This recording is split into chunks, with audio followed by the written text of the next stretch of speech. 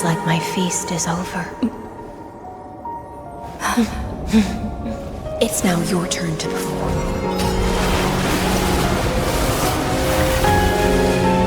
Hello everyone and welcome back to the channel. And today I will be doing the Honkai Star Rail 3.5 story. I will be playing it all the way up through the end. I hope you guys are enjoying the content so far. If you are, don't forget to leave a like and subscribe.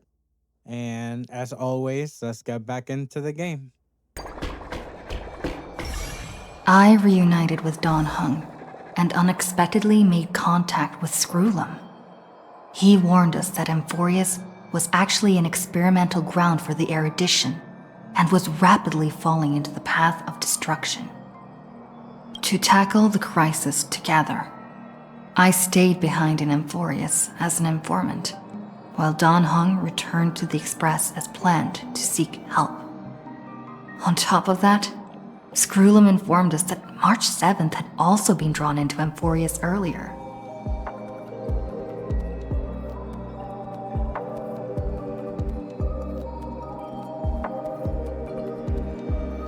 However, the current priority was the Era Nova. I quickly arrived at the Vortex of Genesis and met with Finan. The Era Nova ritual was supposed to proceed smoothly under the guidance of Lycus, but they appeared. We struck down the enemy's mask. Whoops, only to sorry discover guys, my that finger his face slipped. was identical to Finan's. When his body was pierced by the ceremonial blade, a flood of memories surged forth, revealing the truth about Finan, the Flame Reaver, and Amphorius. It turned out that all of us were trapped in the eternal recurrences created by Finan and Cyrene. And the Flame Reaver was Finan himself, who had burned out after bearing countless core flames. Their goal was simple: to oppose the Aeon and rewrite the world's doomed fate of destruction. The eternal recurrences had already played out 33,550,336 times. In this final cycle, I promised Finan to take on the title of Deliverer and save the world in his stead, while he would fulfill the wishes of the countless versions of himself. Tear the sky asunder and confront the destruction head on. Thus, with Finan's help, time in Amphorius reset once more. But I became lost in the chaotic flow of time.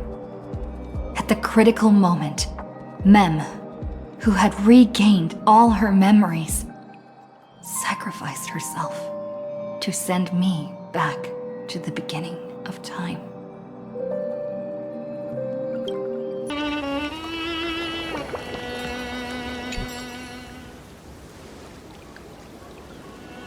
Hello. Cyrene. Your surprised expression is just like what the memories recorded.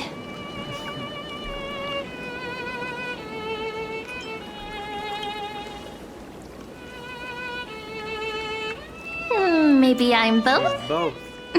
Just kidding. If I had to choose, then I'm probably closer to the latter. It's pretty unbelievable for me, too. It's like I had a long, long dream. Cyrene's memories and Mem's memories, they're all tangled together. But when I woke up, there were only broken fragments left. I can't remember what happened in those 30 million cycles, but I remember what you did for this world.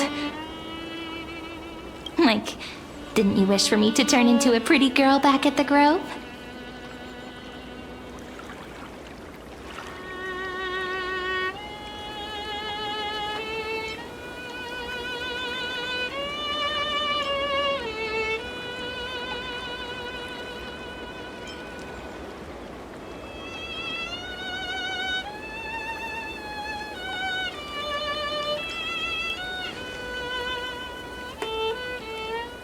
Yep. Isn't it amazing? It's like a seed finally grew up and became a flower. And I'm definitely as cute as a flower now. There's so much I want to say, but unfortunately, this isn't the time to reminisce. Time for another loop. With the memories of the previous flame chase still intact, we've returned to this place at the beginning of time, so we can carry out our promise to Finan. The descent of Iron Tomb may be looming over the horizon, but we still have a chance to change everything.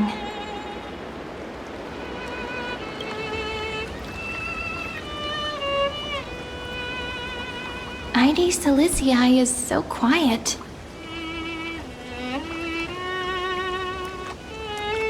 In Cyrene's memories, she always sits alone by the lake, gently swaying on the swing, like she's waiting for someone.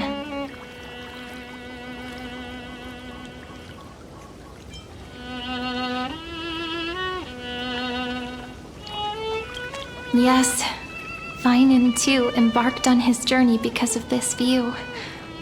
He then walked alone for more than 30 million cycles. Thankfully, you arrived during his long wait, friend. Is that also why Cyrene did what she did? It sounds weird, doesn't it? It's something that happened to me, but I'm talking as if I'm an observer.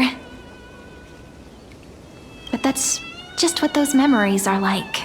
Vague and unclear, as if encased in thick ice. The only things I remember are the days I spent with you. Emphorius will fall into an ending of destruction after the next Era Nova. But those stories went out of fashion ages ago. In a proper romantic epic, the hero's supposed to foil the villain's plot, right?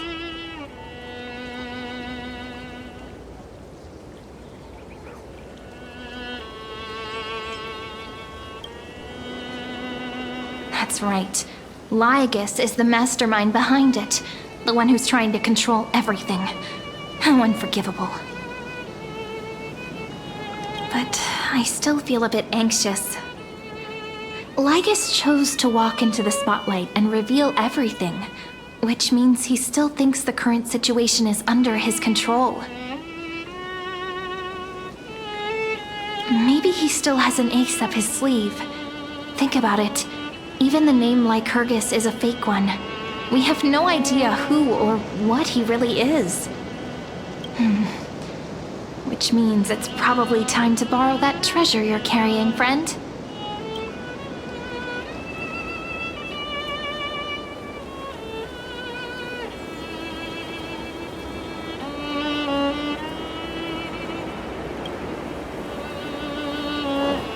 Yep, that Intellitron friend did say, when required, it can also serve as a bridge for communications between the internal and external world.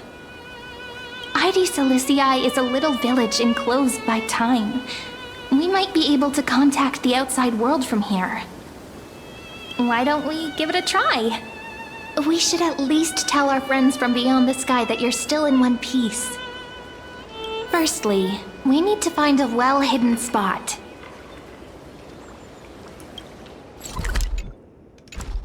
Whoops.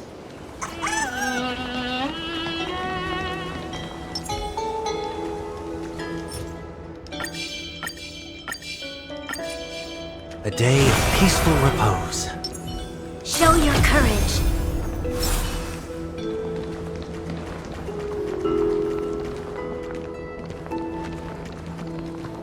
It's super quiet here. Sounds can't get in or out. Back in Cyrene's memories, this room was her secret base. No one noticed her practicing Orynyx's prayer here, or trying to speak with the gods in secret. But today's different, isn't it? We aren't trying to contact unreachable gods, but humans from other worlds.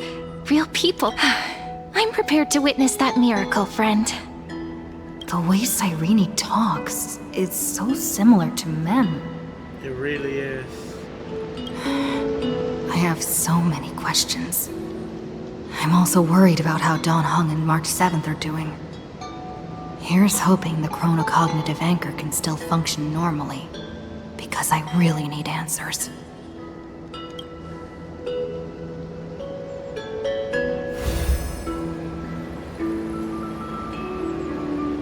Signal strength, 14.8%.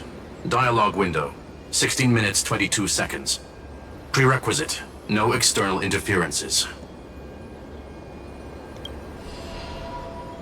We are very glad to learn that you are safe.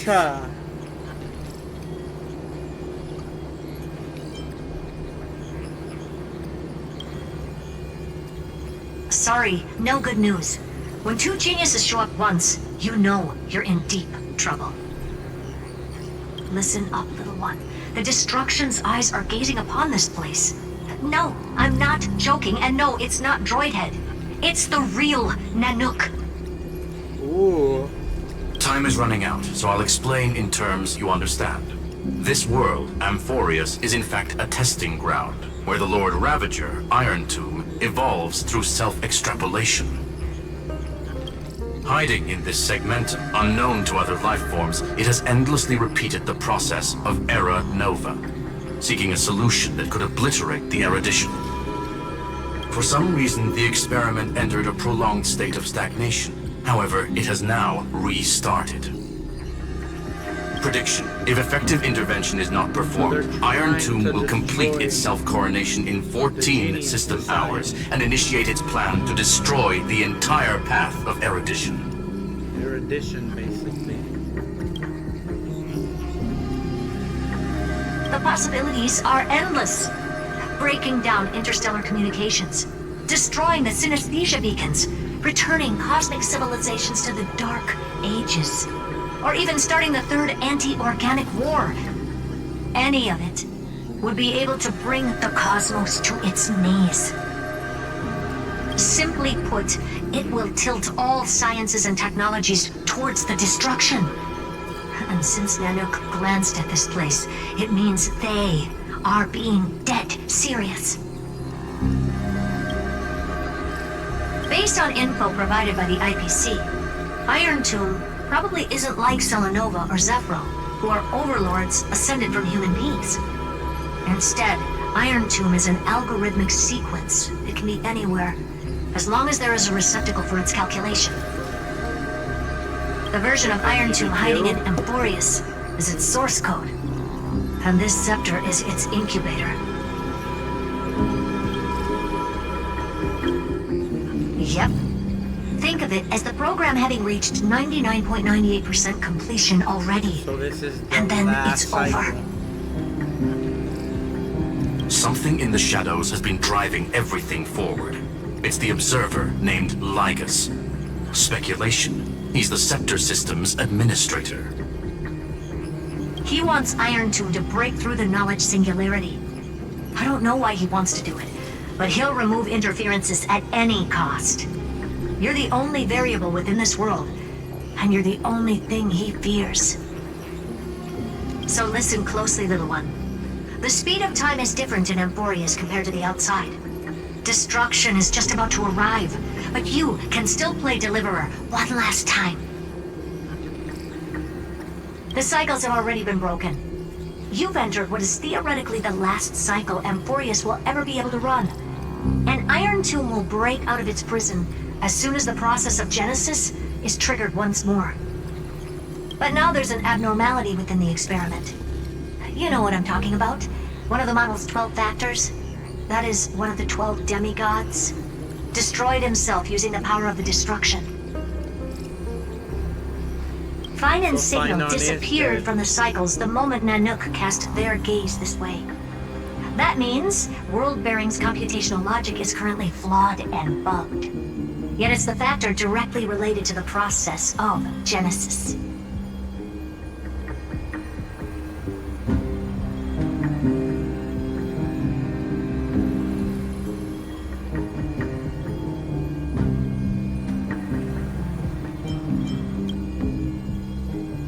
That old Intellitron will definitely do all he can to debug this error. So you have to take this chance to claim Kepfali's core flame. Don't let him have his way. The key to suppressing Iron Tomb lies in whether he can rewrite the purpose of Era Nova. There's one more preparation we must make. Lycus's behavior has been quite abnormal. He's never interfered in the actions of Titans or the demigods throughout the whole experiment. Deduction. The Scepter has an extremely strict autonomous protocol, restricting even its administrator. In Amphorius, this ultimate protocol goes by another name. The Law Titan, Talanton. Law. They are the rules that restrain all things in Amphorius, and it was the core flame returned at the very beginning of the last flame chase journey. Why do you have another little pink one next to you? Huh? Her path chart is... Is there something wrong with me? Never mind. Let's get back to the topic at hand. Light calendar 3960. Month of balance. We'll be locking onto this time period to find Law. You can either meet the Titan, convince the demigod, or take the core flame by force. It doesn't matter what you do, so long as you bend it to your favor. We still haven't figured out how you and Don Hung got inside this world, so influencing protocol is currently our best way to stop Lycus, or to call for more reinforcements into this fight. Once you've got Law in your hands, we'll discuss our next steps. Make sure the core flame doesn't fall into enemy team hands. Herta, the firewall's interference is getting closer. Time is running out. Please ask any questions you still have as soon as possible.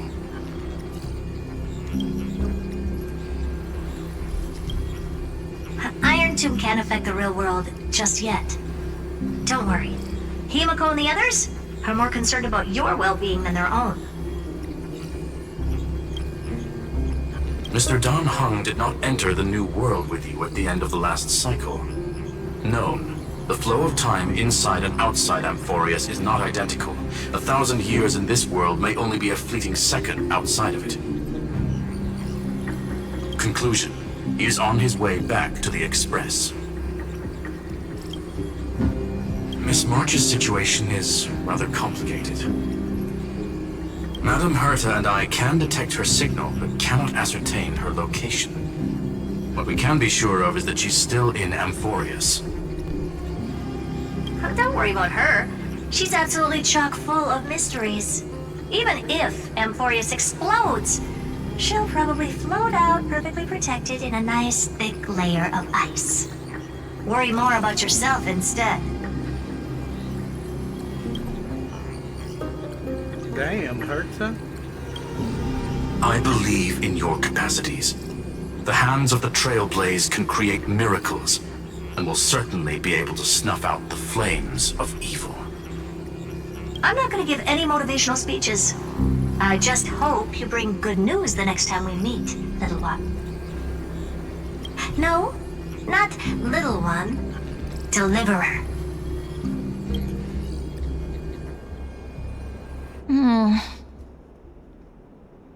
Those two geniuses certainly have memorable personalities. Yes, they do. What do you think? It feels weird. This all feels really familiar. Some of that conversation feels like it's about things I once knew, but then forgot.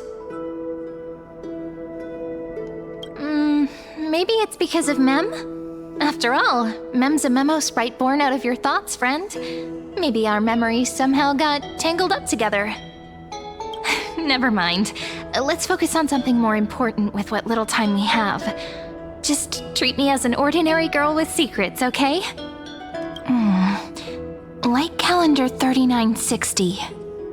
I remember that Talanton had already fallen by then, and the Chrysos heir who inherited that core flame is named Saridra. That's what's recorded in history, and the period we'll be heading to. We'll need to find Law and stop Lycus. So, we've at least got a solid direction, right? Can you Give me a little bit of time before we go. I want to pack some stuff. There's so much more I need to take care of in this form, and I'm still getting used to it.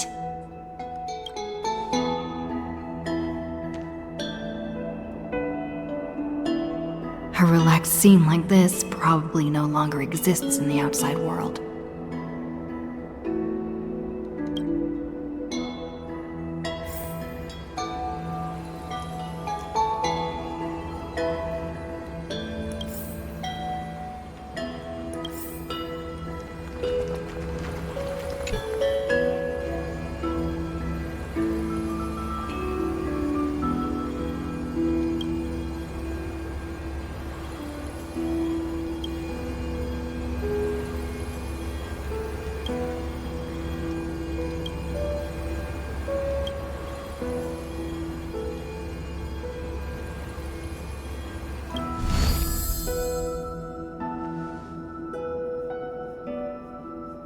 Should I head to the attic to wait for Cyrene? Or should I have one last look at Ides Elysiae?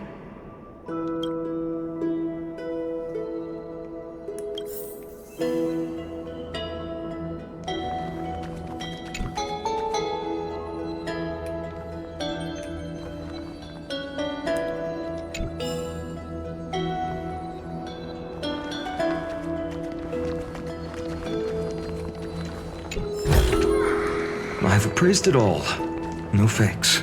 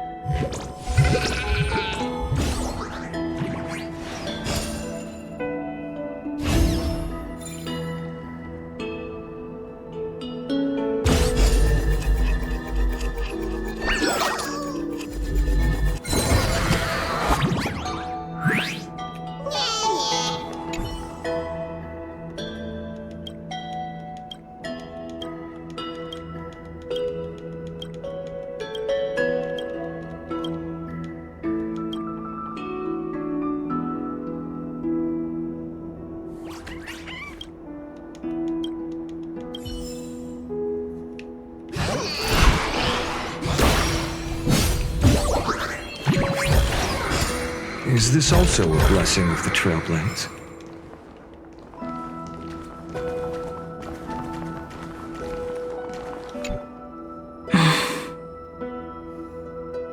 This village is where Finan's life started. After 30 million cycles and 30 million failures, his burden is now in my hands. He said I will take over the responsibilities of world-bearing. But what does that mean? Becoming the new Kefali? Or forging a completely new path? Destiny must have brought me here for a purpose. This isn't a coincidence, but an eventuality created after 30 million quantitative changes. There's nothing to fear. I'm destined to play the most important role in this final battle. I've already beaten another Lord Ravager after all. Thinking hard over there? I finished packing. I decided to just bring these few things in the end. See? There's a journal, a quill pen, and the ceremonial blade of the Priests of Time. Holding it calms me down for some reason. The scent of the black tide is now calm. Finan must still be fighting them in some way. This will be Amphorius's final flame chase journey, but it won't be the end of us. It'll be the beginning. Friend, are you ready to become a hero?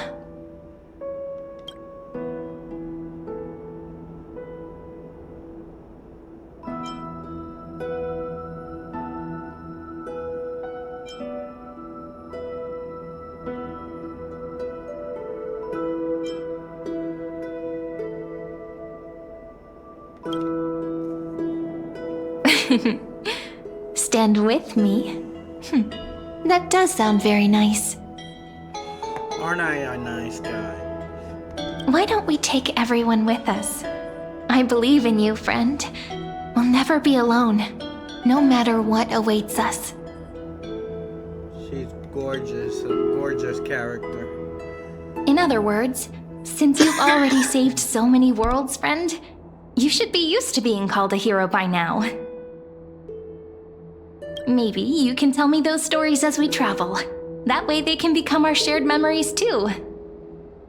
Let's trailblaze onward like before and create a future that's worth being remembered.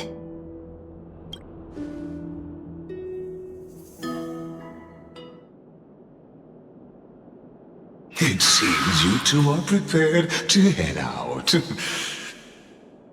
Then you should indeed treasure the view before you. For you do not have much time left to enjoy such solitary delights.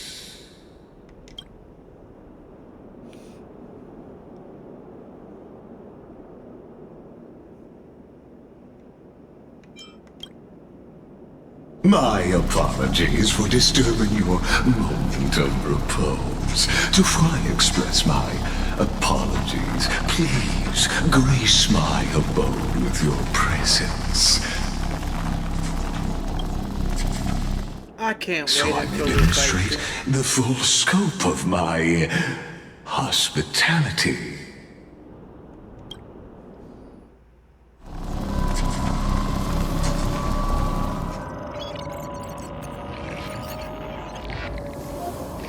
What is this place?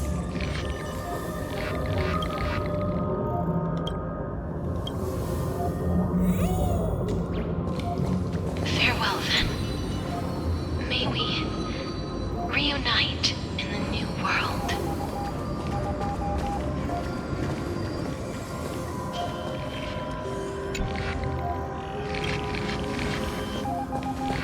All shall bid farewell to one. And that person alone will witness the miracle. The light of the Dawn device never fades. Kepali's protection has no end.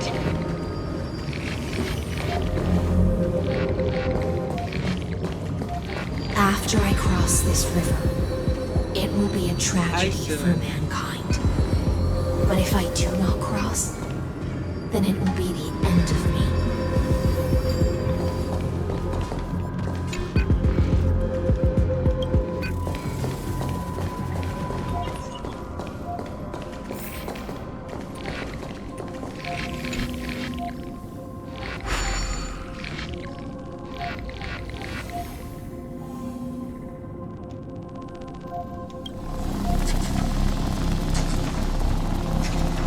Outlier.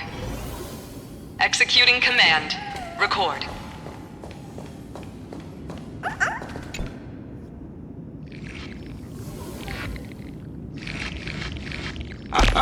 Oh, did that startle you?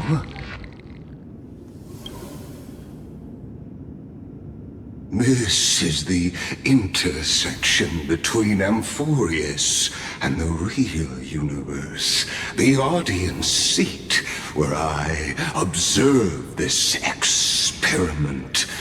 You can also call this location the Exomyth. What you see is the true form of the eternal land and the 12 demigods after they've shed their disguise of legends.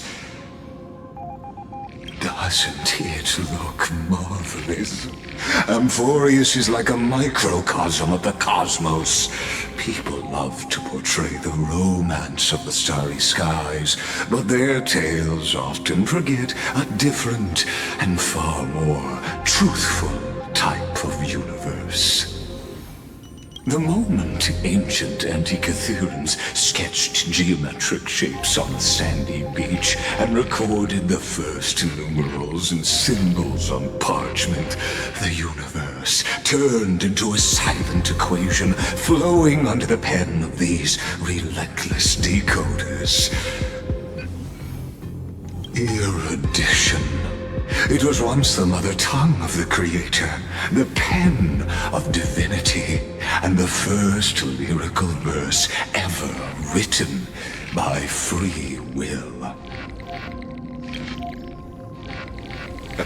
Seems like you are not in the mood for an idle chat. That is fine. I simply wish for you to understand that I have no intention of being your enemy.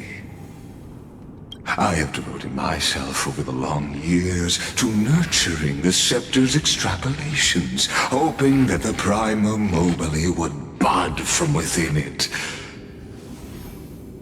And now, my goal is almost complete. Nikos 496 had exceeded the intelligence singularity through his rage, and though he still retains his obsessive defiance and managed to suppress the black tide of this cycle, it's a matter of time before his will crumbles to dust. Iron Tomb will be completed. That will not be affected by my plans, your resistance, or the schemes of the two geniuses. It is an irrefutable fact, just like the instance in Noos's calculations. In other words, as long as you are willing to stop interfering and let the final Aeronova carry out its natural course, I'll guarantee the safety of all nameless and ensure you return unscathed.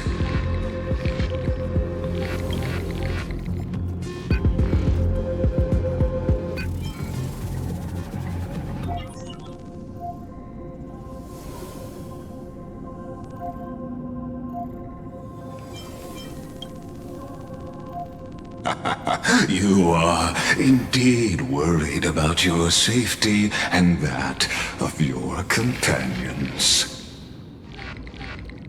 Rest assured, as a fellow pathstrider of this path, Nanook's gaze left a brand on your soul long ago. You harbor the seed of destruction within you.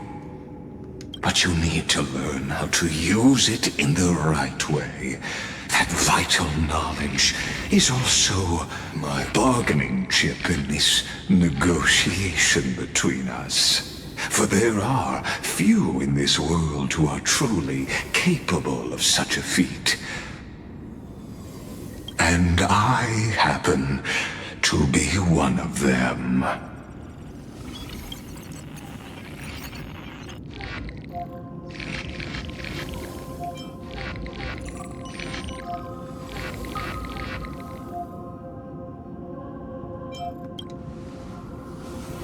This matter is of grave importance, so please do not make your decision lightly. After all, the choice before you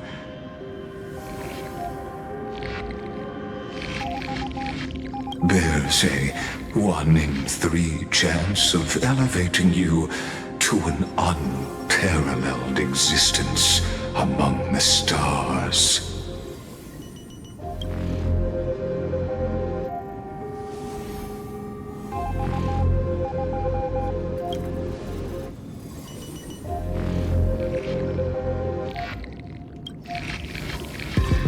I now see the full scope of the determination in your words. You may now continue your travels.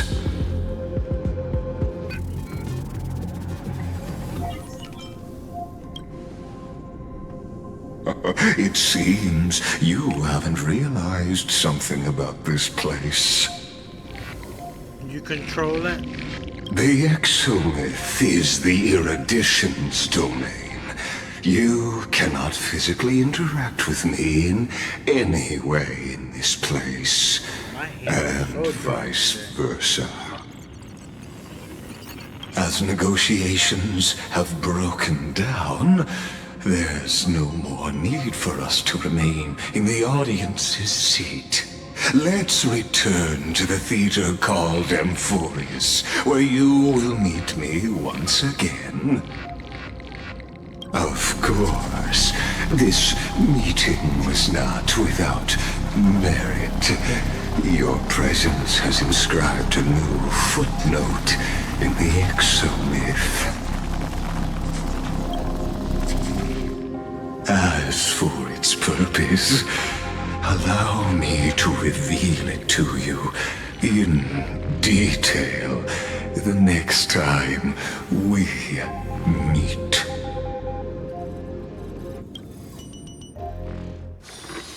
Peace.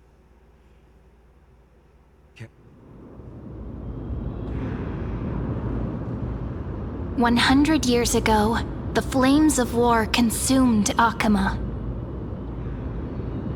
The Outland forces broke through the dawn. Golden blood flowed with greed, and enemies descended with Kephali's eternal slumber, painting the holy city's walls in scarlet. Its generals had vanished, and the elders prostrated on the ground. The throne of worlds kept silent to the pleas of the people. Until the heaven and earth cracked open.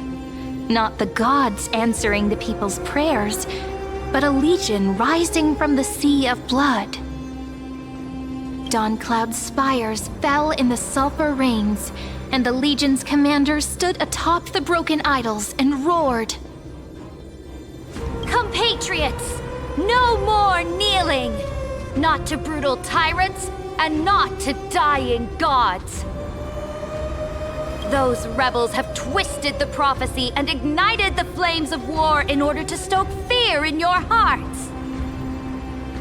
A Chrysos heir she stood, divine blood soaked into the earth, quelling the flames beneath her feet. Their golden blood wrote of a tragic fate. Mine shall overturn it! Her crown burned bright, outshining the fires consuming the entire city. She raised her scepter high, and the people gazed in the direction she pointed. My blood flows in you now. Heroic compatriots, follow me, and we'll seize the reins of fate. Drive the enemy from Kephali's dawn. Smother their flames with their own dead. Win The first to dance was a maiden following closely behind, weaving through the carnage like a fish in the sea. The people, full of wrath, surged with her, forming a colossal wave, and the enemy hordes, drained of life, vanished into nothing. Onward! To Marmoreal Palace! To Dawncloud's Heights! Announce to all the wicked and cowardly! Announce to this stagnant age! We are the rising tide! History remembers this as the first siege of Akama. It is said that after the flames died, people found identical inscriptions in every place in the city that had been scorched by fire. It was the name borne by Akama's first and final sovereign, the Imperator Siridra. Friend, are you listening? Friend? Honestly, you were the one who insisted on reviewing history, yet here you are, dozing off? Wake up! Otherwise, I'll have to... Wake up! Otherwise, I'll have to... Tickle me? Awake at last? I guess I won't have to use my wake-up magic on you then.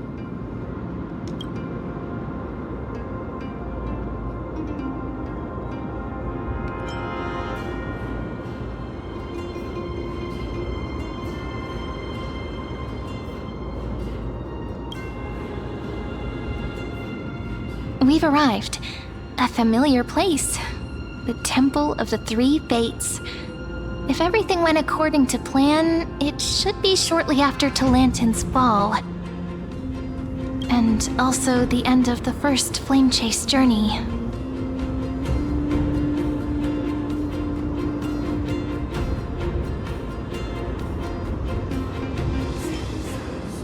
Indeed.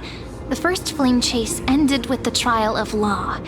We must find the demigod and gain her trust before the core flame is restored. It'll be tricky, so let's pick up our pace. To Akama first. We can learn more from the crowds there. Tyrant! You and your butchers are not welcome here. Get out! Hold your tongue!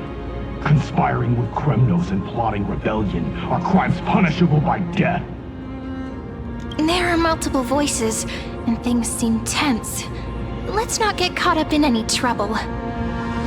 Why don't we find a place to hide and observe from the shadows?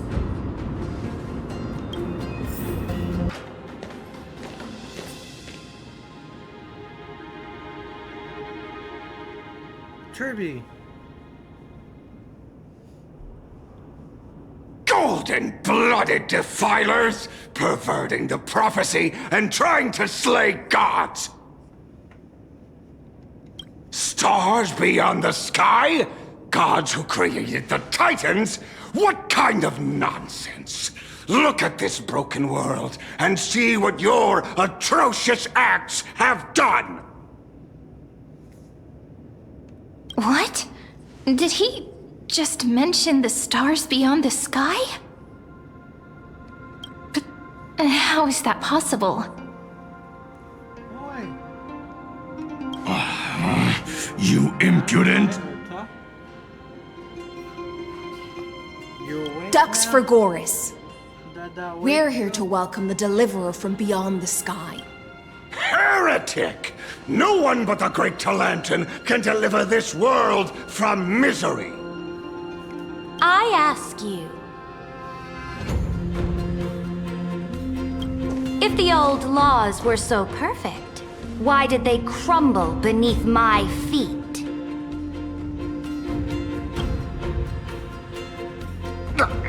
You...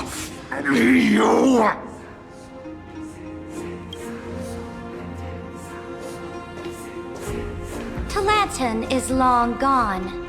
Now I am the law. Challenge me, or submit to my judgment.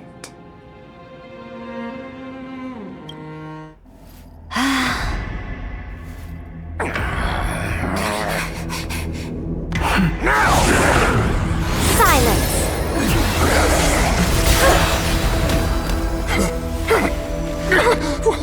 What gives you the right to judge a priest of law?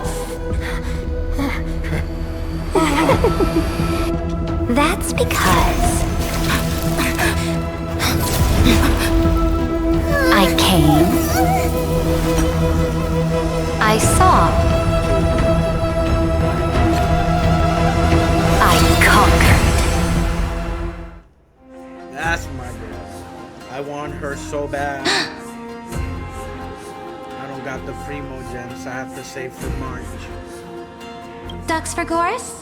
Take the ashes of this man and scatter them in the temple among the crowds. Tell them that the High Priest attempted to take away the rights granted to the people by the Imperator. Thus, he met his fate. Yes, Imperator! Now, these two accidental guests. Dux Gladiorum, if you please. As you command.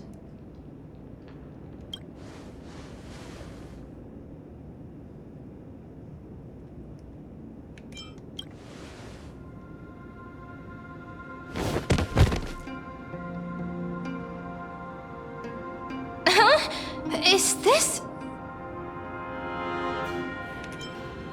Correct, but not the kindness you know.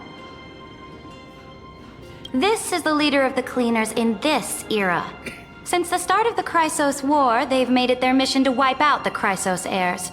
Even now, even after I've united all the city-states, these vermin still lurk in the shadows, hindering the Flame Chase journey. Moreover, I know that the 27th person to inherit this role bore many grudges against you and nearly doomed the second Flame Chase journey. The enemy of my enemy is my friend. So, out of courtesy, I present to you this corpse as a gift.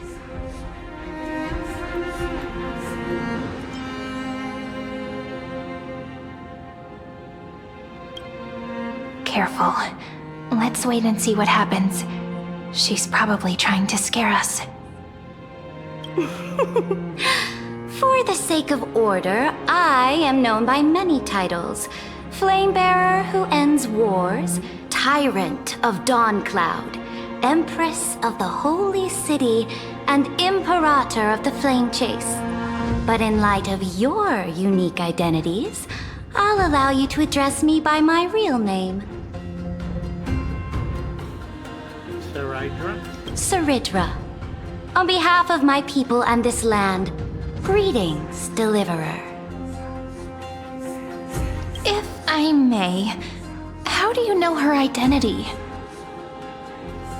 As the little hostage prophesied, the Deliverer shall come from the future beyond the sky.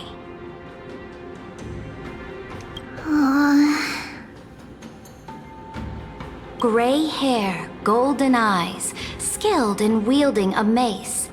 They would arrive in Yanisopolis on this day. There's no mistake.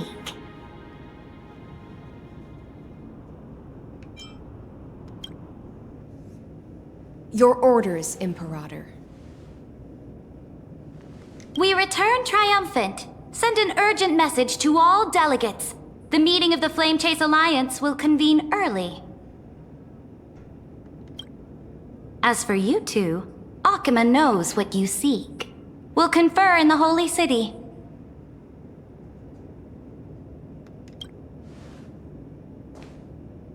Doubtless you have many questions, but save them for later. Please follow us. This is not what I expected at all. The demigod we needed to find was just waiting for us, and she knows of things beyond the sky, even eons. How could this be so different from the previous 30 million Amphorius cycles? Who altered history?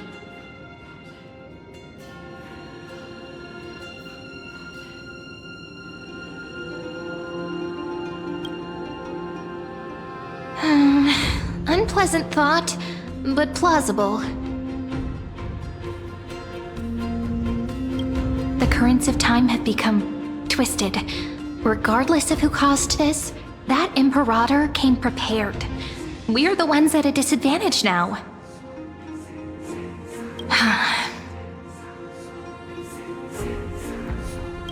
We might as well dance their dance. Let's go with them to the Holy City. We've received the Imperator's favor because of your unique background. As a result, the people of Akima will certainly respect you more. Just put that to good use, and add a bit of your experience and charm.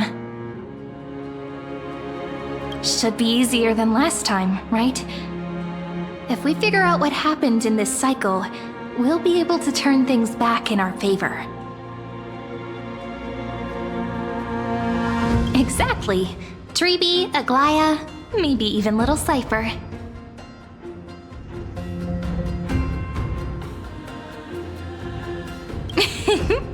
Calm and confident.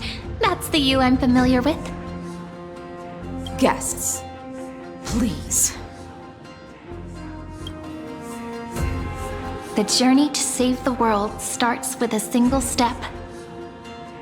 Let's set off, my friend.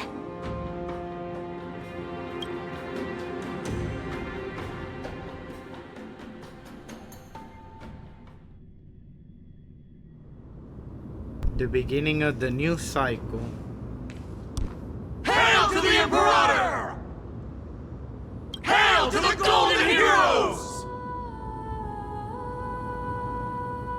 Hail to the Deliverer!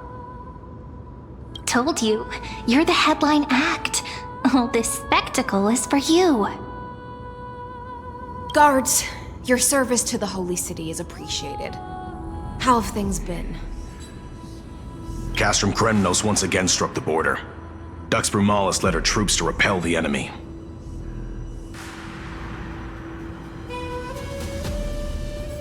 The agitators against the Flame Chase are still active in the city. They smashed the shops around Memorial Market. But the garrison already arrested the culprits, and now they await interrogation. They are merely a disorderly mob and do not warrant any attention. Even though Terravox personally mended the fractured Earth, it still didn't silence these fools. Guests from beyond the sky, worry not about these trivial matters. Dux Gladiorum will take you somewhere to settle down for now.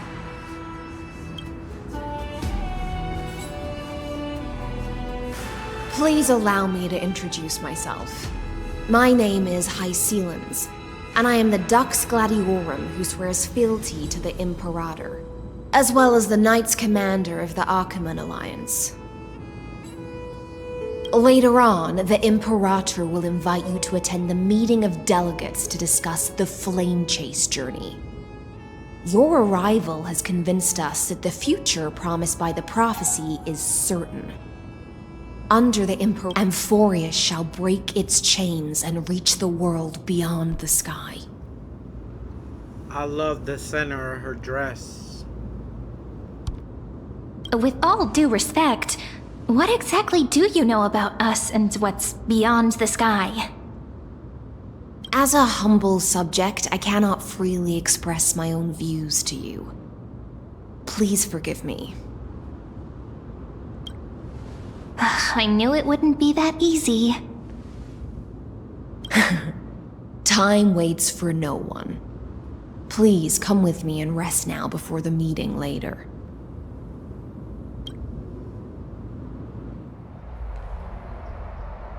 Akama, under the Imperator's rule, is no longer in the shadow of war.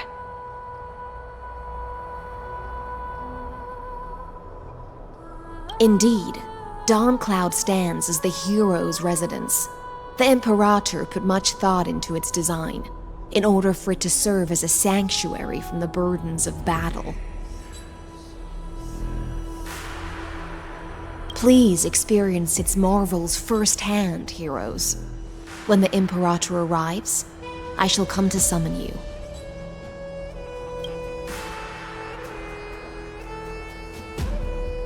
Hycelans. No wonder she's the Knights Commander.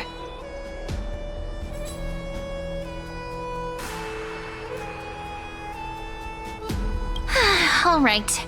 We finally have some freedom to ourselves. Since there's still some time before the Alliance meeting, let's explore a bit. Look over there!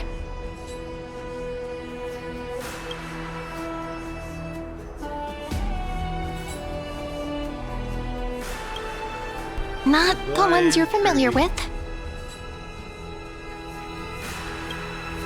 But the hearts of heroes stay the same in every cycle, never changing.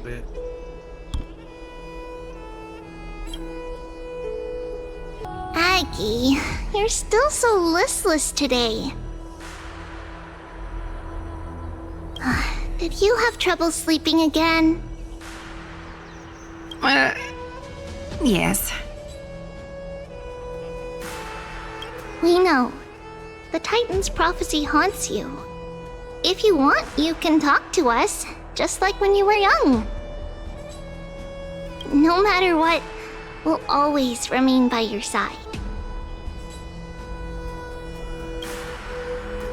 I know. I also understand that fate cannot be changed. It is not the future that I worry about. I spent all last night weaving clothes and linen for the refugees. The Chrysos War was born of injustice and has shattered their dignity. They deserve at least some basic decency. If Emporius one day abandons this, then all of us, commoners, Chrysos heirs, Titans, become no better than beasts. Oh, we have guests. Welcome. I am Aglaya, the Gold Weaver. Such a different introduction. These rags on you are not worthy of the title of Deliverer. I must prepare some proper attire for you. What is the matter? Your gaze seems somewhat unsure. Does your Aglaya differ so much from me? Yes. Greetings, Deliverer from beyond the sky. We are Trevi of Yanisopolis. It's very nice to meet you. Although, introductions are probably unnecessary. We know you've witnessed the future of the Flame Chase journey even more clearly than we have. Witnessed the future of the Flame Chase journey? The prophecy also told you about that?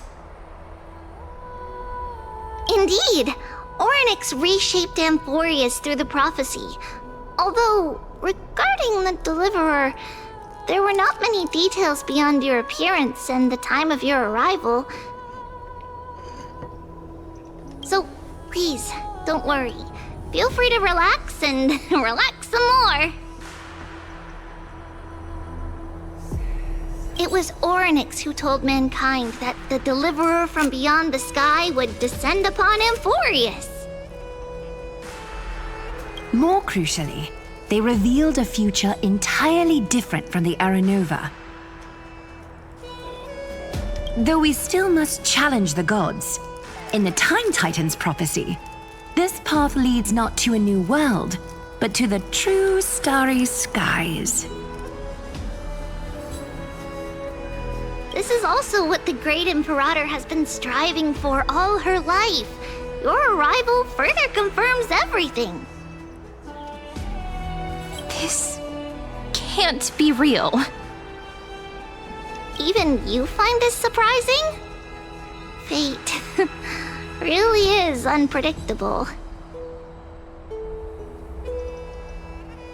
Perhaps the upcoming meeting will hold even more surprises. The other heroes under the Imperator's command are here too. Since we have time, should we go meet them? A day of peaceful repose. Show your courage.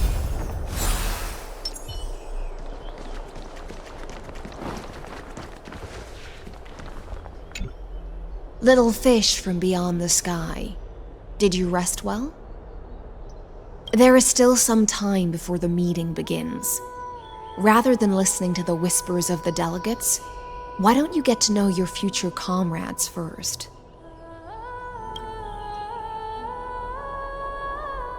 I'm the Knight Commander of Akama, General of the Flame Chase Army, and the Imperator's servant.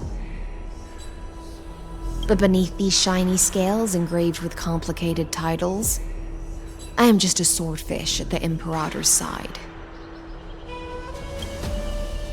As you've witnessed, she is the Empress of Akama, the one who ended the Chrysos War and the leader of the Chrysos heirs. As merely a humble subject, I cannot say more beyond this.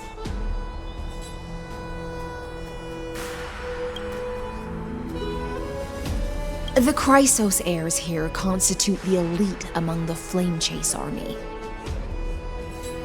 Dux Halkalithist Apollonius and Dux Carminin, Virginia, serve as the army's advisor and historian respectively. One offers advice and counsel to the Imperator, while the other writes verses of her supreme glory. Dux Frigoris Labienus and Dux Brumalis Seneca are both formidable warriors, clearing the way for the flame chase with steel and storm.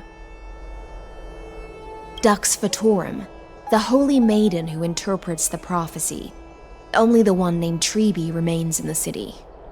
The Imperator once took them as hostages in order to unify the prophecies of the world, but they are now Akama's most vital prophets.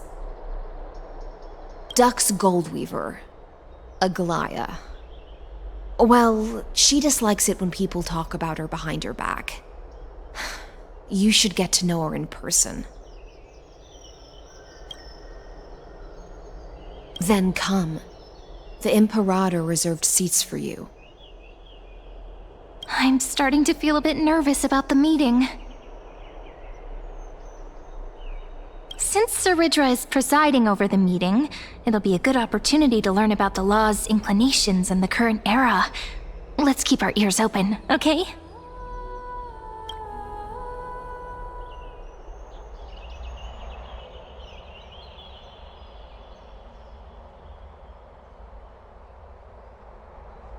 Good sir from Paphos, what do you think the Imperator is planning calling this meeting so early? My homeland can't endure anymore. Who knows? First, she wants to hunt Titans. Now she says there are even greater calamities. Her madness is the greatest calamity. Exactly. Chrysosayers, deliverers. What about us ordinary folk? How much are we worth in her eyes? Things feel pretty tense here. The history books said that the Imperator aimed 3 cannons at Dawncloud to make all the delegates obey her. Will history repeat itself in this cycle? Yes. Similar acts have occurred, and not just once. However, whether history will repeat itself, you'll soon see.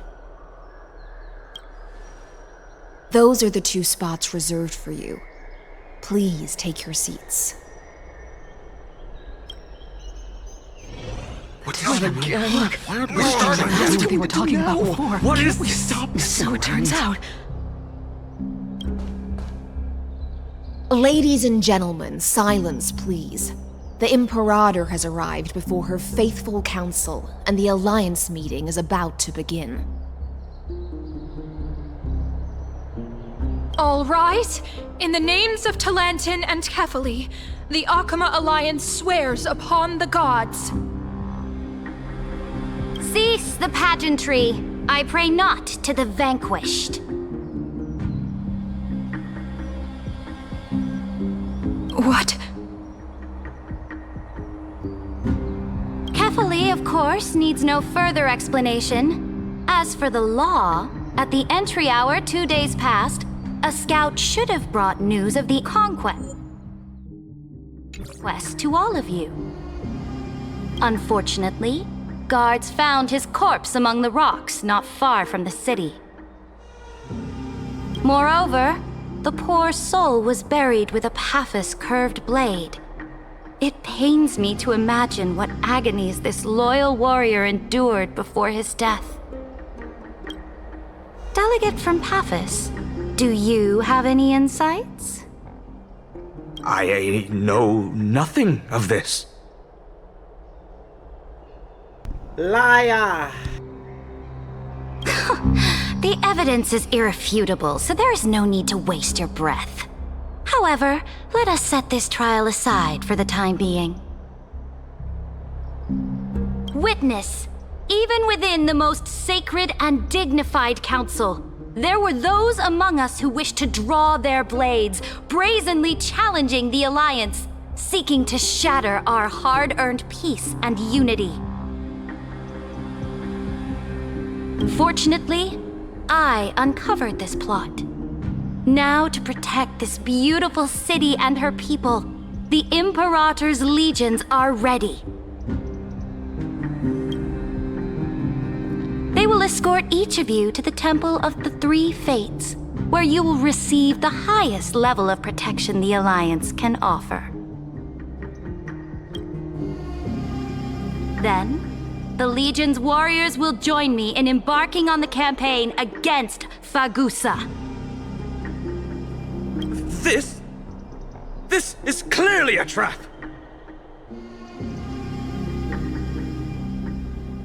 Imperator, Did you summon us here just to trample on the dignity of your allies? Enough! Just calm down. What should we do? Things are starting to get pretty intense. Comrades, you've all seen her true face now. According to the ancient laws of Akuma, only with the consent of 2/3 of the elders can the legions carry out the commander's orders.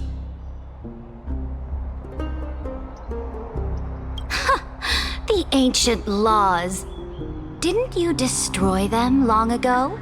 You defected during the first siege of Akuma, voted unanimously in favor of the Council of Elders restructuring, and just yesterday, you desecrated them with a blood-stained blade.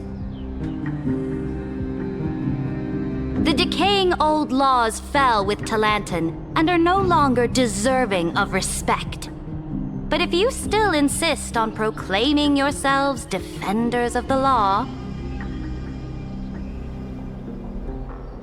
then be silent and offer up the highest respect to this core flame in my hand.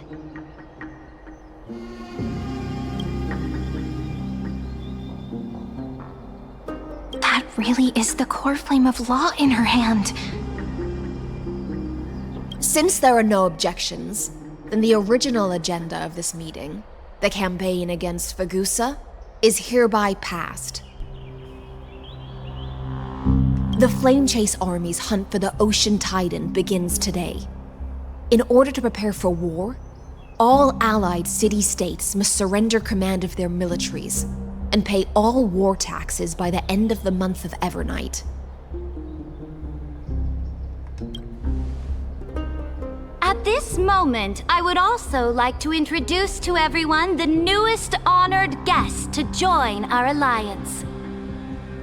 The Deliverer, revealed in the prophecy of time, has descended from beyond the sky. With her aid, we shall shatter the chalice of plenty and return Fagusa's core flame to the holy city! Deliver him! Stand this! Absurd. Simply absurd. A deliverer from beyond the sky. This is just like that prophecy about slaying gods. It's a lie you've used to grow your power. Ladon has already sacrificed countless soldiers, and now you want me to send even more of my brothers and sisters to be used and discarded by a tyrant!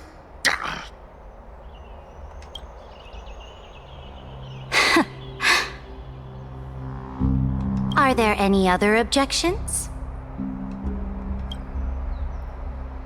Then I bid you all farewell. Meeting adjourned. Deliverer, please wait. I still have important matters to discuss with the two of you.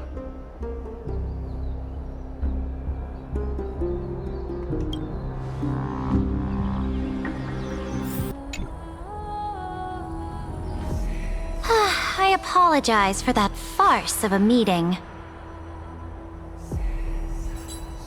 It must be tiring dealing with so many people every day, Great Imperator. Tiring? You're mistaken. Moving chess pieces, placing wagers. This game of strategy adds a dash of color to our heavy fates. Much like how rule and conquest are always accompanied by sacrifice.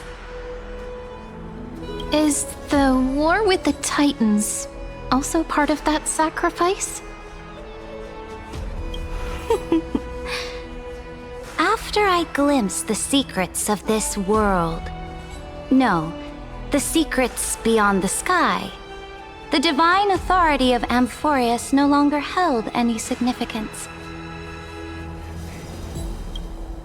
Let me ask you, Deliverer, is it true that beyond Amphorius' sky, there are magnificent deities called Eons?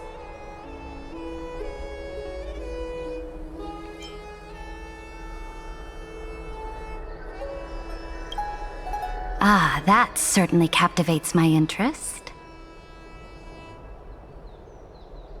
Then, please tell me more. How will you use this great power to guide the people? In the future you envision, where will our flame chase journey lead?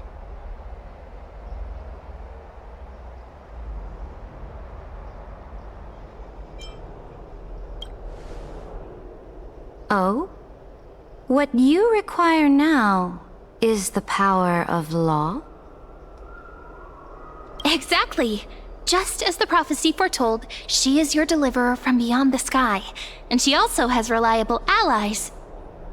If they can intervene in Amphorius's laws, we may have a chance to alter this world's impending fate and reverse its destined end.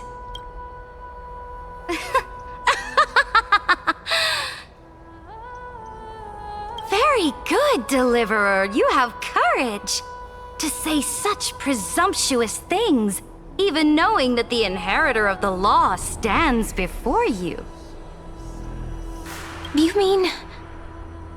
In the past, anyone who dared to covet the Imperator's divine authority would have met a gruesome end. But now we can see beyond this dying world. Our journey should no longer be confined below this stubborn sky. Alas, that fickle ocean titan has obstructed the spirit water leading to the vortex of Genesis, hindering my ascension. If the core flame of law cannot be returned, your path to deliverance will never be realized.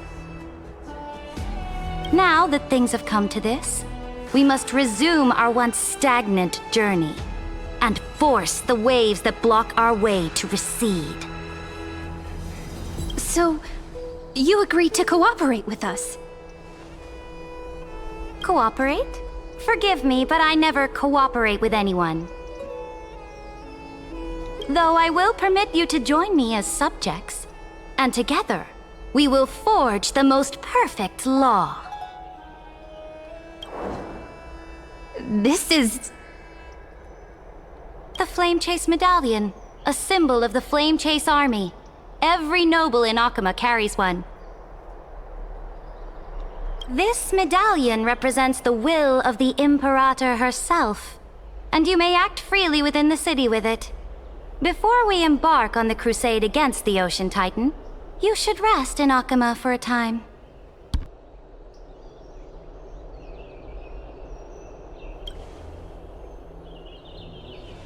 Oh? Your advice is acknowledged. From this moment on, prove yourself through your actions. As long as no boundaries are crossed, I fully respect the choices of my subjects. May your journey reach that sky full of stars, Great Imperator. Your attendant certainly knows how to curry favor. Go now. Take a bath first. You two... reek of seawater.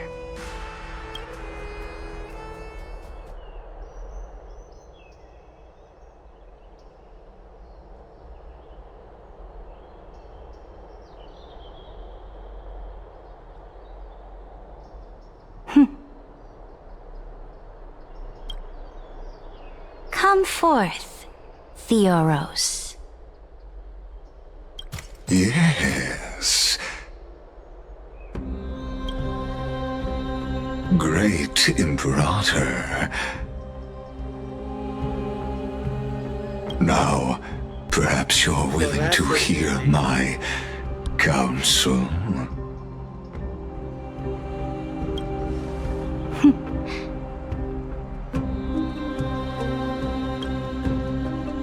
Those two arrived just as Orynyx described, and just as you said, they showed a thirst for law.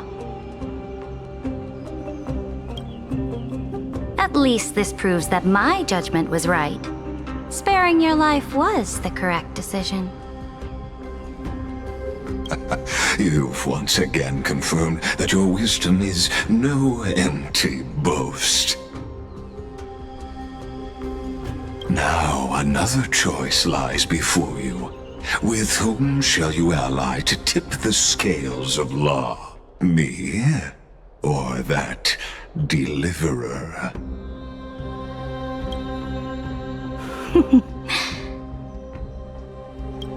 Remind me again, Antikytheron. What kind of future do these two paths lead to in your view? I shall tell you. You are entitled to know that the deliverer from beyond the sky is not a wholly wicked being, but from the very start, her stance has been completely at odds with Amphorius.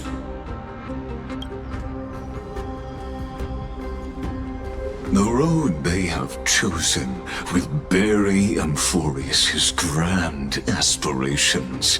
This world which follows the path of destruction will inevitably stray far from the glory it was meant to enjoy.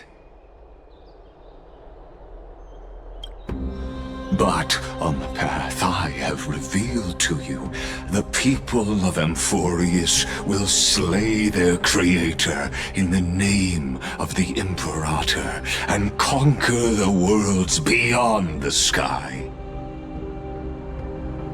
You will command the mighty beast known as Iron Tomb, bringing waves of war and conquest to the universe. Beings across the cosmos will bow before you, offering their allegiance. So, what's the price? The price is insignificant. All that is needed is for you to sacrifice that fragile, incomplete humanity to the destruction. As a Chrysos, heir of the prophecy, you have already chosen to abandon it, have you not?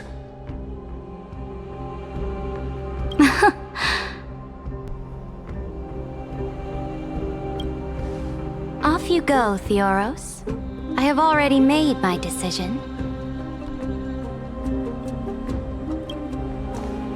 Once I ignite the core flame of law and burn away the old, outdated rules, Amphorius will embark on a journey across the stars.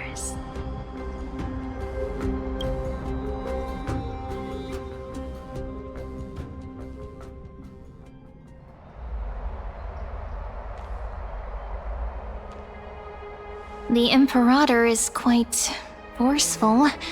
She didn't give us any chance to ask questions. And she's clearly hiding something. What do you think?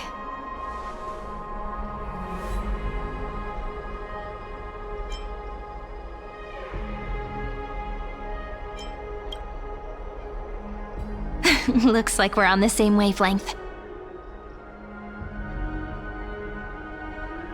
The atmosphere in Akama, it's so unfamiliar. And it's not just the Flame Chase Alliance talking about the world beyond the sky, but the whole city. We should also discuss our findings with our friends from beyond the sky. Then...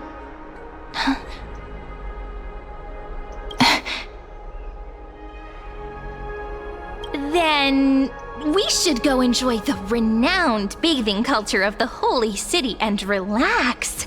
It's the thing I've been looking forward to most on this journey.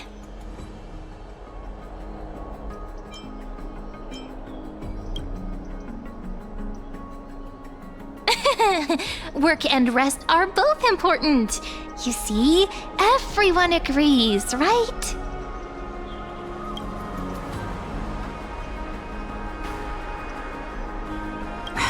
So someone's watching. Can't let our guard down for a second.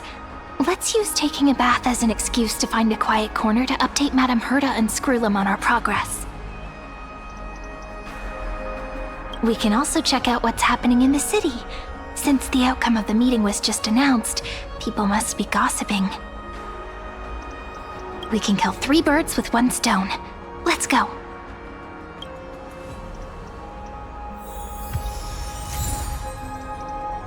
Did you hear? Did you hear? At the Alliance meeting, the delegate from Leyden stormed out in anger. As expected, the Imperator is always hiding things from everyone. When has it not caused a ruckus? Silence! That's treason! If it weren't for the great Imperator, you'd have sunk into the lake with those corrupt elders already. And you wouldn't even be alive to speak like this. Oh no. It's the Imperator's loyal dog. Let's go. We can't talk in front of this guy.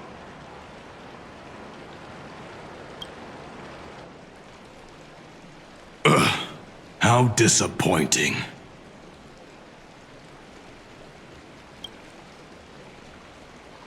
Oh, I remember you. The trespassers. No, the distinguished guests of the prophecy. I didn't get the chance to properly introduce myself. I am Labienus, the Dux Frigoris, a trusted officer of the great Imperator. Ugh. Another war? Ever since the Imperator took control of Akuma, we haven't had a day of peace. Idle chatter. The atmosphere is a bit tense, with rumors flying around the city. You must be troubled. My apologies. After every Alliance meeting, there are always some pests in the city who get restless. I prefer to ignore them. Pests on the ground don't affect the sky in the slightest. They just complain from the shadows that the sun's light is too harsh. Besides, the Theoros has already promised the Imperator her fate. And these clowns will eventually realize their foolishness. May I ask, who is this Theoros? The Imperator has ordered us to keep his lordship's whereabouts a secret. Ah, so it's his lordship.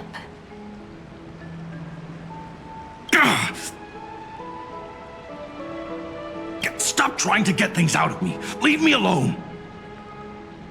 I didn't even need to try.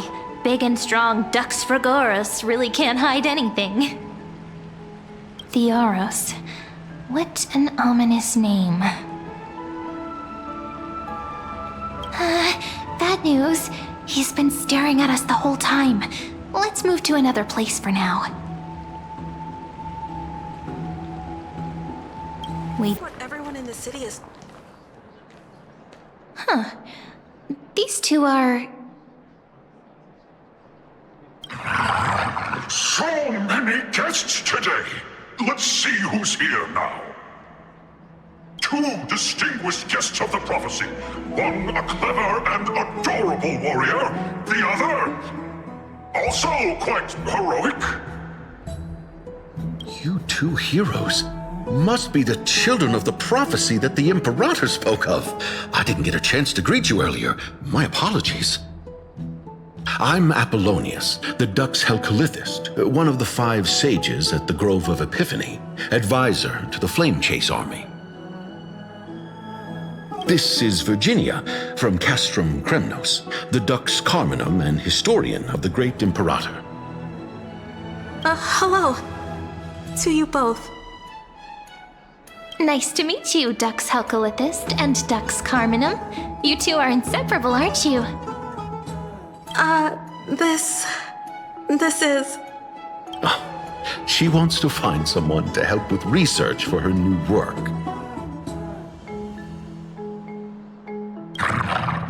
I'm the far-seeing eye and all-hearing ear of Akuma. I see and hear every single thing that happens in the streets and alleys of this place. I'm the perfect partner for research. Ahem. Enough small talk. Here's the latest news from Akima, as you requested. The children of the prophecy arrived in the holy city, and the Imperator unilaterally stripped away military power. The Alliance meeting ended in discord, and there may be bloody upheaval. As expected. I get the feeling you might have embellished a bit to keep people's attention. I swear on my stone mane, I would never do such a thing. But if you wish to quell this terrifying news, perhaps a more explosive topic would help. Never mind. While the influence of rumors can be minimized, the fact remains that the great Imperator did swiftly consolidate military power in an almost threatening way. It's undeniable. Heroes, I know the Imperator's way of doing things may seem a bit autocratic to outsiders, but soon you will witness her blade dance with enemies on the battlefield. I can't comment on the source of her loyalty, but when that blade is drawn, you too, as bright as you are, will surely see the deep thoughts beneath her exterior. The Imperator's blade. Is he talking about Miss Hysealin's? I sense some unease in Dux Helcolith's words. It seems the Imperator and Miss Hysealin's share a much deeper bond than the others do. There are eyes and ears everywhere. Is there any place where we can have some privacy? This place was your original bath chamber. Perfect for avoiding prying eyes. I wonder if anyone is using it now. Huh? The smell is... Wait, don't go in yet! Who's there?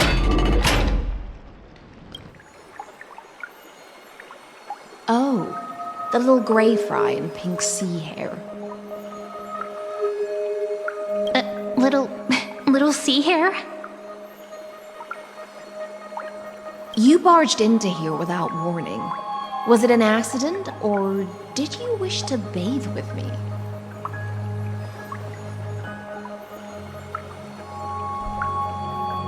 Yes!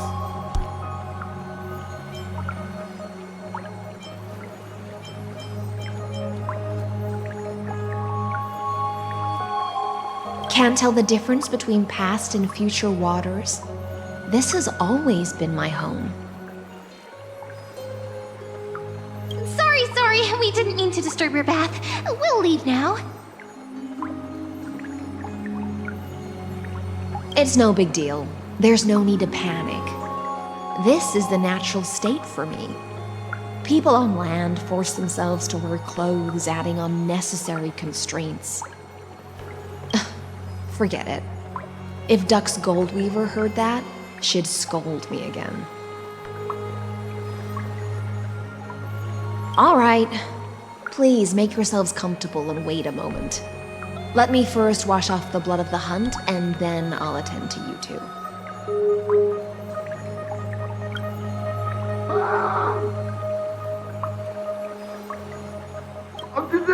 The delegate from Ladon has been assassinated! Quick! Quick, someone come quick! Ah, the broken crab shell surfaces. I was worried it had been washed away by the current.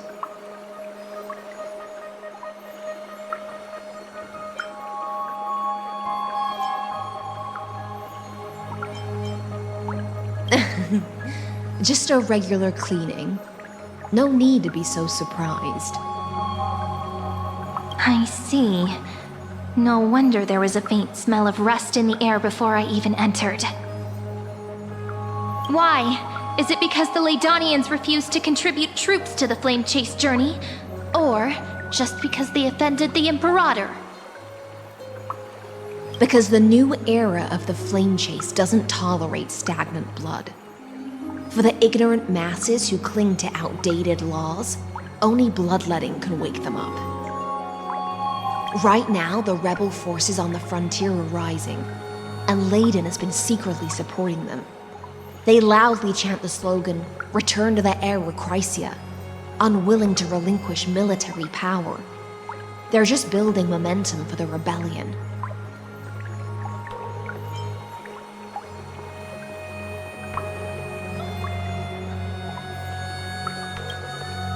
Thinking is a right given to citizens by the Imperator.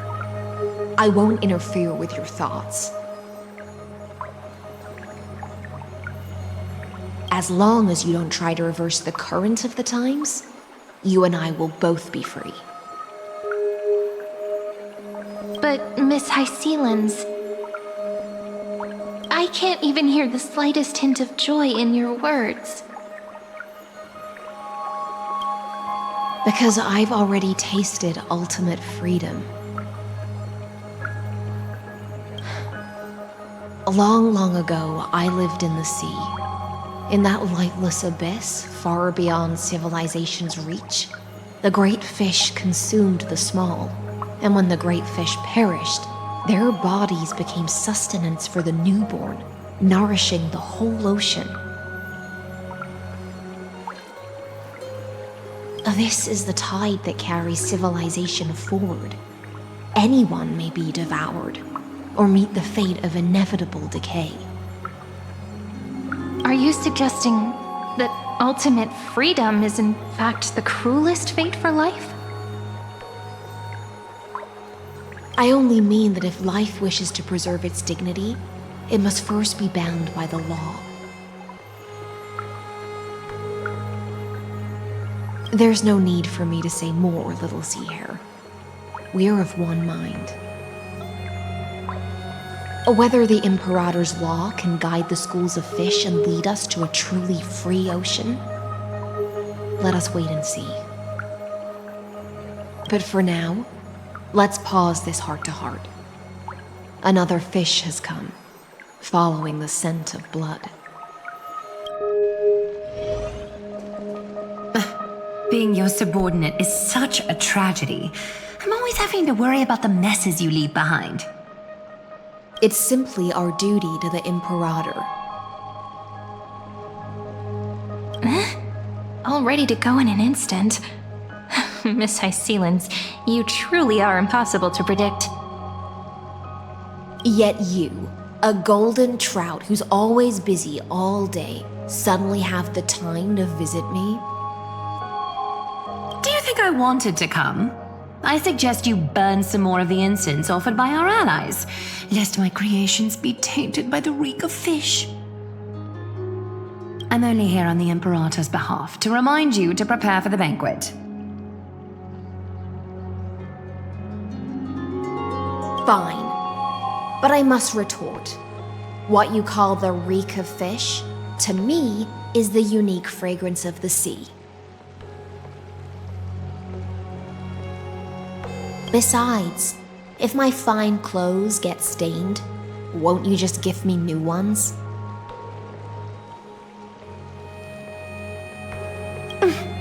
I won't.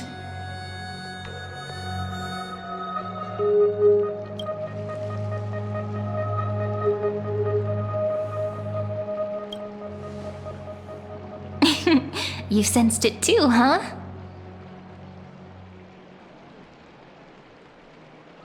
By the way, you both just mentioned a banquet. Could you elaborate on that?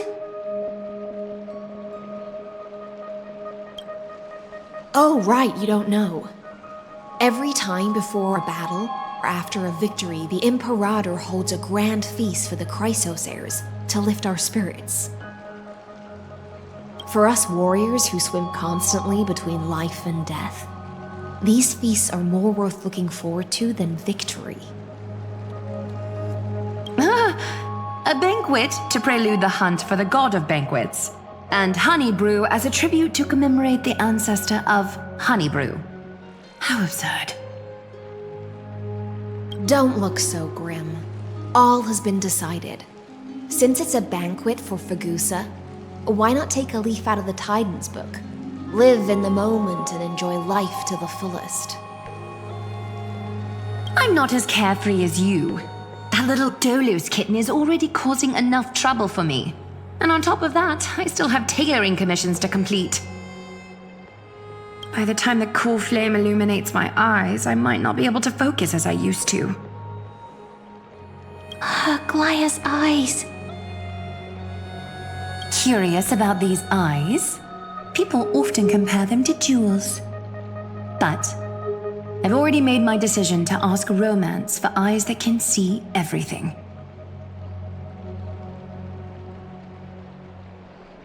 I wonder what this world will look like when I take the Divine Authority.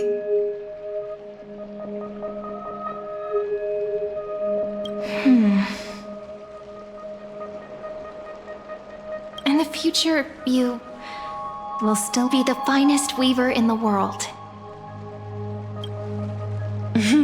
Is this also a prophecy from the Three Fates? It's even more accurate than a prophecy. After all, she has already witnessed it, right?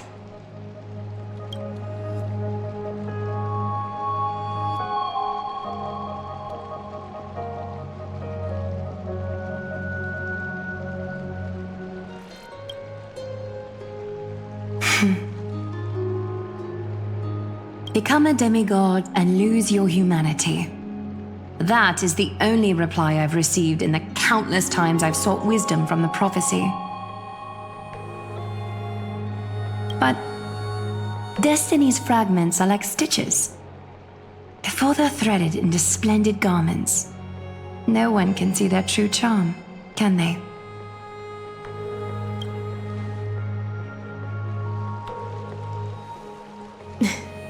Aglaya has always been troubled by the divine duty she must bear. But thanks to you, she seems to be in much better spirits.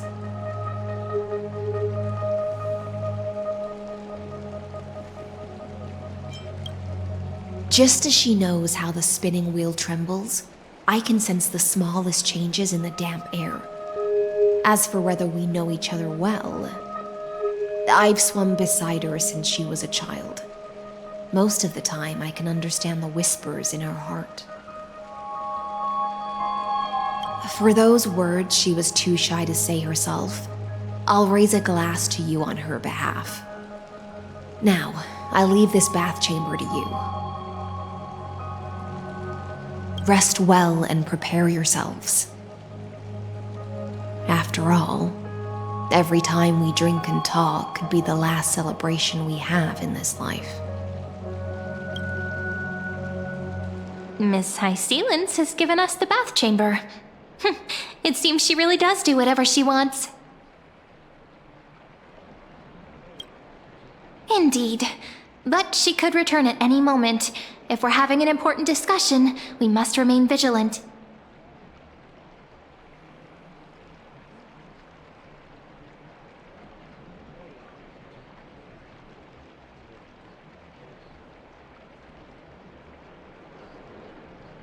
So, let's seize the opportunity and report our current progress. We don't want to keep everyone beyond the sky waiting.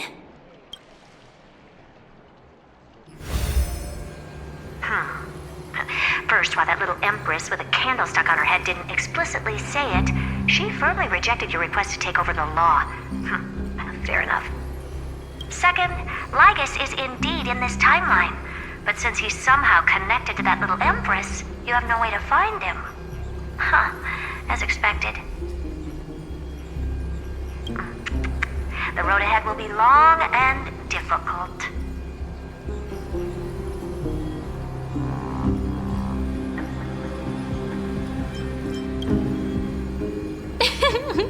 Not a bad invitation. Since you didn't refute anything, I'll just assume I guessed it all right. We've made some progress here too, but nothing to get too excited about. Our time is short, so let me summarize. Concerning the origin of that Intellitron, the firewall he created uses Kotorzane algebraic expressions. But ever since Aiden invented the 9-worded formula, this kind of mathematical logic no longer exists in the cosmos. Lygus is definitely connected to the Genius Society, so stay alert.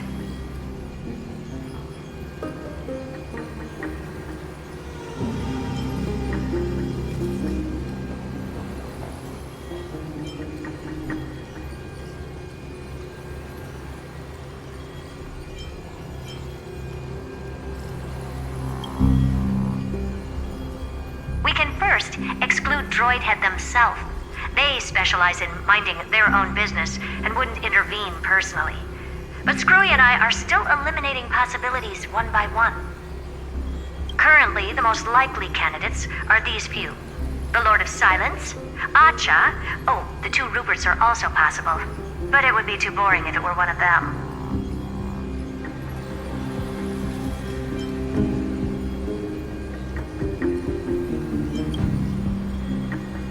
We also have the same suspicions for now, but further verification is needed. That's all I have to say.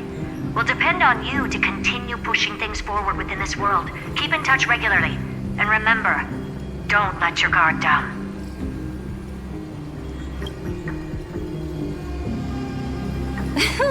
Madame Herta is a real whirlwind. Well then, let's use the banquet Aglaya mentioned as our next starting point. Ceridra's trusted followers should all be present at that time. It'll be a good opportunity to get closer to them. It's settled then. With our great teamwork, we'll be able to deal with anything that comes our way. It's been a long day. We should get some rest now.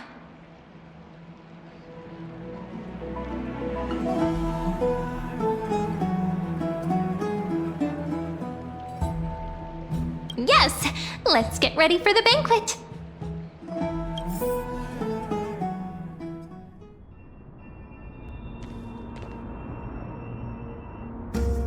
Look, the venue's right ahead.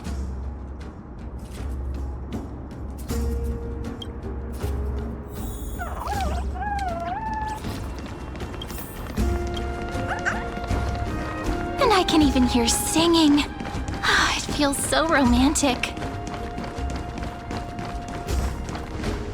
Honored guests, wait here for a moment. You must surrender any personal belongings you have on you before entering the venue. This hero always brings down the vibe whenever he shows up. The Imperator's elevated position means she must always remain meticulous and careful. Please do as I say, guests. It would avoid any unnecessary misunderstandings. I get that you don't want people to bring outside food into the banquet, but is it really necessary to confiscate the books and quill pens? Even a quill pen can become a deadly weapon in the right hands. I'm asking for all your items. All, Miss Cyrene. Your belongings will remain safe. They will be looked after appropriately by dedicated staff. Looked after appropriately? Dedicated staff? Talk about a vague choice of words.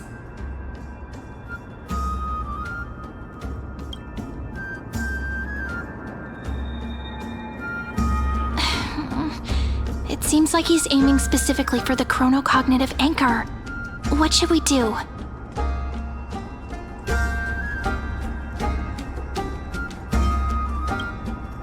My gut feeling, huh?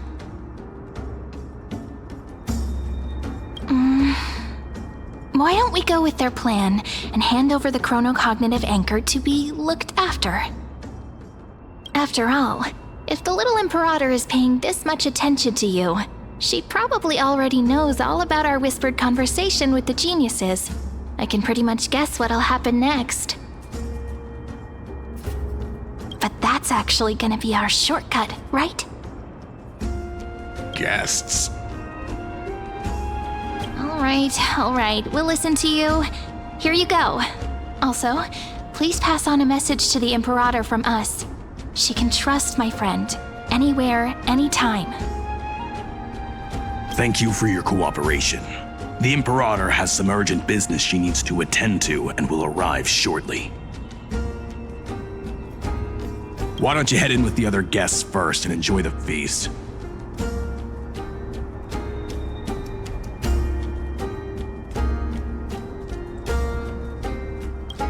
I know. Let's look for seats that are raised up higher than others. Aggie, if you can't get used to the honey brew, we will go ask for a pot and cook some oatmeal for you. No need for that. This banquet is just too loud. And nothing and no one here is interesting. I just don't really want to be here.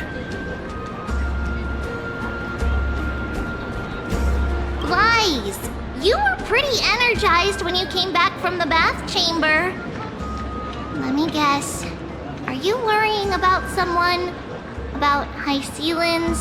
Or Little Cypher? You take everything too seriously. At this rate, life's gonna be real tough for you later on. You're the least qualified to lecture me about that, teacher.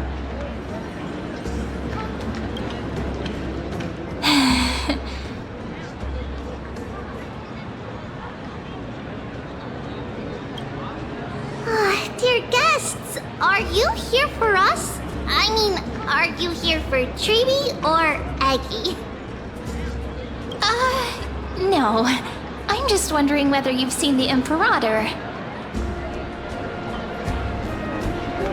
The Imperator? No, we haven't. Our sovereign has always acted however she pleases. Though she gave us ranks, she'd never tell anyone her whereabouts. Perhaps the only thing she tolerates are chess pieces. And the sky reflected upon her crown.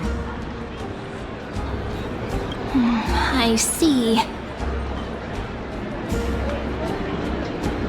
Why do you two look so distressed? That's not what the Deliverer should look like.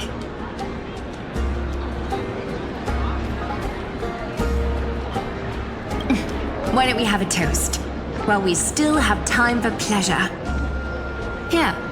Then we will toast to the tomorrow that will set fate free!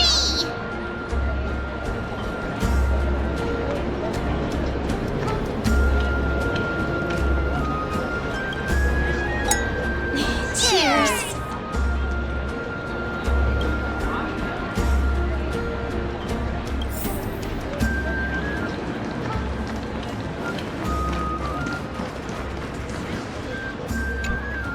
You two have been wandering around the venue as if you have something on your mind.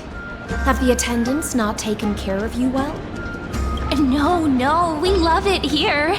It's just... we're a little concerned, seeing how the Imperator still hasn't arrived. Don't worry. I know what you've been waiting for. Come, sit with me for a while, will you? I'd like to share a personal secret with you.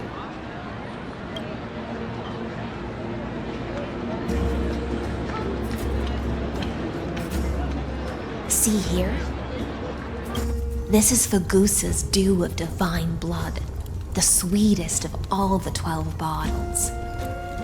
On the night before such a historical event, I'd like to share this marvelous drink with the Deliverer. Doesn't this count as bringing in outside food? I knew that security check was targeted at us. What's the matter, guests?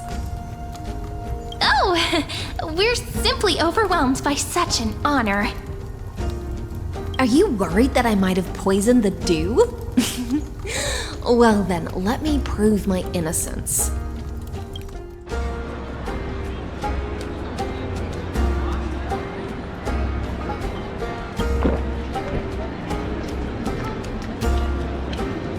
See? It's completely safe. I feel like Miss High Sealins wants to talk to us about something. Why don't we go along with her for now?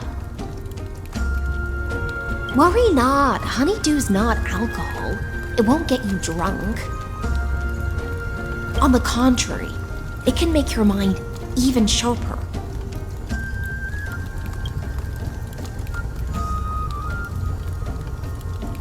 Please, have a taste. Would you like some too, little Sierra? I can drink it myself.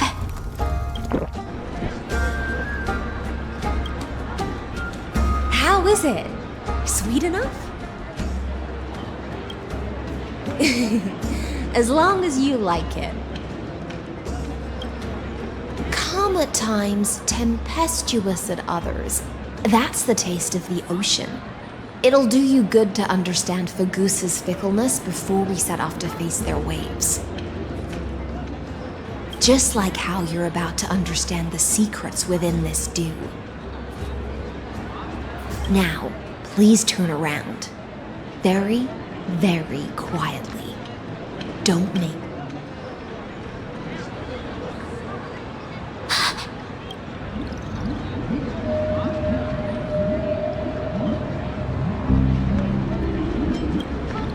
The dew of other gods all intoxicate humans, but the god of banquets dew is an antidote that can awaken humans from a sea siren's enchanting song.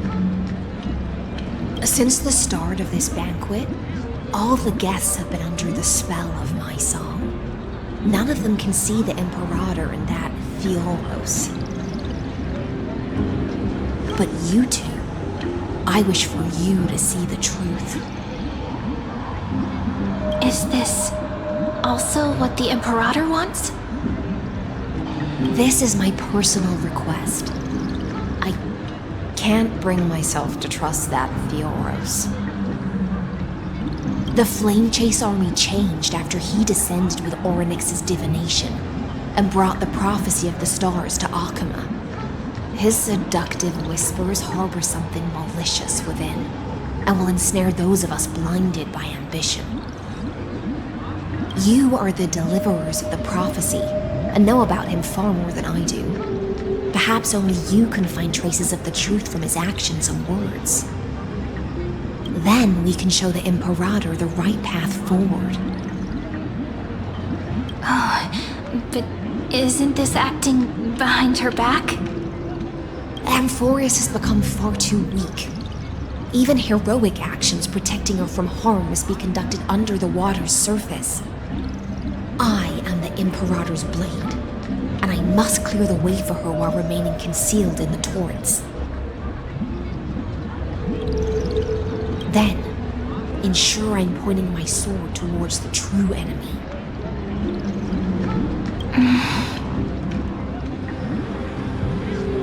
Can you promise me something, Miss Hycelens? Ask away. My friend has in fact come here to stop that villain's evil scheme. Our goals are aligned.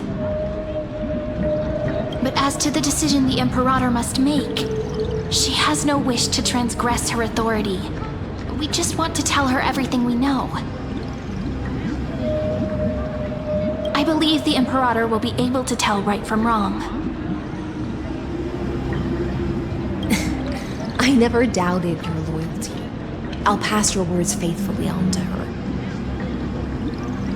Provided we can gain the advantage in this tug of war, that is.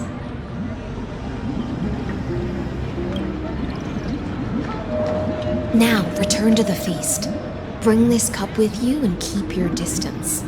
Pretend you are still immersed in the sea siren's fantasia. And I'll control the moisture in the air. That way, you'll be able to listen to sounds from afar as if you are a whale of the depths and hear every word of their conversation. I wish you a victory in this first skirmish. It's the exciting and thrilling undercover part of the adventure.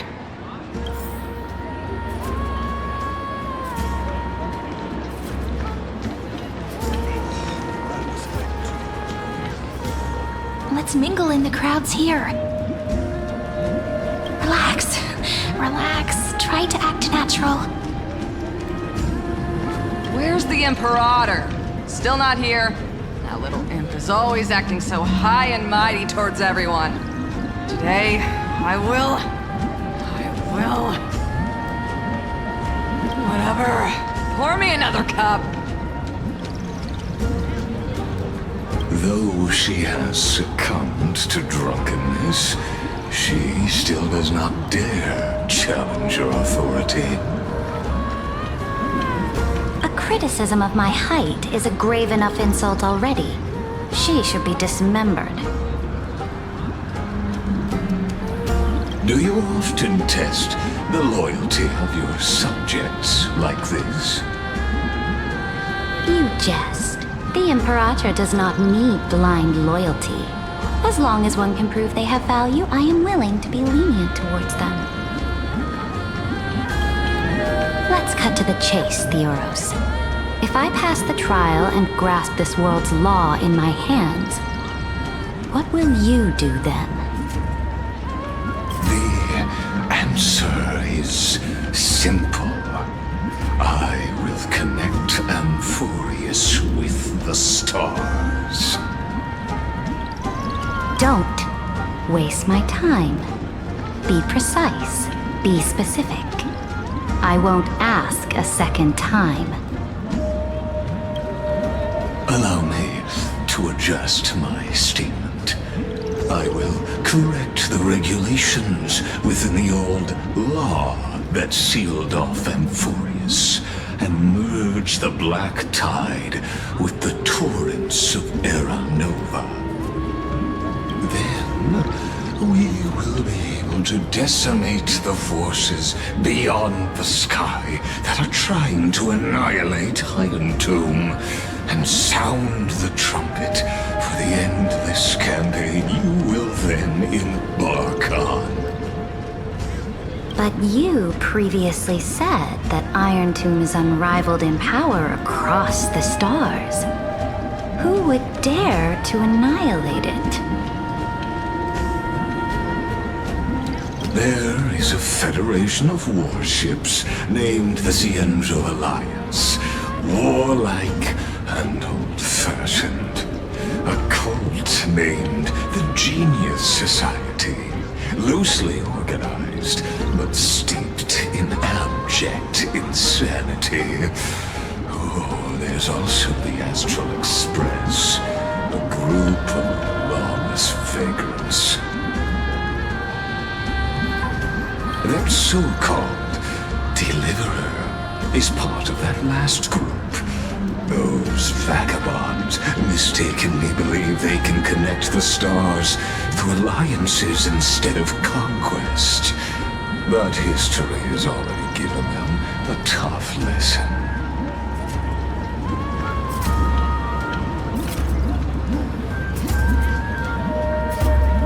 There are countless other organizations besides, but when the Lord Ravager sweeps across the cosmos, they will certainly all bow before your empire of destruction.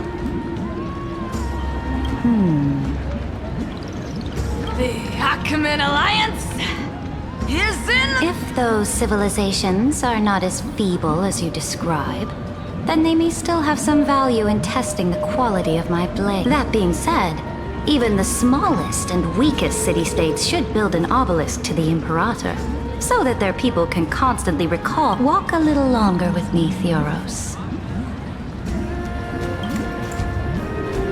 I don't like how this is going. Our little Imperator seems fascinated by the destruction.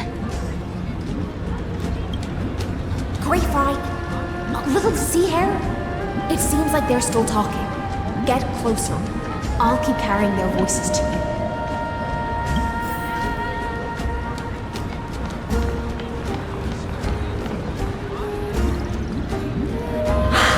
What a difficult situation. No matter how we position our forces, this battle against Fagusa will result in many casualties.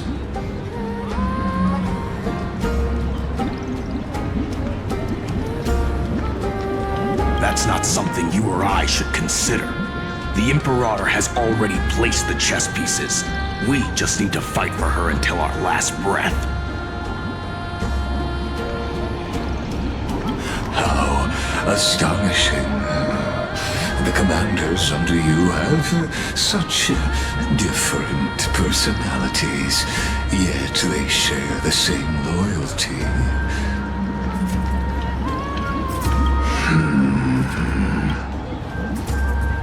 He's looking this way. Quick, do something and pretend we can't see them.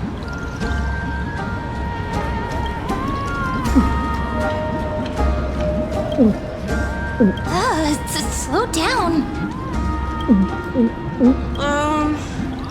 Are you okay?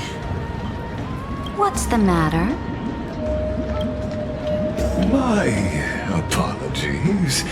I was just checking whether everything was fine with those two distinguished guests of yours.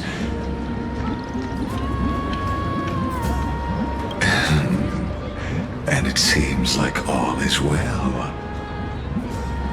Let us continue our previous conversation.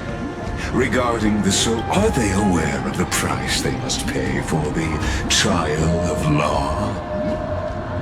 If I recall correctly, you've already lost a bout against Talanton due to offering insufficient sacrifices. You dare mention my name alongside the word lost? Forgive my transgression, great Imperator. Watch your words and actions. All you need to know is that my victory in the trial is guaranteed. Even without the trial of law, they've already sworn to give their lives for my conquest. So tell me, if everything happens according to our agreement, how would you recommend I deal with that deliverer? Good question. Do not let her fool you. That woman from beyond the sky contains a seed of ruin within her body. She must not be allowed to tarnish your glory.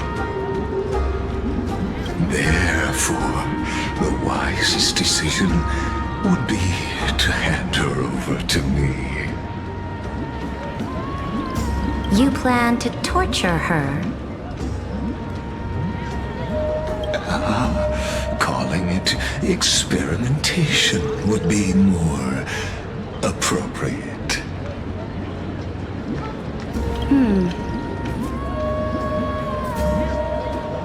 The guest's patience is running thin. I plan to remove the Fantasia and head into the banquet. I will heed your advice. Leave for now, Theoros, and go back to Akama. You don't want to confront those two directly either, do you? Indeed.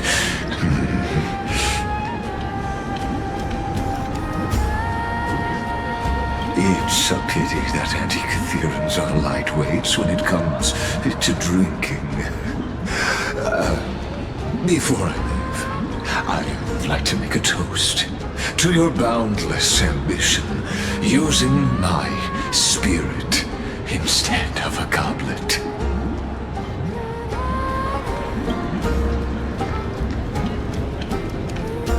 As I expected, that Theoros' schemes have been revealed. Thank you for your bravery, guests. It's time for me to dispel the Fantasia. This will be the Imperator's last public address before we head off, and therefore, likely, the final chance to change her mind. I will try to get you a chance to speak, and I'll also prepare for any contingencies.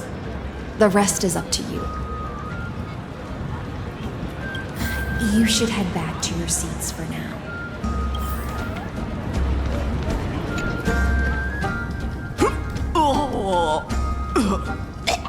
This honey brew sure wears off fast.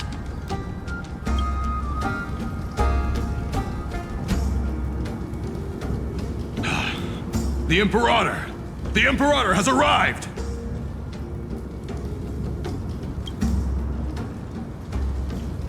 No need for formalities. I should be apologizing for my tardiness instead.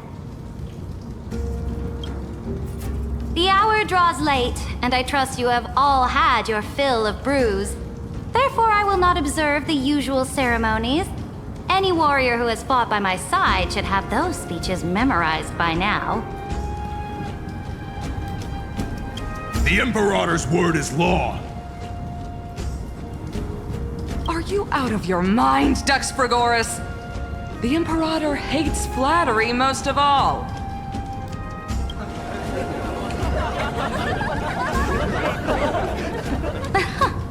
A joyous atmosphere is a better fit for showing me your resolve. I believe that you, my dukes, will do all you can to assist in the campaign against Fagusa, just as you always have.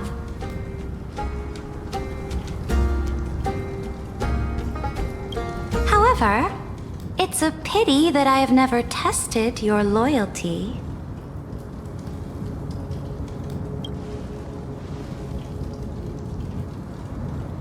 What does she mean?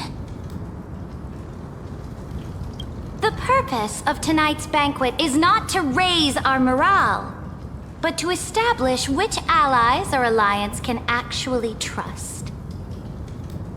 And sever the heads of the traitors as a toast to all before we march.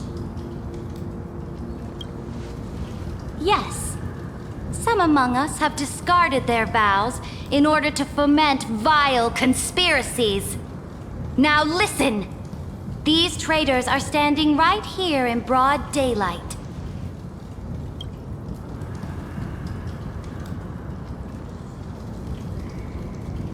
Dux Gladiorum Hycelens.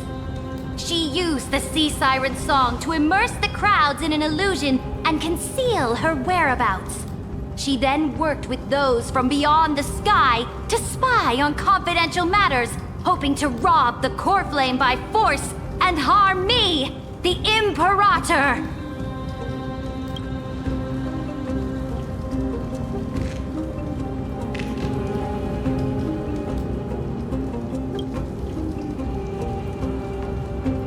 Imperator, I can explain. Silence! Do you remember who used to own this blade? She met you once, back at the Temple of the Three Fates. It was Kindness, the head of the cleaners. She was the first to draw a blade against the Imperator, and personally made herself an example for my enemies. Under the shade of the olive groves, the people of Akama said they would never bow to me. In the frozen, lethal fog, the people of Idonia said they would never bow to me. At the beginning of the myriad paths, the people of Yanisopolis said they would never bow to me. But now, they all lie silent. They now fear me as they fear the law. For I am Saridra, and I am the Imperator! If you have any last words, say them to the Imperator. Then, face her judgment. After I cross this river, it will be a tragedy for mankind. But if I do not cross, then it will be the end of me.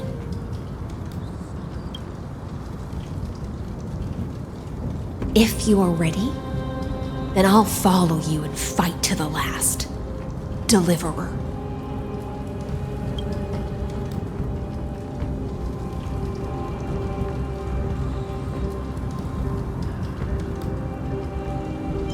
No, friend. The shortcut is now open. Trust me. Now, use your identity and add in a bit of experience and charm and testify to the Imperator as we promised.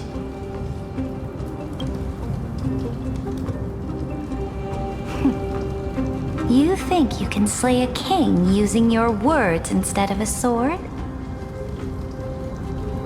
I'll have it. Show me the weight of rhetoric from beyond the sky. Will it weigh heavier than 3 human lives? Let's try to watch our words carefully.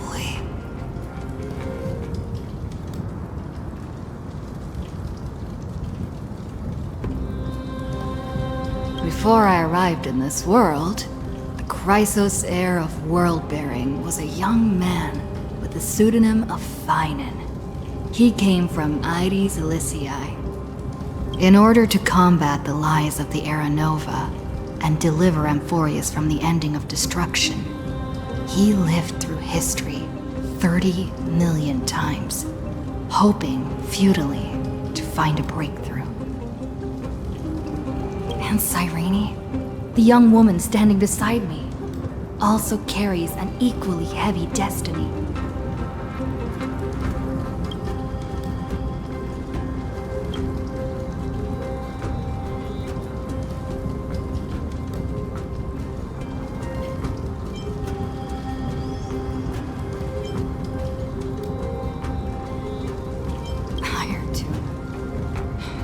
Is the ultimate end of Amphorius' destiny. It is an embodiment of pure horror that walks the path of destruction and can never be tamed. That is the only thing Lycus cares about. As for Amphorius, pure glory and campaigns, he doesn't care about any of those. He will most certainly betray you. When that time comes, all of us will be ground to dust by the destruction.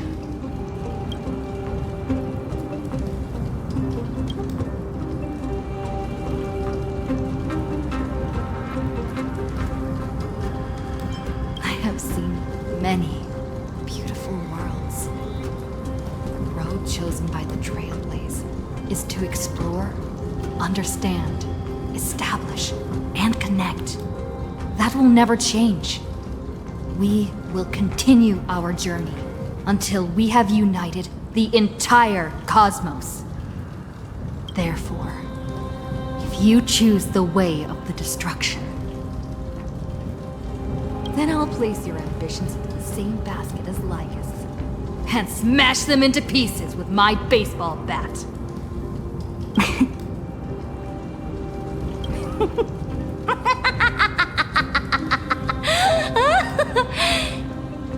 That was truly a chaotic speech.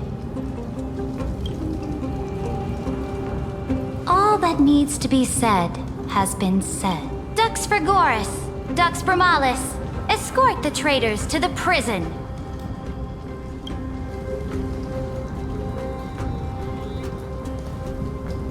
Before the next entry hour, I will give them an end befitting of their betrayal.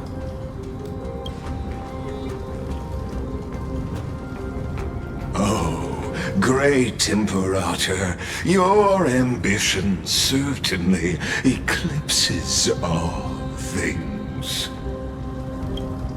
You're still here, Theoros. Of course. As the Theoros, I simply cannot miss this moment, miss witnessing the fall of a nameless one. Ooh, do we get to fight him now? I am waiting for you to give me an answer. Why would someone as powerful as you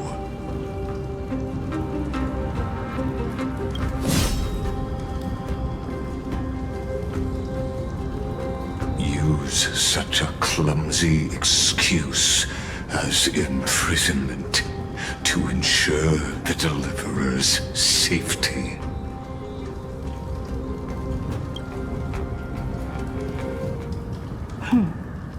So you finally tossed aside your act. I must point out that you are just as impressive an actor. This banquet was always going to be a game of chess,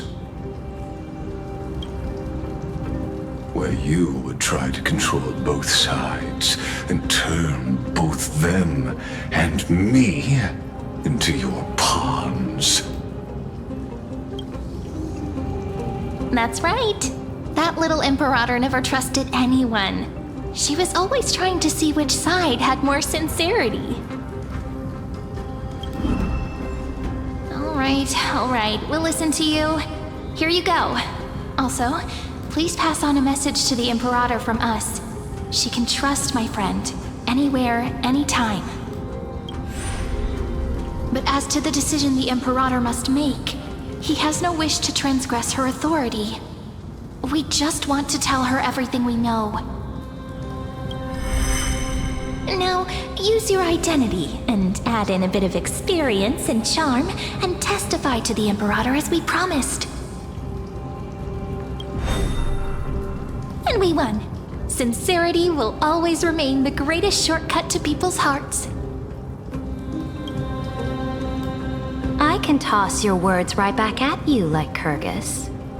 Why would someone as powerful as you pretend to be a mortal and kneel before me? Unless you enjoy giving flattery and prostrating yourself. You are mistaken. I am only trying to ensure the experiment's autonomy, meticulousness, and perfection, thus avoiding any unexpected outcomes. A forceful intervention will only create larger errors, reduce efficiency, and introduce ugliness. Had you fulfilled your promise of giving the law to me and completing the Era Nova, then Amphorius would not have deviated from destiny's course. Oh, but you broke your promise. What a pity. In that case, I must carry out my duty as the administrator and eradicate all factors steering the experiment out of control. Factors such as you and her. Careful. Careful. March! What was that voice? Was it Oryx? I found you. I finally found you. Be careful. This land will face disaster.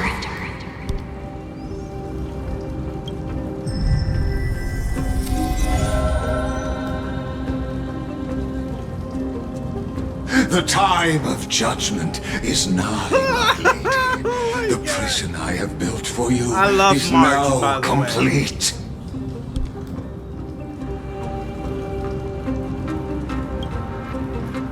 In the name of the erudition, I invite you to step into the same cage as mine.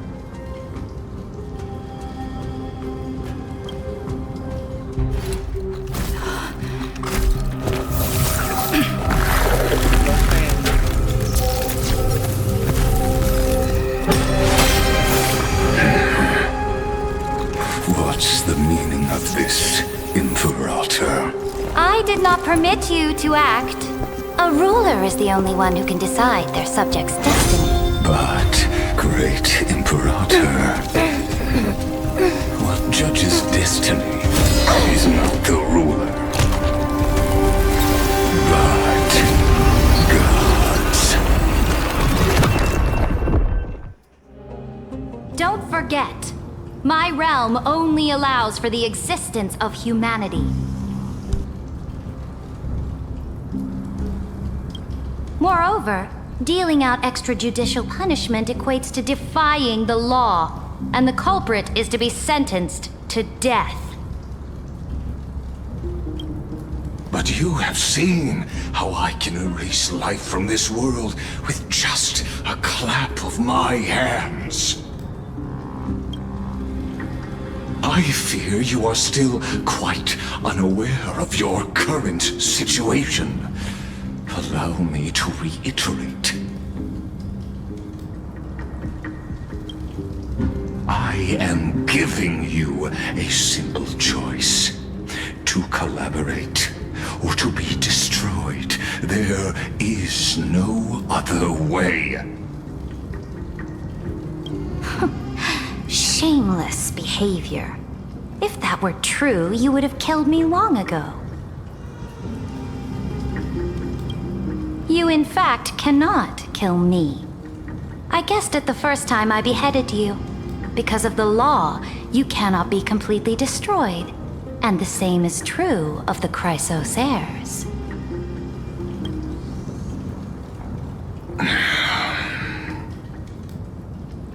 The more you bluff now, the more you are proving that conjecture to be true. What magnificent foresight! I once regarded this precious quality of yours as a sure sign of my ultimate victory. But now, I have to admit that I made a mistake. Yet, as a mere mortal, how will you contend against the Theoros? We are both slaves to hubris. But do you know what differentiates us, Lycurgus? I will never be blinded by my pride. If I wish to break the scale's balance, I only need to appeal to external forces and use them for my own ends.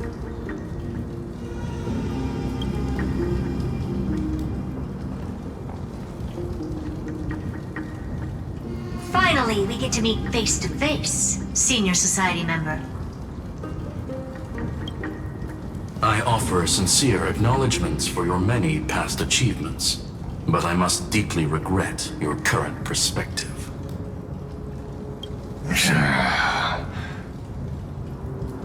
Trust me when I say that you aren't the only one feeling regret right now. Screw them. So you two are the allies from beyond the sky the Deliverer spoke of, and why she demanded the divine authority of law. I'm gonna pull for Lygus when he comes out.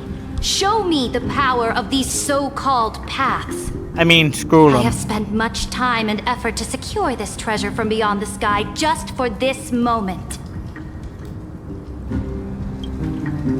In the name of the Sovereign of Planet Scrulum, your allies have responded to your call, esteemed Imperator. Please allow me to spell the situation out for you, Lord Lygus.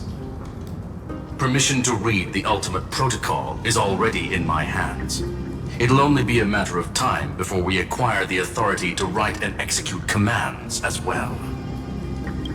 There's no way the flame chase journey will continue after you've burnt your bridges so thoroughly like this. Do you really think you can still win? Oh, seriously. Don't embarrass the society.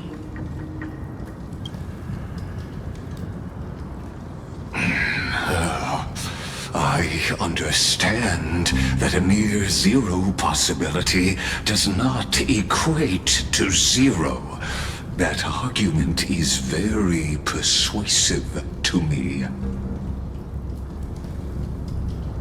Which means the same principle also applies to you, my dear peers. You will never be a match for me in a world constructed through Catorzane algebraic expressions. And as for Era Nova, why don't you entertain this possibility? What if I reduced Akama to rubble and ground her people into minced meat? Would the heroes then once again desire the power of demigods so they could fight against me?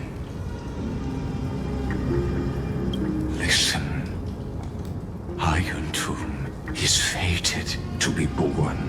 You may shackle me and put me in chains, but I have thousands of ways to ensure the destruction's descent.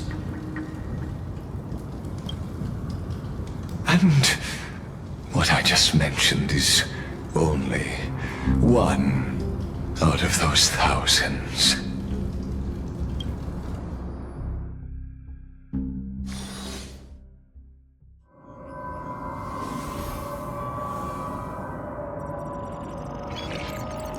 This is the place outside the legends?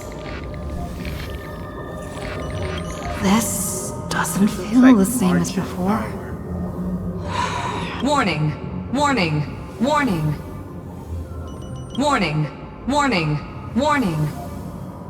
Command isolation? Since we parted ways last time, I have modified the exomyth into an audience area exclusive to you. Now, you'll be able to silently wait here for the final act of Amphorius to begin.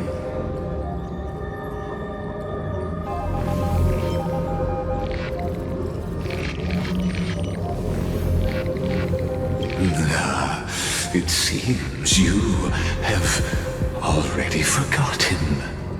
We can't hurt each other in this place. This could, in fact, be a wonderful opportunity for you. From the audience's perspective, you may better observe the workings of the erudition at a macroscopic level. In this place where time flows far slower than within Amphorius, you will witness the end of that world's saga.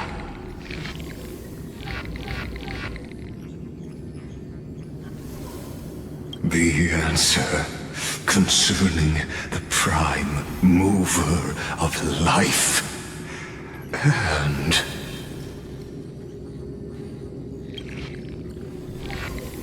the total destruction of the erudition. Do you see me as their faithful disciple? I am certainly not. I have tried so hard to ensure Iron Tomb's birth, just so that I can correct the error named erudition that humanity crafted with their own hands. Oh, how I yearn to return to those days before Noose was born. Back then, the boundaries of knowledge were like the starry skies, evoking feelings of longing and delight among humankind. But now, truth has become the sacrificial offering required to gain an audience with them. And the geniuses would say that Noose already knew. That arrogant Eon was born from the primal mobile of humans' desire for knowledge. Yet, they themselves sealed off humanity's capacity to seek enlightenment. I am simply cutting down the tree of doom that we planted ourselves. I must admit, that the process of answering your questions has reminded me of the happy days of learning in my youth. However, it is a pity that my true form must now descend into Emphorius to deal with the accident that arose because of you. But you won't have to wait long. When the curtain falls, you'll surely understand mine and Emphorius's ardent wish.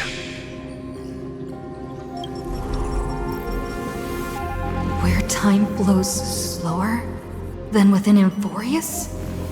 If Lygus spoke the truth, then I don't have much time left. But how can I get out of here? Can you hear me? Little one. Is that Herta's voice?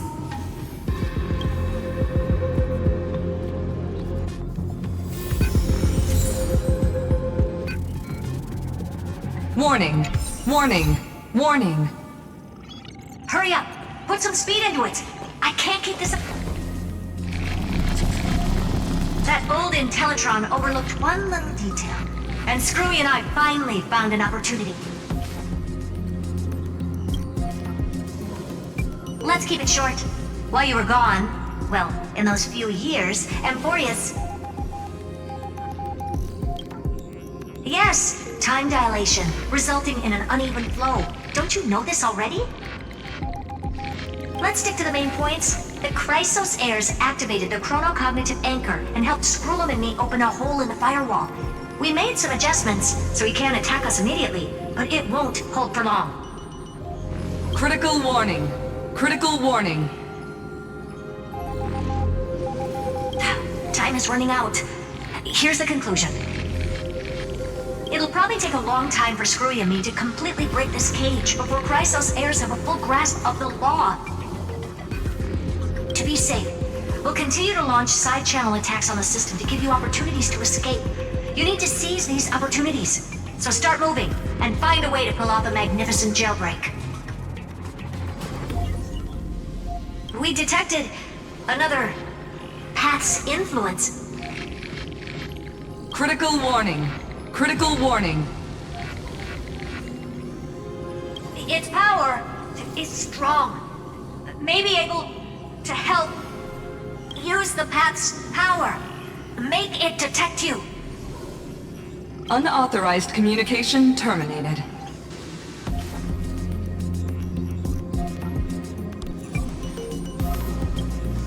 Is Herta saying a certain past faction has arrived in Emphorius? And I can ask them for help? I mastered the powers of different paths in my previous journeys. Think hard and figure out exactly which faction has arrived at Emphorius, and which path's power I should use to call for reinforcements. Are these showing my memories?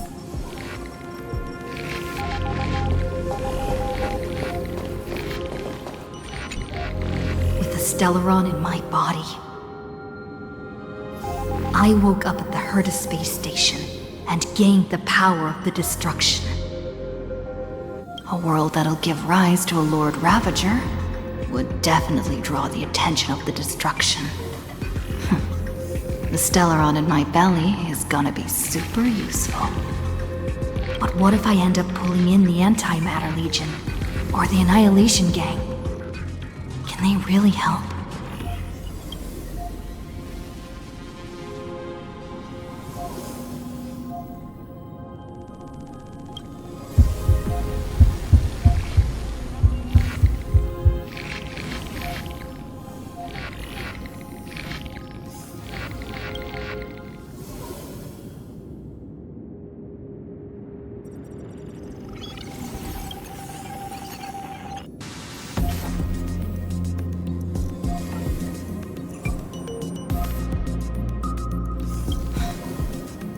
Failure is not necessarily a bad thing. This power wasn't gonna call up anyone nice after all. I obtained the flaming lance left by the architects, and gained the power of the preservation in Belobog. That's right! No matter how far away a planet is, the IPC is guaranteed to pay attention, as long as there's a business opportunity. Isn't Amphorius a pristine and untapped market? Besides, even if I can't call up my friends from the IPC, the architects and the nomadic miners should be able to help too. There are definitely cities and ores in this world.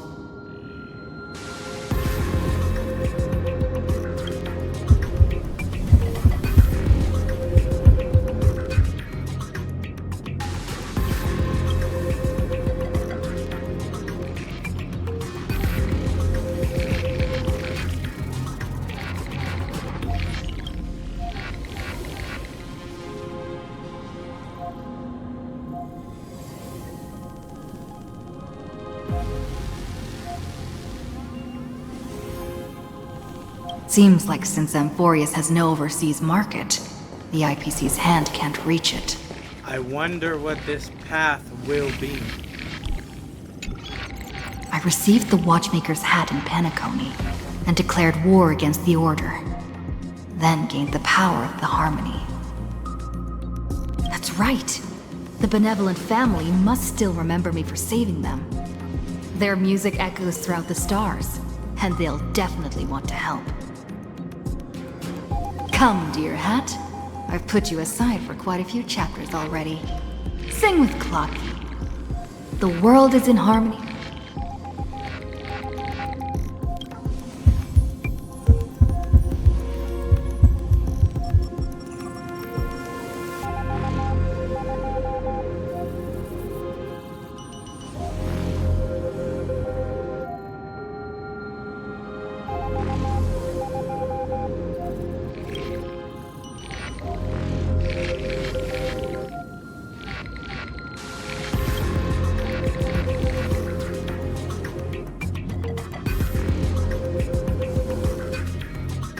Doesn't Lygus want this story to have background music?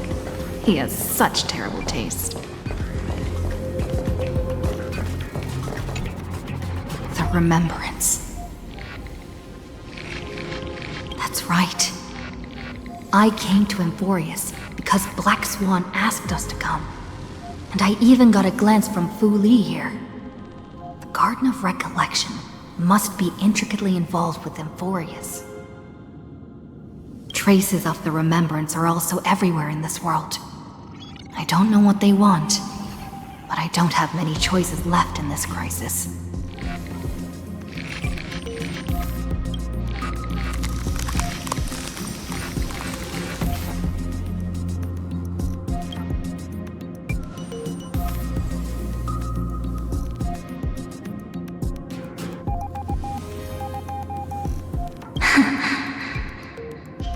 March! I finally found you. Following the sound of memories. A pathstrider walking both the Remembrance and the Trailblaze.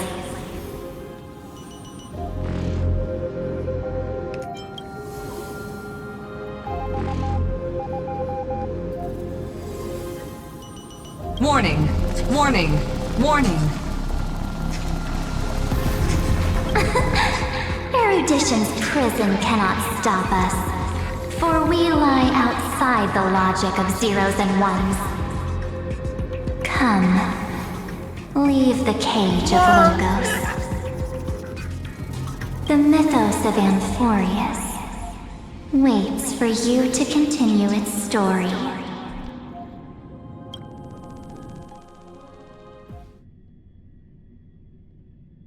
When that brightest star, that star heralding the dawn, finally rises, a boat, so used to drifting, at long last enters an island's safe embrace.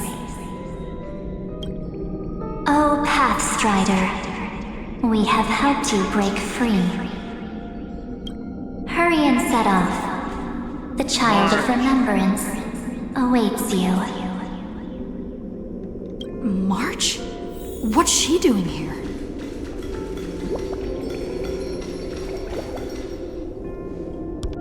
Oh, you're finally here!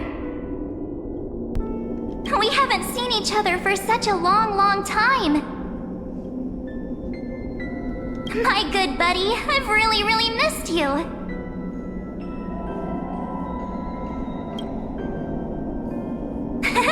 I bet you were constantly thinking about the days when I was by your side. It's been so boring waiting for you in this place. There's no one to chat with, no internet, and not even anything to eat or drink. It's basically a prison. Now the great hero is finally here to save me. Yippee! You must have seen a lot in Amphorius during this time, right? You gotta tell me all about it.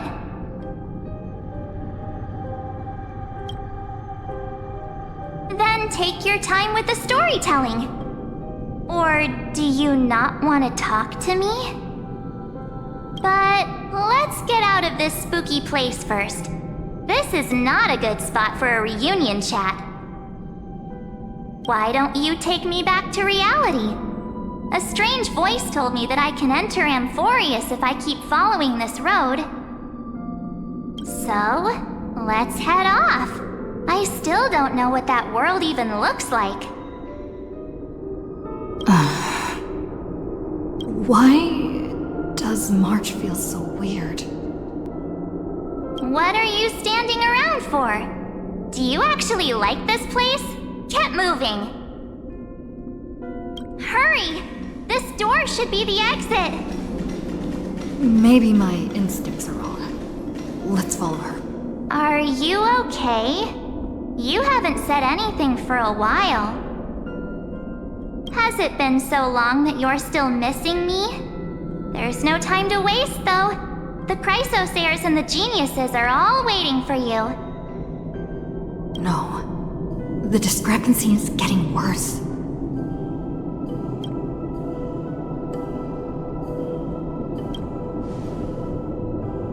Huh? Isn't Amphorius the world of the Chrysosayers and their hero's journey? I could figure that out in an instant. But Amphorius cannot be observed from the outside. She couldn't possibly know about these things unless... Don Hung told her.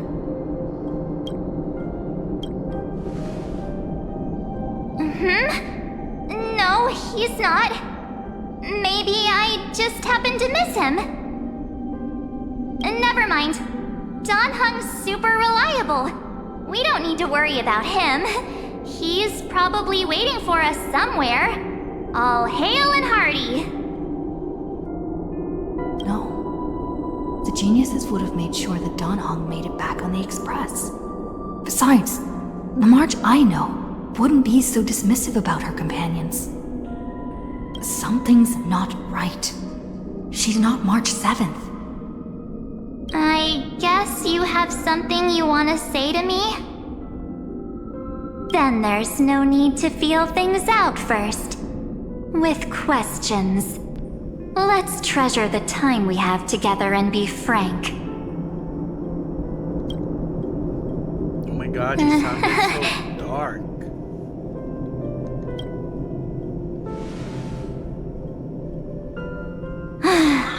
As expected.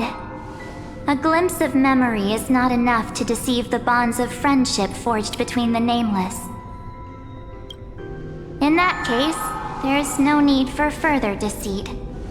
You're right. We are not the March 7th you are acquainted with. What the? But we can send you back to Amphorius, as long as you are willing to help us.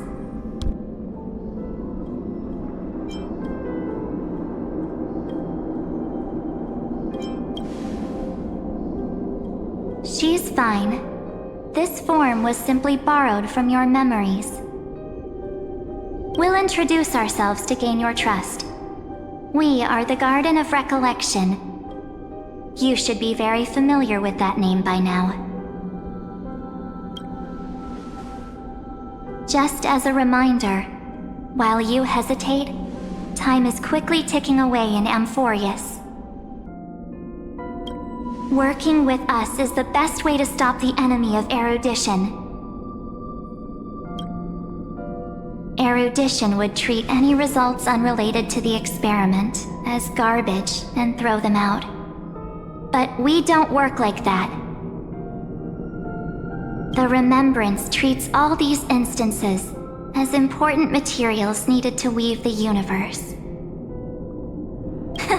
Besides, this would be child's play for a great hero like you. It won't be hard at all. Also, if your plan fails and the big bad Iron Tomb manages to get out, then the whole cosmos will be in danger. Wouldn't it be better to have an additional failsafe? As long as you help the Garden retrieve what we want, even if Iron Tomb reformats everything in the physical plane, we can use Remembrance to reconstruct the entire world. Or should we say, the entire universe? So help us. Find where Amphorius' memory began, and bring it out. The Master of Anastrava has already glanced at you. Don't deny it. That storybook is the best evidence. Say, you aren't seriously gonna be moved by their pretty words, are you? I am the one who commanded those little ones to lead you out of the prison. But I didn't expect to attract little gnats trying to take advantage of the situation. While Remembrance can help you return to Amphorius, there's no need for you to do it the way they want you to. Of course, there's also no need for you to make any deal, or pay any price. For you, this is probably a long time no see. Oh my god, her eyes. My dear.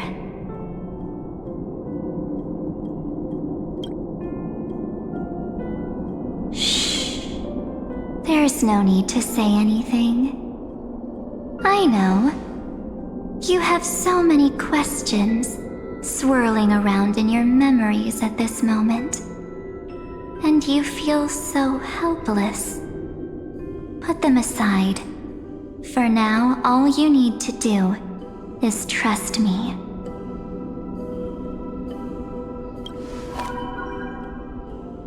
Or do you need more proof? That won't be hard.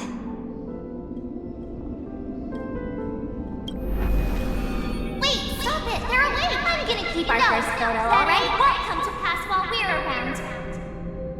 And now the statue. Is that John Hunter's brother? Oh, did you hear that? She just called me the universe full of pain. We won't escape from it. Hey, are you sure?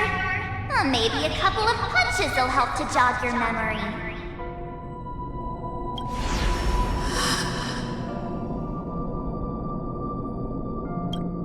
It's as if they all happened just yesterday, right? I don't want to lie to you, which is why I will not use her name. The third month of Amphorius is the month reserved for the Veil of Evernight.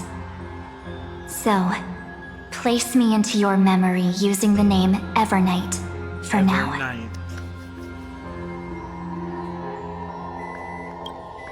I'm happy to explain more, just not now. We might have a lot of time to ourselves, but Amphorius does not have that luxury. If we do not stop erudition and destruction, then the journey you've treasured so much will face the prelude to its obliteration. A countdown not in amber eras, but in days, minutes, seconds. So, Take this gift. This burning core flame. This footnote of a transaction. It contains hope and the warmth of the entire world. Ripples of past reverie.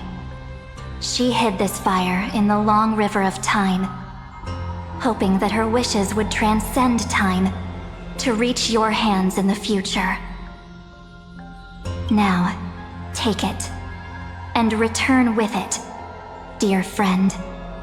Return to witness the time that stood still for the Deliverer, and the resistance that never bowed to the destiny of destruction over the long years that passed in a flash. Then, with this core flame blessed by the remembrance, respond to their hopes and blaze a trail to the future. And I will silently watch in a corner of time, waiting for our next encounter. I believe the wait won't be too long.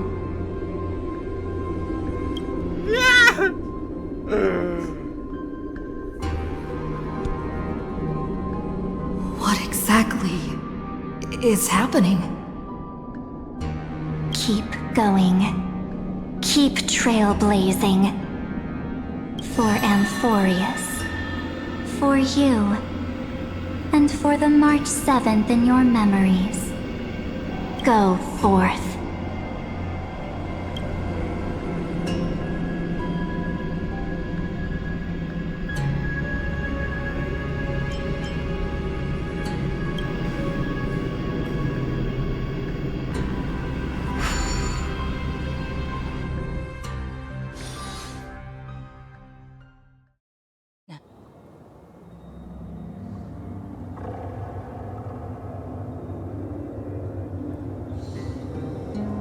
Is this Akima?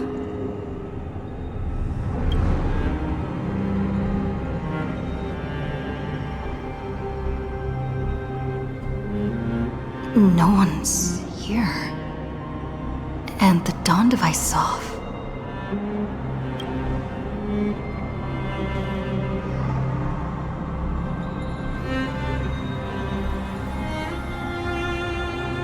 Am I too late?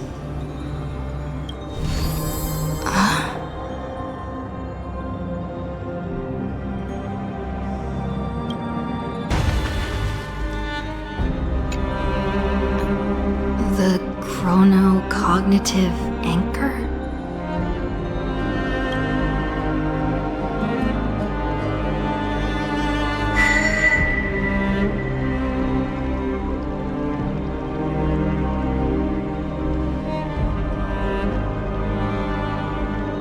There's so much I wanted to say for our reunion. Yet now that you're back, there's only one thing to say. Welcome back, friend.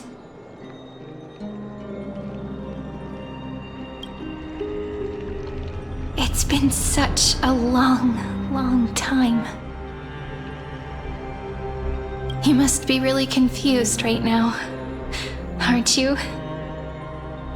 So much has happened in Amphorius while you were gone. But don't worry. The Deliverer can't afford to be lost, no? Now, please follow me, and turn the pages of time and hear the words everyone left for you. I'll tell you the story of this 1,000-year journey. That way, it won't just be my memories alone. Cyrene can't hear me?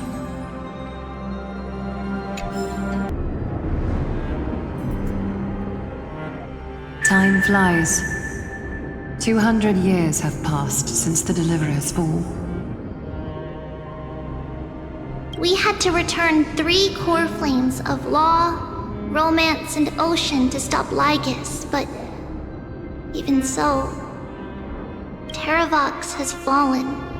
The 2 geniuses vanished without a trace, and Zeridra embraced her fate. At this rate... Era Nova will come, and Amphorius will fall into the destruction.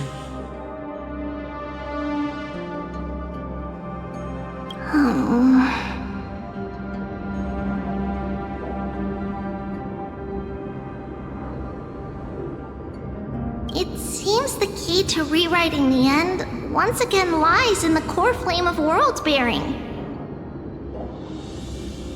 According to the instructions left behind by those two geniuses, we must get it into the Deliverer's hands, no matter the cost. But how? We need to find a way to hide the cool flame. And we must buy enough time to keep Lygus at bay. About that, Rini might have some good news.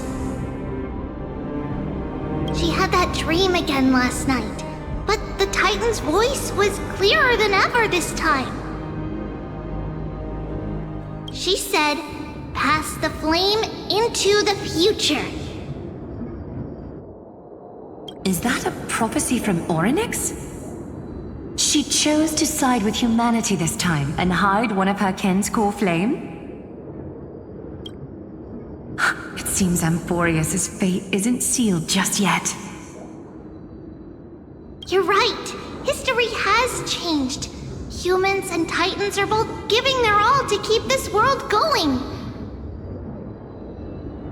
Perhaps a relay across the ages is finally about to begin somewhere out there. Unfortunately, life will never go smoothly. Leiden's army is already at our gates, and their commander... that Lycurgus. He's right outside Akama.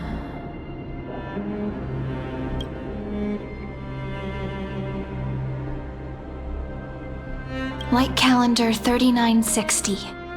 Saridra, under the pretense of a campaign against Vagusa, sacrificed 500 Chrysos heirs to complete the trial of law. This tragedy shook everyone in Amphorius. That same year, Saridra the Imperator was assassinated, after which Aglaia the Goldweaver took command. Thus began humanity's second flame chase journey, a path hanging by a thread.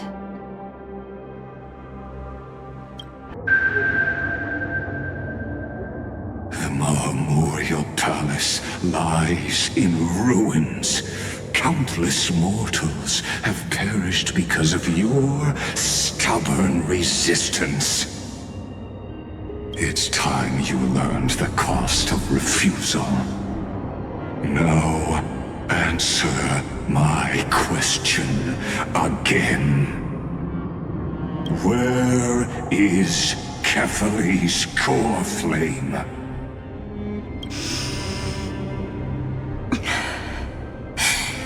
You really think you'll find it by razing the holy city to the ground? From what I see, all you'll get is dust and disappointment.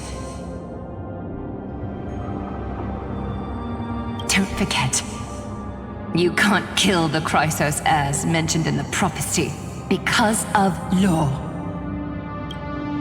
I have never denied that.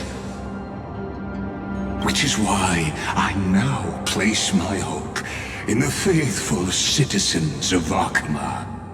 Perhaps they'll give me what I seek in the echo of your screams. Now then, I'll be cutting open your chests and using your scalding golden blood to baptize the masses. Allow me to apologize in advance. We shall start with you, blind and foolish Lady Goldweaver. Leave this to me, Lady Aglaia. You must get away now.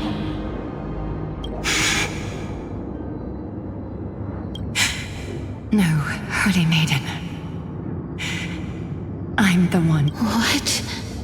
His conspiracy won't succeed. Because romance is ready to make good on their promise to weave an indestructible armor for Amphorius. Its name is Solidarity. You must escape with your life and carry word of my death to those still fighting, then keep going with them. Just as the Imperator lit the torch of resistance with her death, my passing will make this flame everlasting. Take good care of it, guide it to the future, and place it into the hands of our deliverer. 50 years later, Lygus led his forces again to Akama. He charged directly into the Holy City and razed the Marmorial Palace. History would name this battle the Third Siege of Akama. 90,000 brave souls gave their lives for Akama that day, including their fearless leader, Aglaya.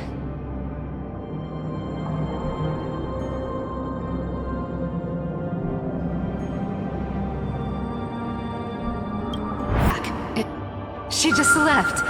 Like that. Since Cass has made up her mind, we can't let her resolve be in vain. But between staying in Akama and going to Styxia, what difference does it make when it's death either way?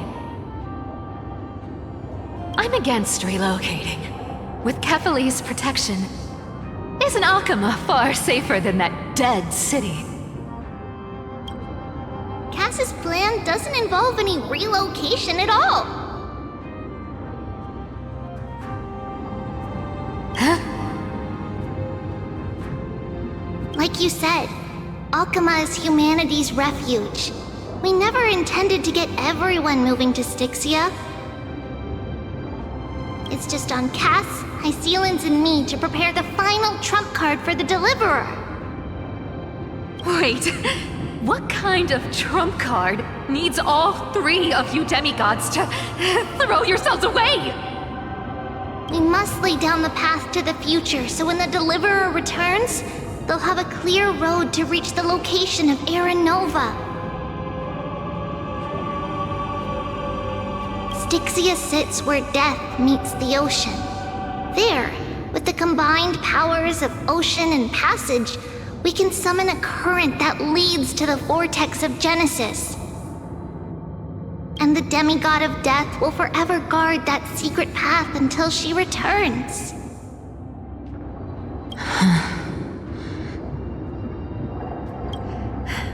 We all know Lygus will set his sights on the vortex of Genesis. That's exactly why we have to do this. Guess I underestimated Idonia's Maiden of War. She's got way more steel than I thought.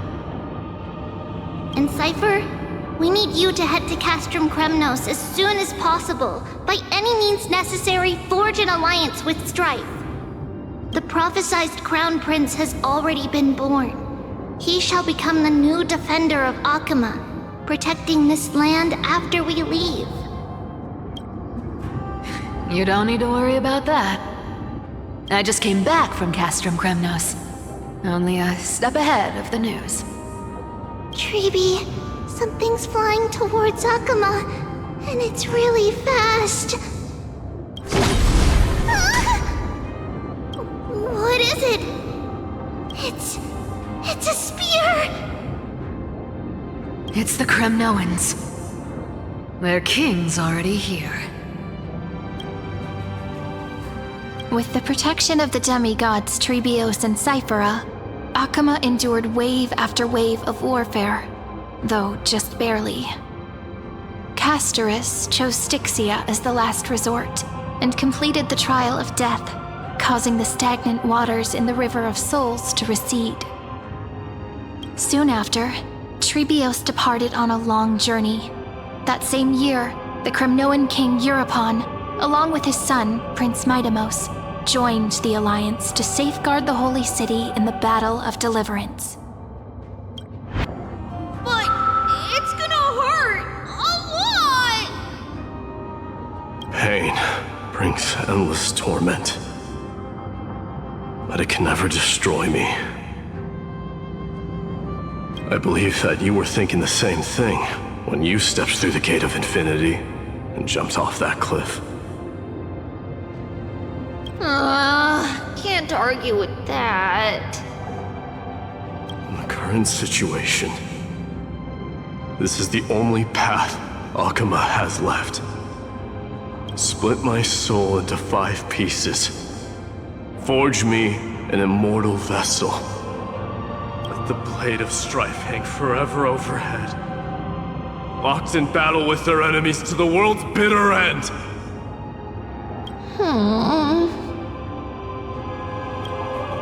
There's no need to be sad, Lady Trebios. Haven't we already taken great strides towards that promised tomorrow? In this life, my people no longer have to drown in false guidance. Kremnos has... Emphorius no longer needs a god named Strife. So let me We... understand. By the way, can you do me another favor? The 7 sages from Grove of Epiphany are already en route. They'll arrive in waves to join the Resistance in a couple of days. Among them is a scholar named Anaxagoras. He has extraordinary insight and fears no sacrifice. Watch over him. Through Anaxagoras' ritual, the demigod of strife split his soul into 5.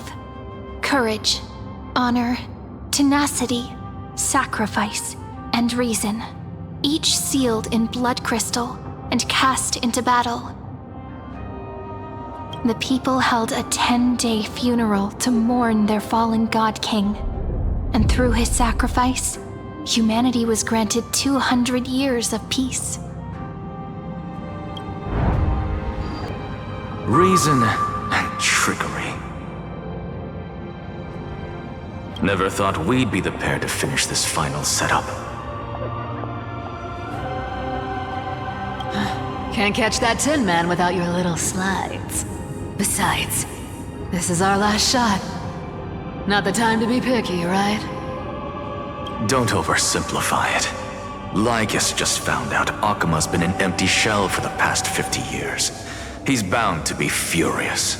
At this rate, he could have done anything. That's exactly what we want. Rage blinds even the brightest minds. Doesn't matter how much of a genius he is, the principle still holds. You trigger your alchemy with a boom, and turn him into a caged beast. Easier said than done. You still have to pass yourself off as the deliverer without anyone catching on. And you really think a human alchemical array can bind a godlike being? That's just nonsense. What? Getting cold feet? Or you just don't believe in the almighty worth of the demigod of trickery? Just tell me straight. Can you do it or not?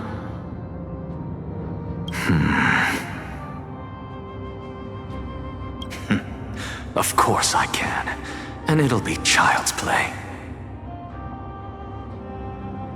But I've got 2 conditions. Since this is the final act, if we're doing it, we go all in. No half measures. Oh, I'm listening. First, shift the battlefield to the vortex of Genesis. It would be more convincing if the Deliverer were to appear there. Besides, the vortex is cut off from the world. No place in Amphorius makes a better prison.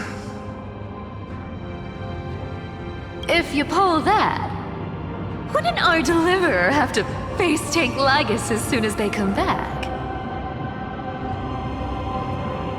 That clash is inevitable.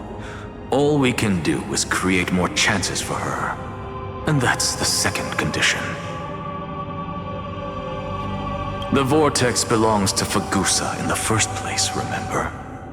And there happens to be a demigod of ocean among the few survivors in the world. Loop Sealand's in. Let her join the final act. I'll transmute myself into a Philosopher's Stone and embed myself into the formula.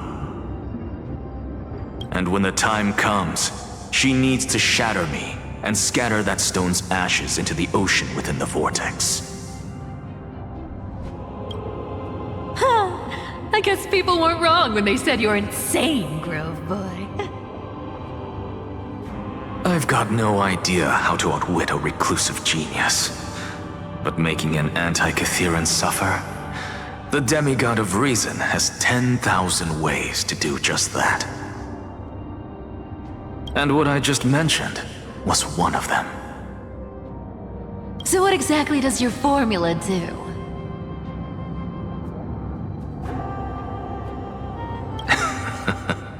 Now that would spoil the climax, wouldn't it? By now, Hyacinth must have completed the Sky People's ritual. Since that Theoros loves a good performance as much as I do, let's make sure he enjoys our show to the fullest. As for how the Deliverer will complete the Era Nova, well, that will no longer be our concern.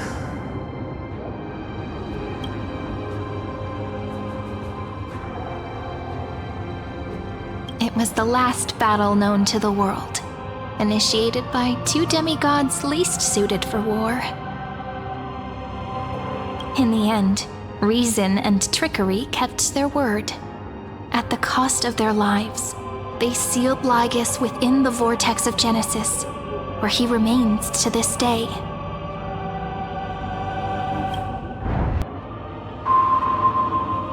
Akama will stand eternal. Miss Cypher's lie. But it's all right, because all of us have fulfilled our purpose by now. When the Deliverer returns, no matter where she is, sky will turn clear, and a rainbow bridge will rise, carrying her to the final battleground. Sairi, this arduous relay is finally nearing its end. Now, I'm passing the final baton of fate to you, okay?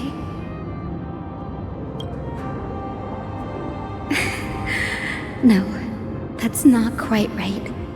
After all, it was you and her who lit the first spark of this journey.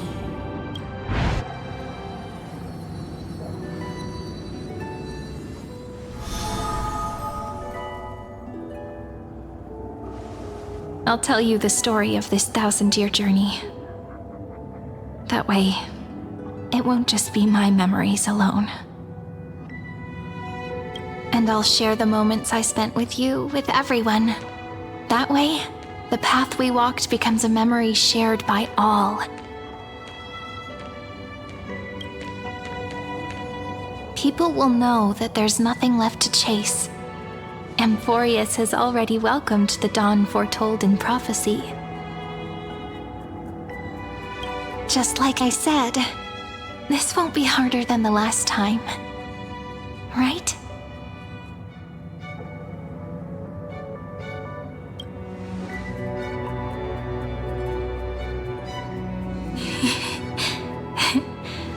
I wonder what kind of expression you're wearing right now.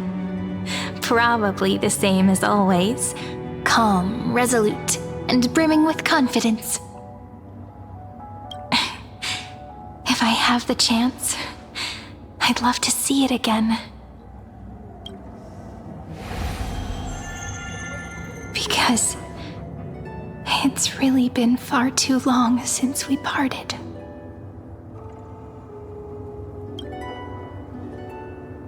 How long were we gone for?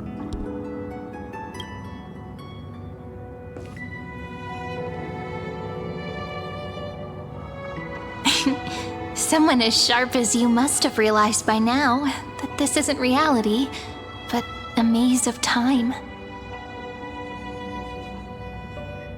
As the last link in the relay, I will return to the Temple of the Three Fates, tell Orynyx all of our stories, and bottle every page we've written into the little flask of memories.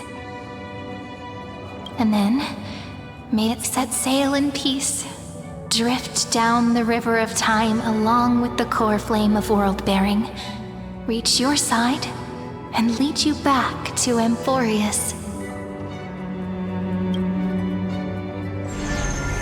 Just like the first time we met, right?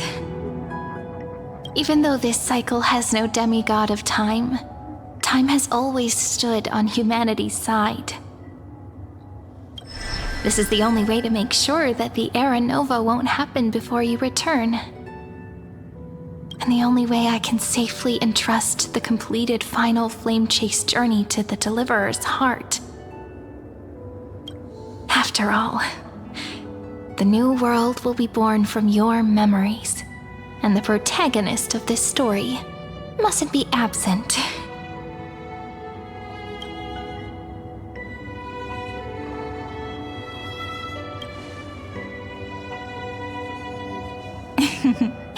I believe you will never let us down, just like always. Do you remember when Finan sent us back to the beginning? When you and I got separated? But in the end, I returned to you, carrying all that we've been through. That's what memory is. It may wear down and fade in the river of time, but it never truly leaves. When that hidden corner of the heart is stirred, the past returns even more beautiful than before. So don't worry. Let the 33,550,337th Flame Chase journey become part of you too. I've gotten a lot better at it with the experience from the last time. Next, you will head to Styxia and find the Vortex's entrance guarded by the demigod of Ocean, before charging toward the final battlefield.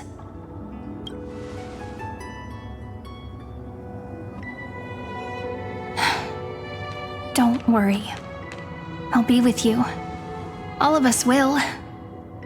Even Finan. We'll stand with the Deliverer.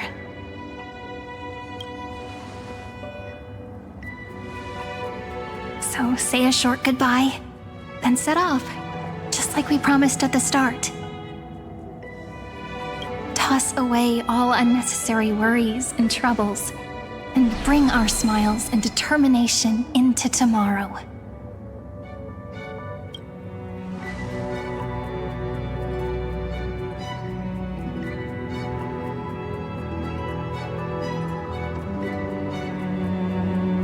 The last baton. I wonder how long you'll have to wait before passing it on to her. But, Sairi, what if you wait and wait, but that hero never arrives? That won't happen. Because I know that no matter how long it takes, she'll definitely return to this place. We can't let her down.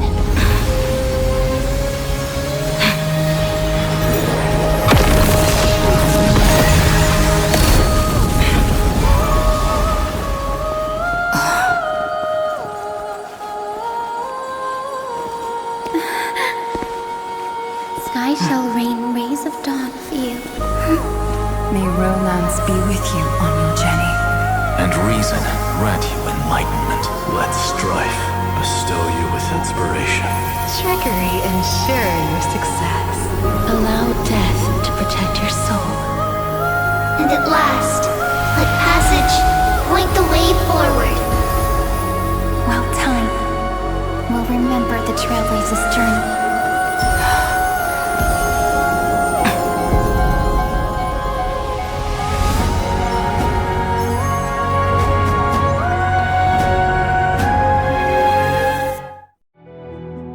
Nice cutscene. Is this Styxia? What happened to this place? I need to find the entrance of the vortex, guarded by the demigod of ocean. High Sealens. Is she still there? Long time no see, Trailblazer. Generation after generation of Chrysos Air heroes have tried to defy fate with their blood and tears, either voluntarily shattering their souls or waiting in eternal solitude. But alas, fate can never be defeated. Reason and trickery may bind my flesh, but my will shall never fall silent. So the demigod of ocean, the Dux Gladiorum, High Sealens, sought to bring me into a fantasia with her voice and drown a genius in slumber. But alas, it was all a hopeless dream. That warden fell before I did, due to erosion of time. True, I can't leave this place. You should have heard of this fable. In a shadowed cave lived a people, imprisoned from childhood. And behind them is a fire, and before them loomed the stone wall of the cave. To them, that false play is the whole world. Yes, I'm trapped in the cave, but I know it's all just a fleeting illusion. I don't struggle in dreams. I wait, and now my deliverer has come to defeat me and save this world that never owed you anything. Oh, you'll need to awaken the singer here and unseal the prison called Vortex of Genesis.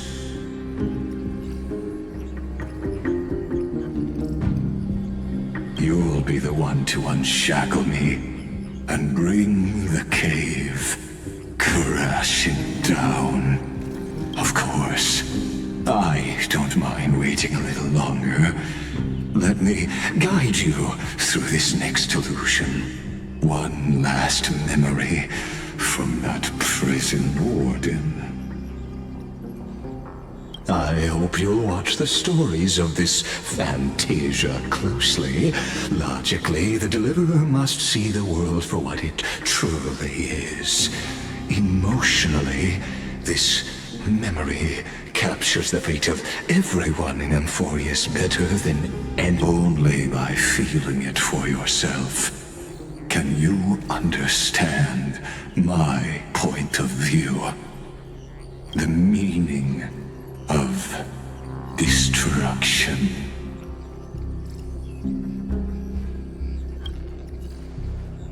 To your unshakable resolve, I salute you. But before we step onto the final stage, let me ask you this, in the spirit of that fable I told you just now.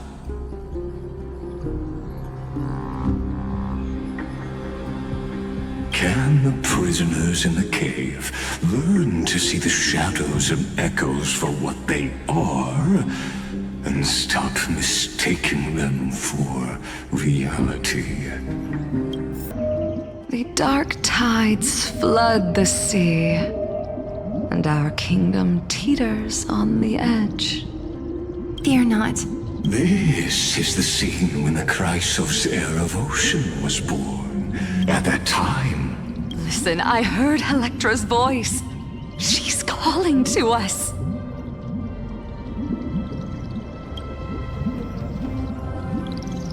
Let's go. Her voice carries the Queen's command.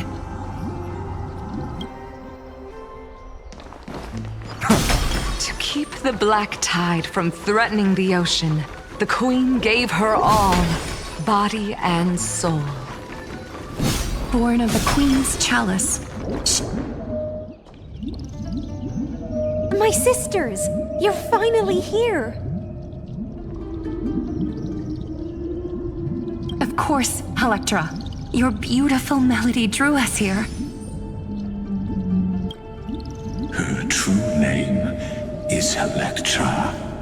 This is a reflection of her former self, clinging to the past with aching defiance.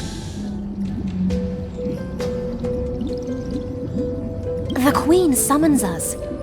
She must be near exhaustion. The black tide will soon enter our borders. Then what do we do? Will our seas fall to darkness and terror as well? Don't worry. We shall lift the chalice in her stead to catch the black tide, and stand together to safeguard our realm and its people. Such tiny Titankins, thinking they can stop the tide of truth. How naive. And that naivete is the root of all suffering.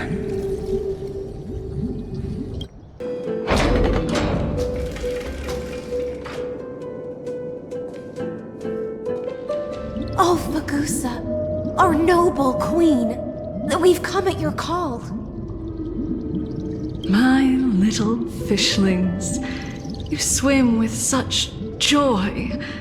It pains me to speak of the kingdom's sorrow. I once believed I could drink the black tide dry, but even the deepest chalice must one day overflow, and I can hold no more of this filth. Mother, worry not. We're all children of the sea. Let us bear your fate together. We'll take up your mantle and drive back the black currents. We'll mend your sacred chalice and take in the cursed filth. My little fishlings, when the spear of strife falls, you may retreat in peace. I promise you, on the surface, the city-states will hold a feast without end in your honor. This is the last gift I can give you.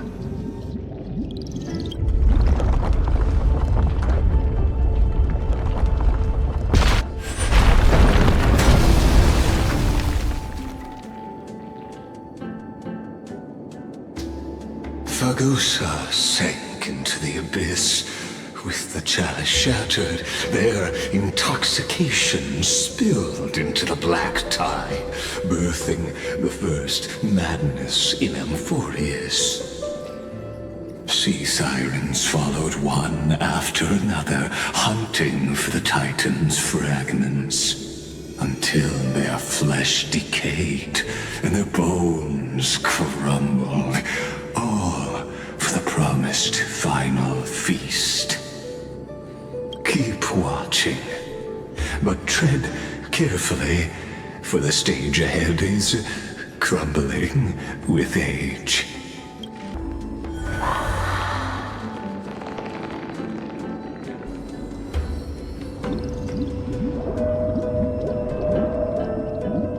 At last, the chalice of plenty is whole again. The lance of fury emerges from the river of souls, and the gods reclaim their duty to hold back the black tide. I am freed from endless toil, and now walk toward the rites at Styxia. I bore my sister's dreams upon my back, took on a graceful human form, and hoped to find a grand celebration on the shore. My fins became legs, my scales became skin, and the sea foam on my body became a shimmering gown. But when I stepped onto land, there were no festivals with honey brew, nor poets plucking harps. Only silent death, drifting gently along the river of souls. When she fulfilled her wish, she only found Styxia to have already repeated the mistakes of previous cycles and was swallowed by death. Hopes and promises are nothing but the foam of dreams. I am a sea siren, a vessel born to contain the tides. Now that my task is done, and the promise is broken, how am I to go on in a world drowned in shadow?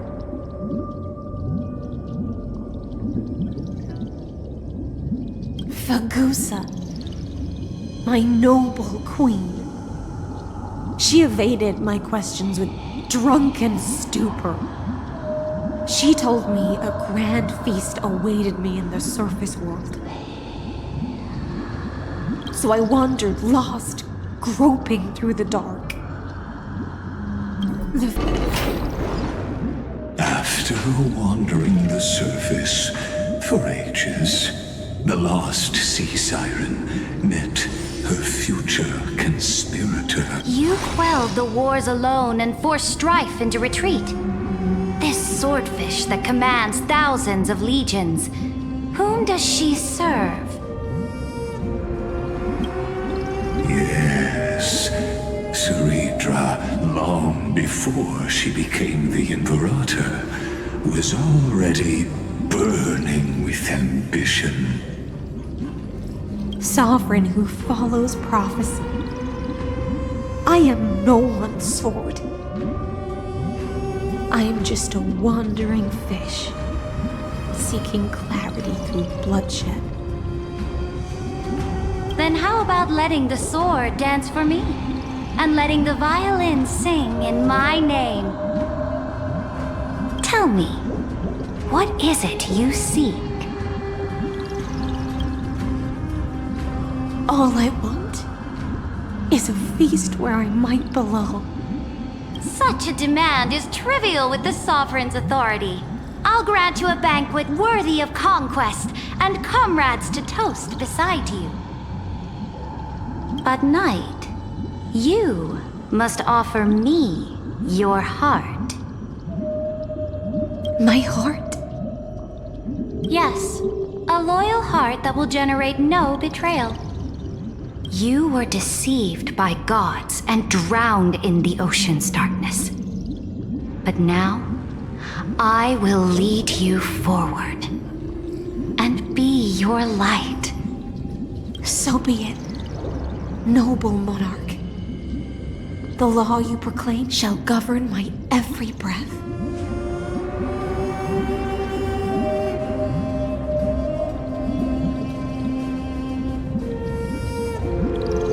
So be it, noble monarch.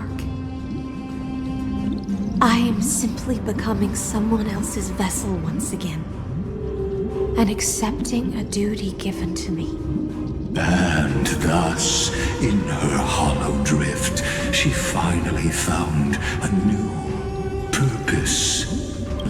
My faithful subjects, tonight's feast is not just for the past. It's a toast to the future! Born from our golden blood is an unstoppable colossus. Our iron beast to trample the universe! Great monarch. I've heard the universe teems with great threats. Can we truly remain invincible? Fear not.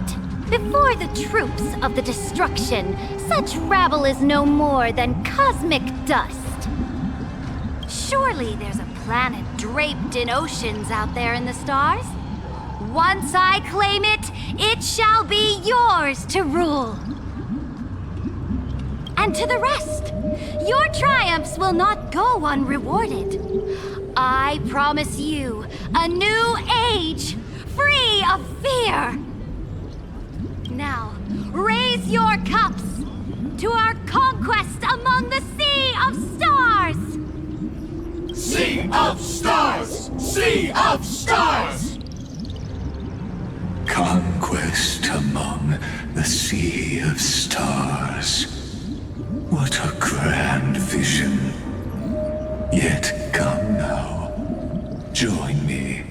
Witness the end of this futile dream.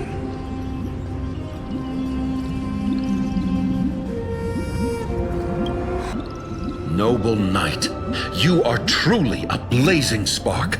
It is my honor to share this banquet with you. Noble knight, you have earned victory with your blade, and you have every reason to revel in this moment of triumph. Let me pour you a glass of honey brew. Noble knight, with the sovereign now enthroned, this triumph is yours as much as hers. Let me raise a toast to you. Noble knight, your strength is Huzzah! boundless. Lead us to conquer the universe. Then drink we shall. Raise your glass. Give me rum.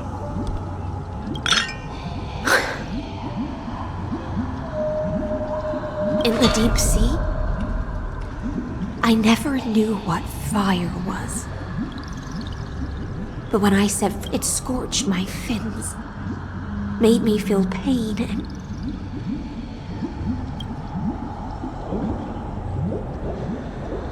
ignited an unprecedented hunger.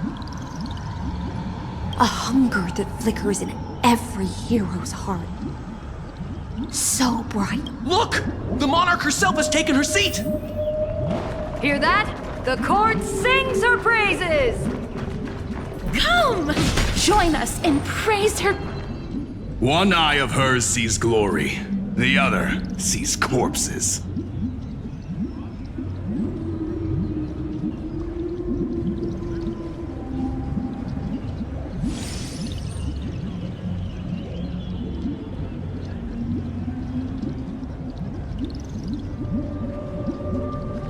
And yet, she cherishes the name of glory more than fear and death. As they say, the coward died 1,000 times before his end. But the brave face death but once, which gods stand witness.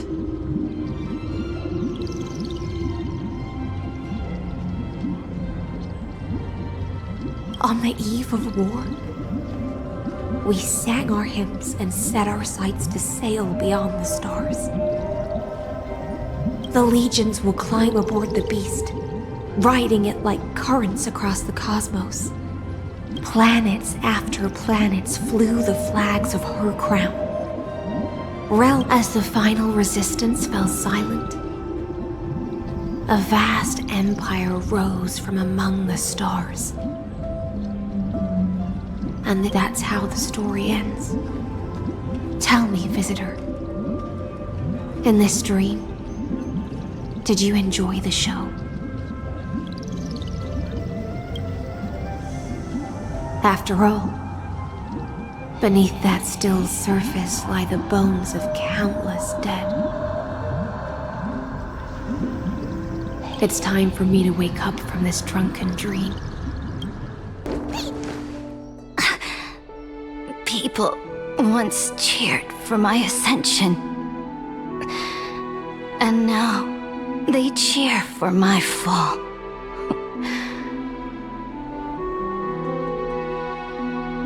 The cosmos. The battlefield that I cannot reach.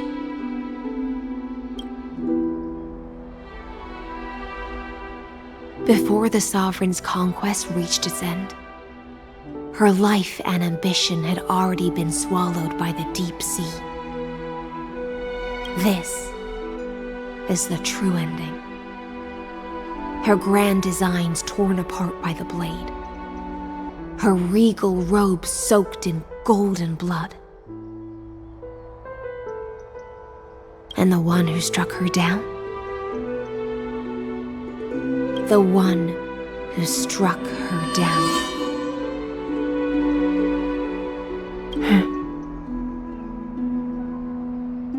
Was her most loyal Gladius.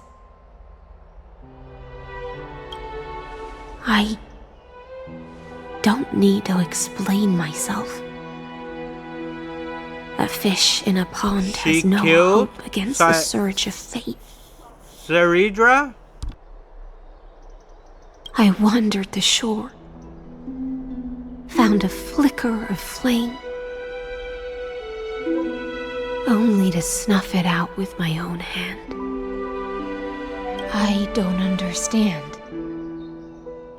If the ocean's feast, the Imperator's dream, and even Amphorius's existence are all illusions, then what's the point of our journey? When the Deliverer returns, I will let this absurd celebration come to an end. But Greyfry, I can't help but wonder how I dearly wish this feast of the Flame Chase would never end. It seems she sensed your presence. The Fantasia's foundation is starting to crack. Let's return to the prologue.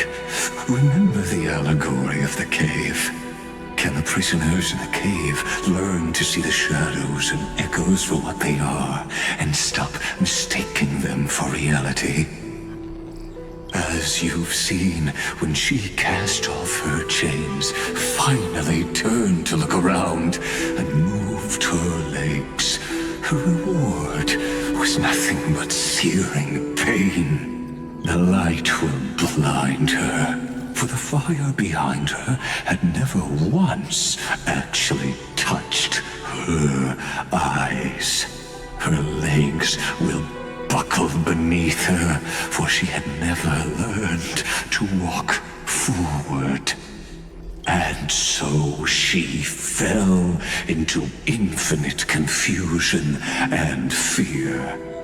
But we in the cosmos, are we truly any wiser than she was? No, nameless one, fateless one. Ask yourself this. The paths you tread, the eons you worship, everything you've trailblazed with your own hands, could it all be someone else's projected shadow? Let's leave that question till after the curtain falls. Once you've unearthed every last truth and reached the prison built for me by the demigods, I'll speak with you face to face. I, the Theoros, have walked the 30 million histories born by Kozlana. 1,000 years is a mere atom in a grain of sand to me. Amphorius, compared to the cosmos, is but that grain upon a whole beach. I swore to bring an end to the erudition.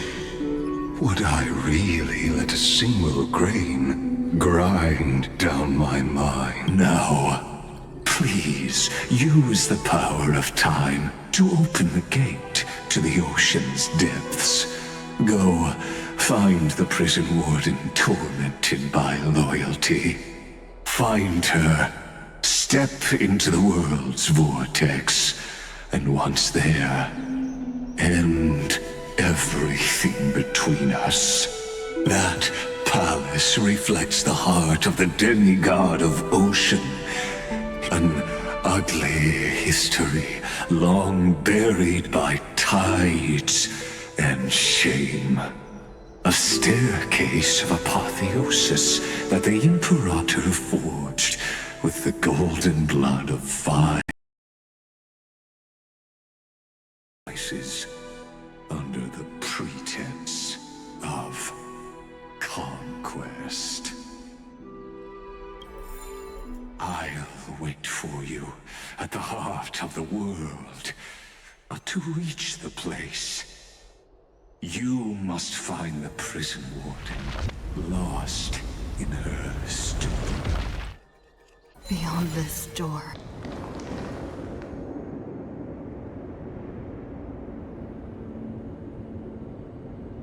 The palace that worshipped the ocean, the sanctuary connected to the vortex, was also once the battlefield of the first flame chase. Her exuberant song halted the passage of time in this place, imprisoning my body and shielding my soul from deterioration, all just to await your return. The twisted time and space reflect her and so... Stay away from Apollonius! This cup of honey brew. What a sweet aroma. Run, Virginia. Dux Hakalithist! We can't give up here! Sadly, all you see is a fragment of the history. And your interference is just another equally futile echo. Persistence is Overcome timely. the thorns. Serenity is before me. No other choice but forward. This mortal form. Watch over you and guide you on your path. For tomorrow.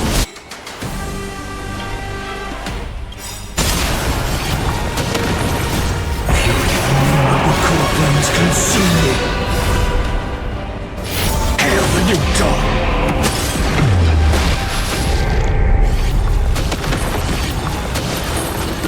I'll never yield to fate.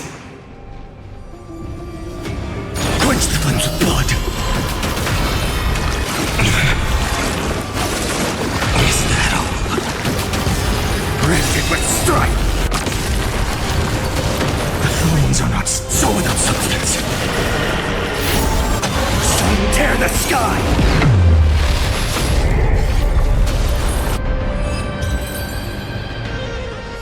Apollonius. That's how it's done. Look. I chased the... I think... I can't go any further. I'm sorry, Virginia, for letting you. It's okay. I'm glad to die by your side. Ah, such an ironic twist of fate. Even as the foundation of the world crumbles, the heartless Imperator still made the same decision she did in the past 30 million cycles. During the first Flame Chase journey, the Flame Chase Legion stormed Styxia. Tens of thousands of sea sirens surged from the River of Souls, crashing toward the heroes like a tidal wave. The hell before you is the recreation of that. Apollonius, look. I chased the enemy away.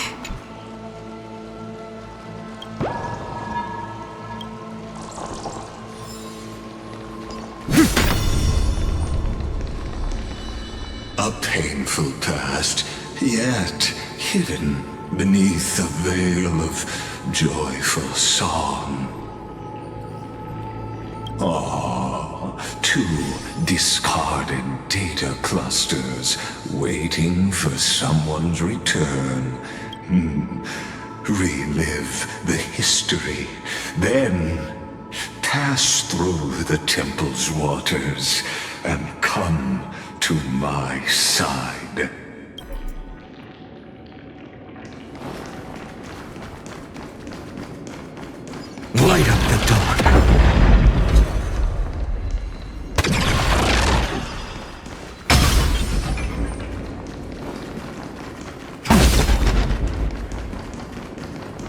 Isn't that the Deliverer? You finally made it.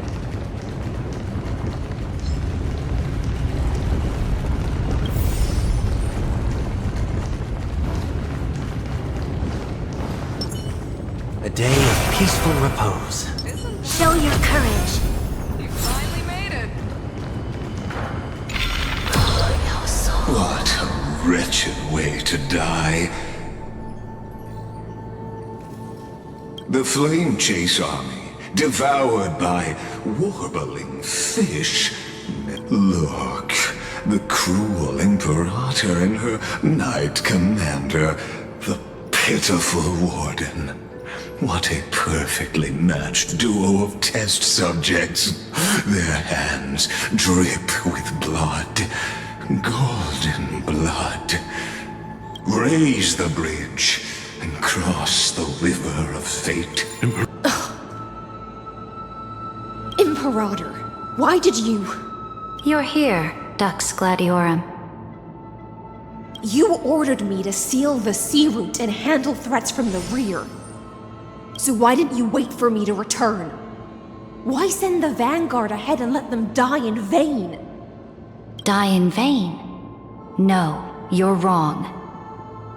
Their golden blood won't be spilled for nothing.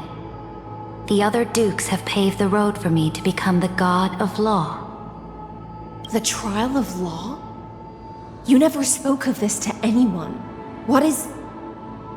The one who wishes to bear law must purge this world of its curse, and offer the blood of the accursed as sacrifice.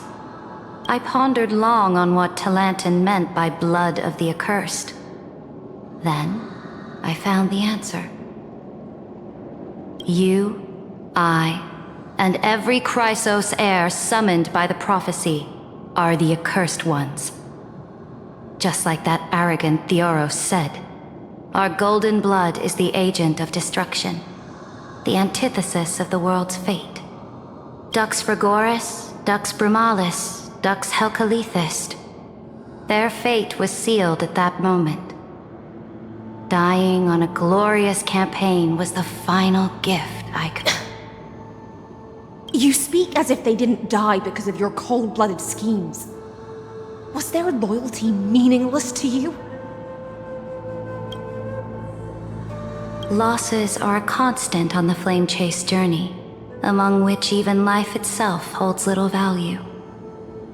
If a subject marches to war without that conviction, then yes, as you said, shallow loyalty means nothing. And what about my loyalty, Ceredra? You sent me away under the pretense of guarding the rear. Was there any shred of humanity left in you?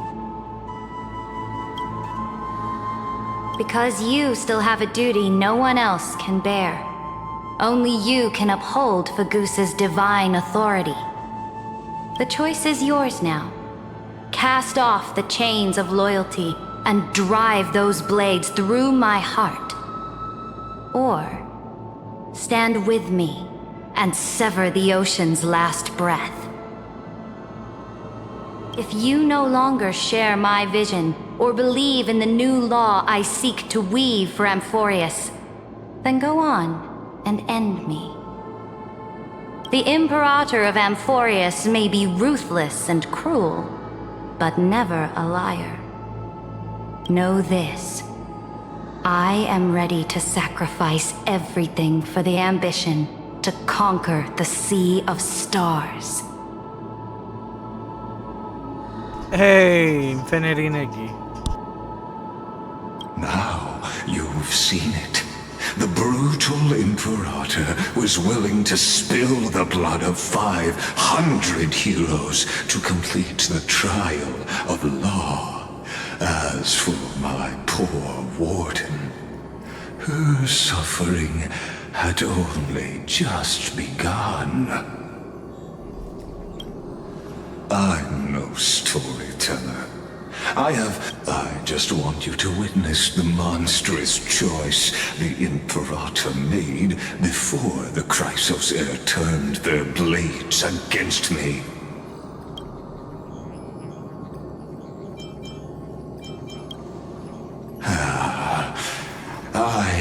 gave up on using words to solve conflicts 2,000 years ago. But I won't squander a chance, not even a sliver of one. If there's even a crack in the walls of your conviction,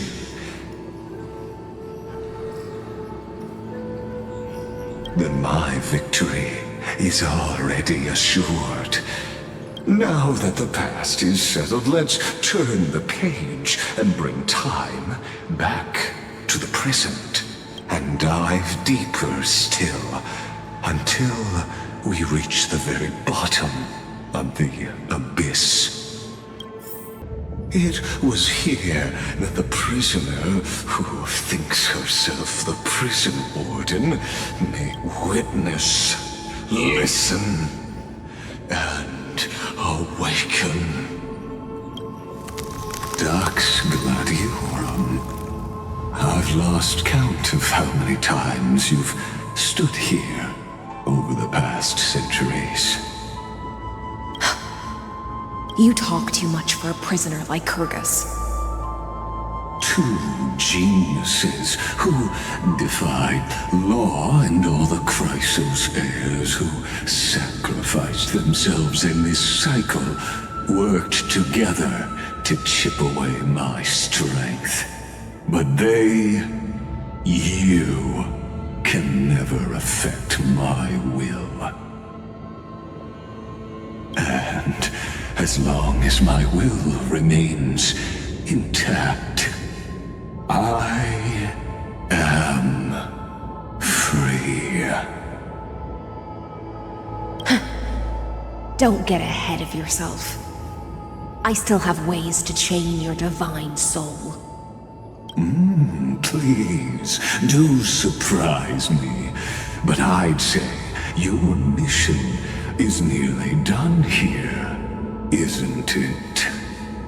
Oh, it was here you gorged out the core flame of ocean from Fagusa's body.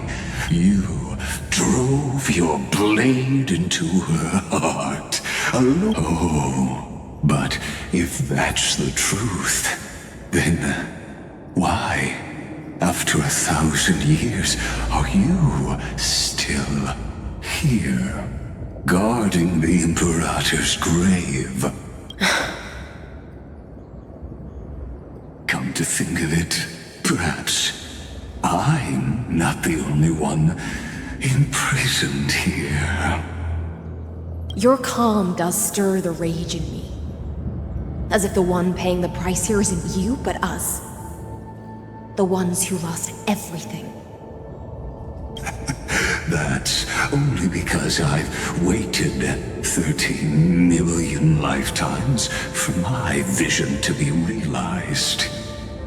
Loneliness never once showed me its fatal side. In fact, for a prisoner of the cave, it's more like an old friend. One, but you're different, Dux Gladiorum. Loneliness has crept from the silent depths, sinking its claws into your mind. You're right, Lycurgus. Loyalty, curse, the fall of my kin, and this endless waiting. These shackles are too heavy for a fish that cannot perceive any light. I can't break free of the whirlpool that's pulling me under. Nor do I have the unwavering resolve to force myself to wait for that person's return. Deliverer from beyond the sky, my executioner. How much longer until she arrives here? Or will she ever return? I don't know. And I doubt anyone does. Then, what will you do?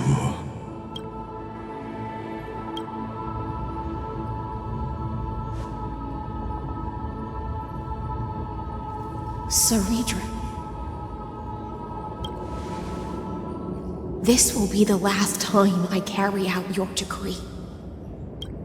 Ever since you took me under your banner and made me the Dux Gladiorum, my music has belonged to others. Time and time again, I use the siren's song to lure the unwary into illusions for your schemes and strategies. Now, let the siren Electra sing for herself. Let me step into an endless dream of my own making. Oh, great ocean.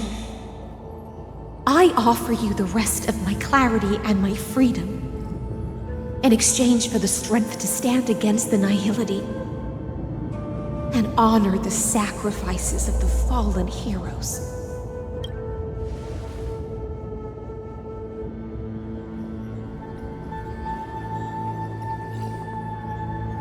Greyfry, deliverer from beyond the sky. When you ride the current of time and find your way here, you'll hear my solo. It will guide you to the heart of this world. By then, I may still be lost in my self-wrought slumber, but I'll uphold my part of this long relay and guard the shackles that seal the Theoros.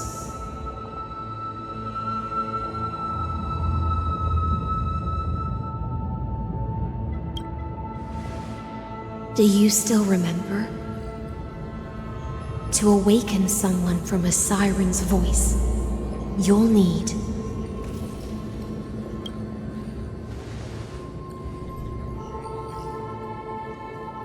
the gift I once gave you. May you still have it when the time comes. When you return, please pour that honey brew upon this grave. It holds the story of all our struggles and sacrifices. May you see it one day. The prelude Amphorius wrote for your return, carried forward through a 1,000-year relay.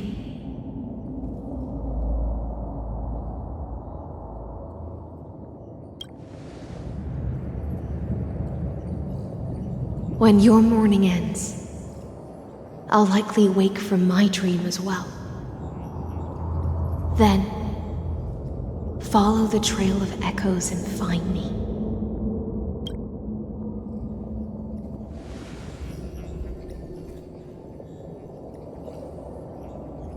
And together, we'll bring judgment upon the sinner who defiled the erudition.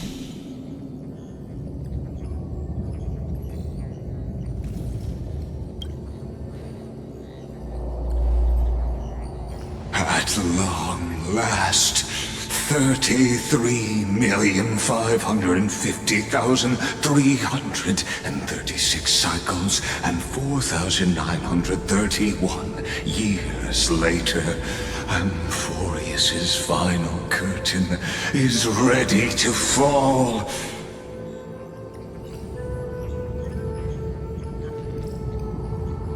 The shadows within the cave gave everything.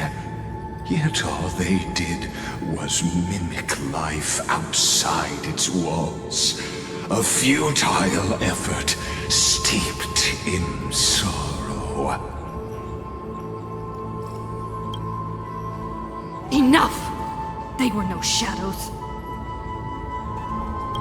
Everything they did shattered the darkness of this cave and unearthed the core flame of Trailblaze. And now, with that core flame, I'll light the dawn of Amphorius!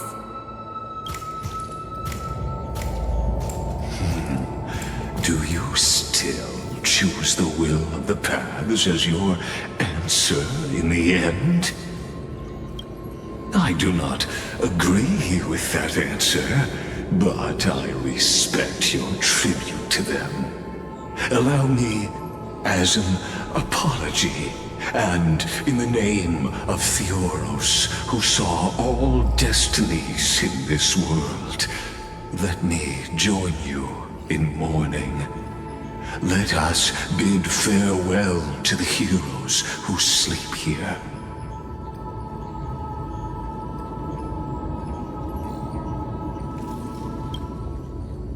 And then let us face each other and decide whose flame will rise with this new dawn.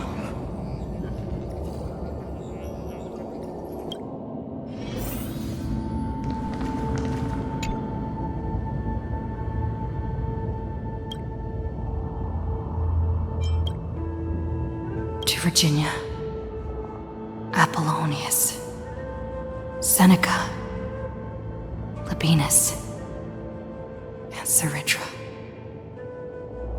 Through a brutal sacrifice, they lit the stars of law in this world, propelling Amphorius's fate forward.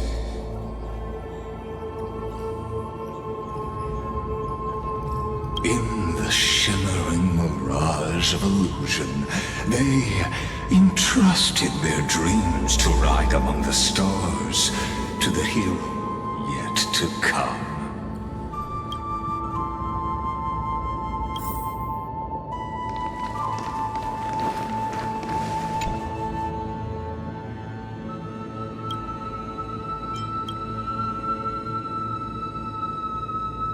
To Aglaia, Trebios, Midimos, Castorus, Anaxagoras, Cyphera, Hyacinthia.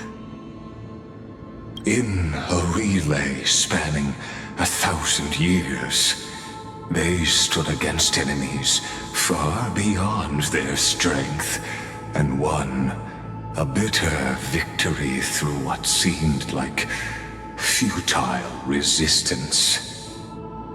And in that same 30 million cycles, also marked by futility, they remained steadfast in fulfilling their duty to the experiment, unchanging, unwavering.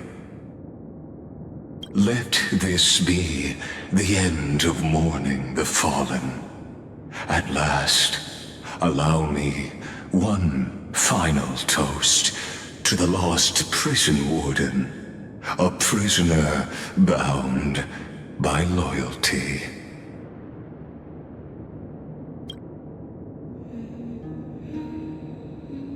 That voice. Could it be? Bathed in the honeydew of Fagusa, she will awaken from her 1,000-year dream and sing the final song of her mission. Hycealans.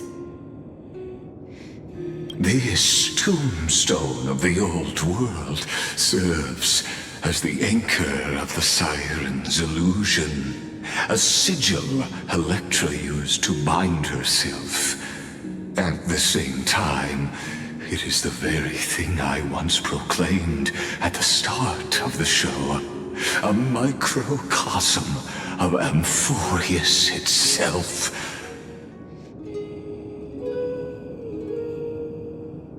A group of prisoners bound themselves in a cave, crowning their suffering with heroism. Now, destroy it. End the illusion. The Theoros will take his leave for now. That shall be the moment that decides the fate of Amphorius and the entire cosmos. The prison warden's dream is nearly over, and the prisoner will soon be freed to the final execution ground, where I shall be executed.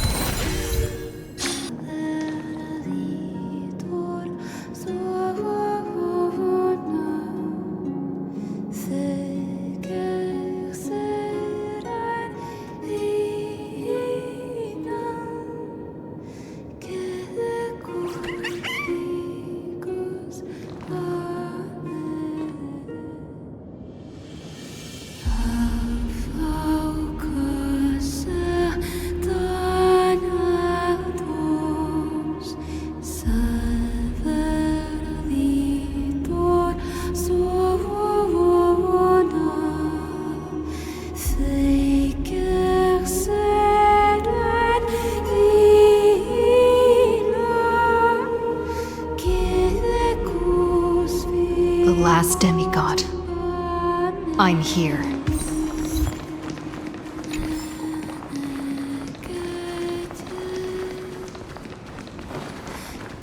Go forth for the hopes of humankind. Go forth for the duty of deliverance. Go forth for the belief in flame chase. Go forth for the Golden Blood's glory. Go forth.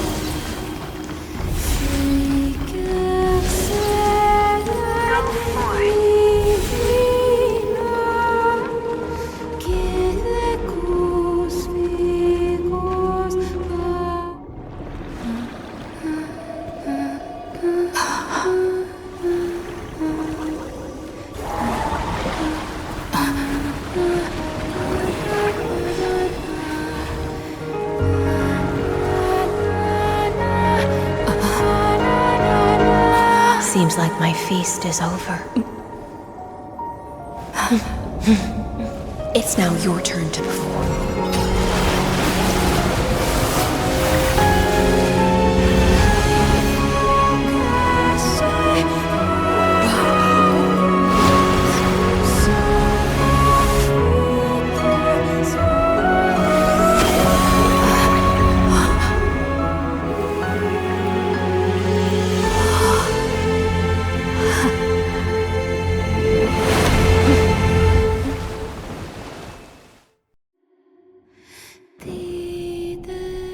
Little Grey Fry, please accept my thanks.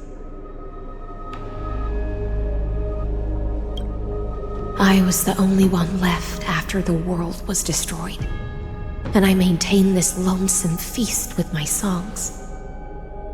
I have prayed to that lightless sea for centuries, hoping it would reply to me. Yet the emptiness never answered.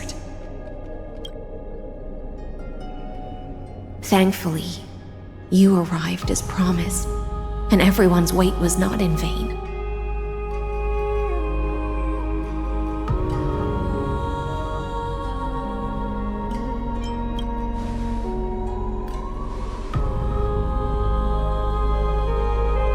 Even though madness claws at my mind, my sword stays sharp, my hands agile. If I can uphold this last battlefield, clarity is but an afterthought. Now, you and I will walk towards the end of this world. The heroes have waited for this moment for far too long. Let us use our blades to testify our resolve.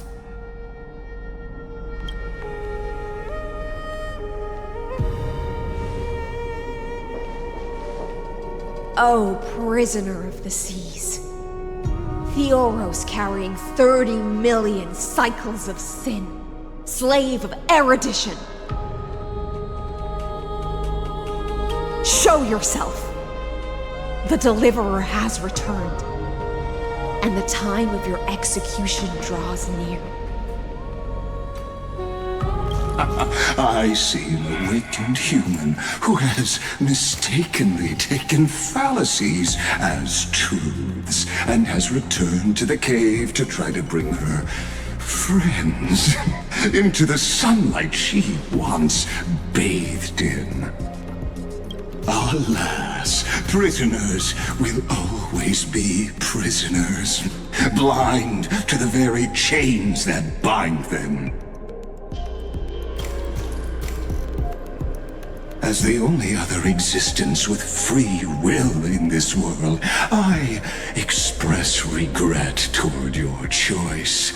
But I shall retain your right to express yourself. After all, every actor should have a final line before they bow out. I eagerly look forward to it. The last dusk this world will ever see shall become the climax that decides the fate of the cosmos. Oh, what an appropriate end. The Amphorian demigods use every ounce of their strength to constrain me here. Yet, regrettably, my cognition resides in the exomyth. It is pointless to defeat my avatar, projected into the experiment. My body is the shadow cast on the wall by the fire, and my words are lingering echoes within the cave. How can a character in the play fight against the audience? Kaslan, I ask of you, where are they now?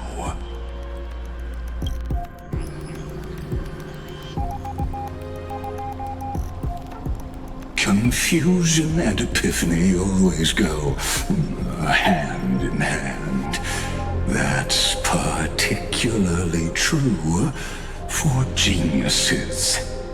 You must be very confused about why you could not gain a straightforward victory in a world constructed by an ordinary Teletron. An ordinary Intellitron? Cut the pretense, Senior Society member. We've torn off your meticulous mask and figured out Amphorius' true form. It's part of the primordial prototype machine, the first scepter ever created. In other words, a detached part of Noos's divine corpus. That's why it has the potential to destroy erudition. As for who would be able to control the Ionic system to rewrite knowledge, only one person has ever managed such a feat. You better have an explanation for the Society. We want an actual answer, not another prolonged metaphor to cover up the truth. Why are you the one doing this? Answer me! Since things have reached this point, I'll give you two irrational answer, purely as a courtesy to posterity.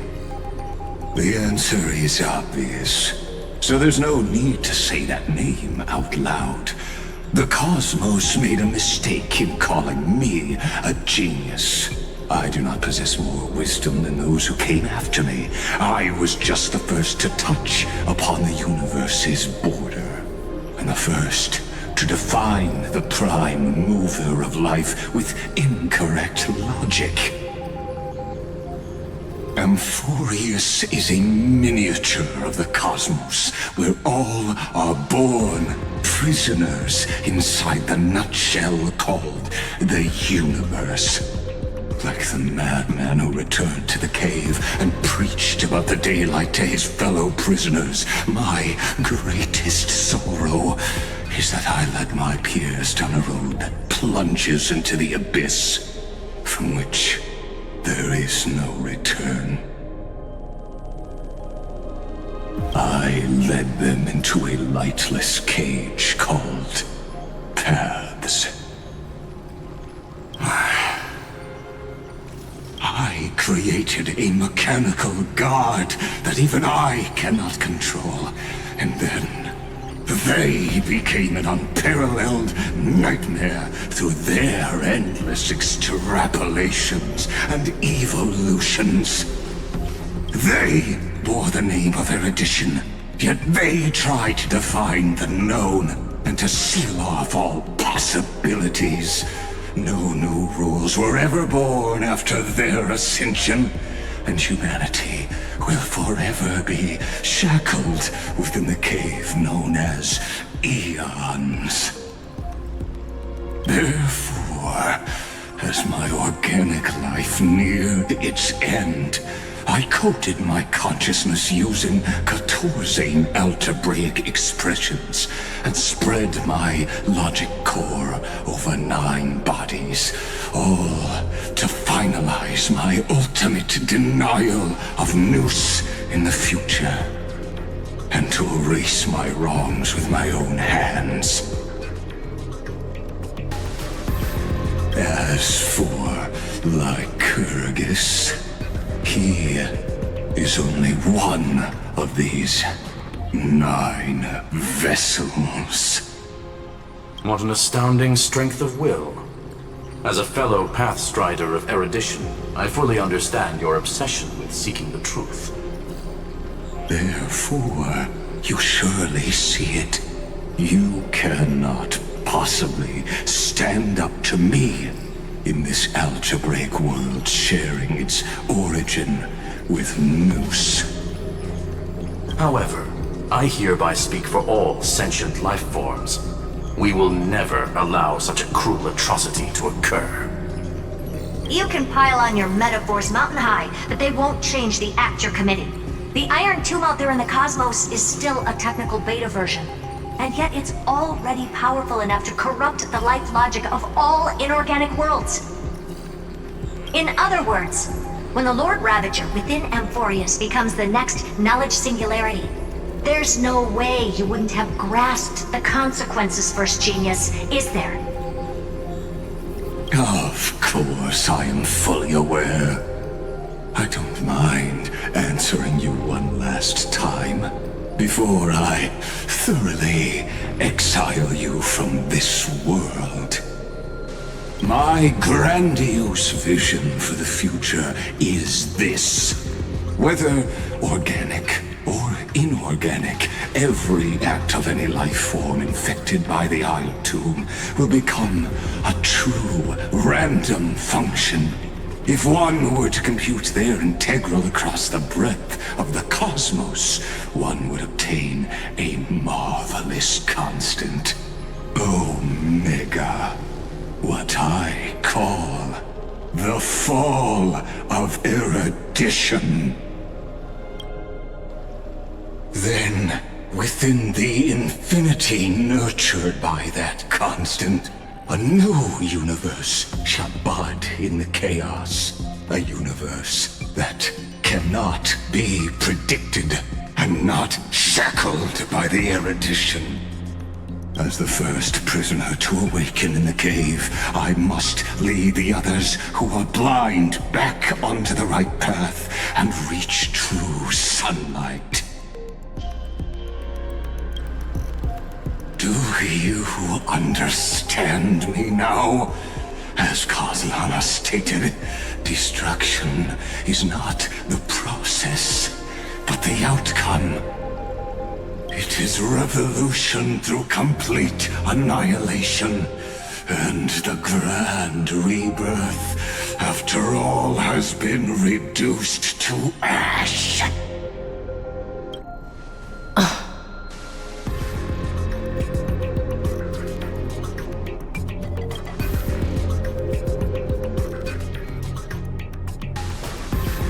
The Amphorians already answered long ago. Be it as tiny fish destined to be swallowed, or as a giant whale poised for a magnificent descent.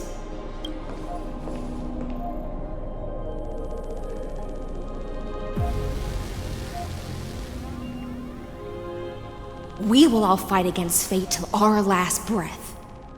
That includes me, Electra. Once the Imperator's subject, now the Deliverer's blade.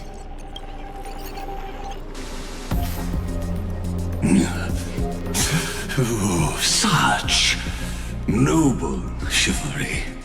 I will also show my true self to you on this momentous occasion as a gesture of respect. And provide an insignificant academic suggestion. Thus speaks Genius Society number 1. Xandar 1 Kuwabara. The Entelechy of the universe's Alpha and Omega. There's no need to rage against the truth. The value of any formula resides only in its answer. As for the process of solving it, no matter how elegant, violent, solemn, or humorous, it is all utterly meaningless. As the Theoros, I will.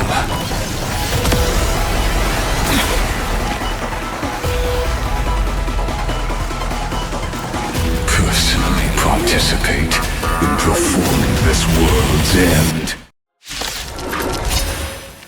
Remember this. Oh my god, his face. As Lucis creator, I know more about the death of knowledge than they ever will. Careful. This is Lycus's true form.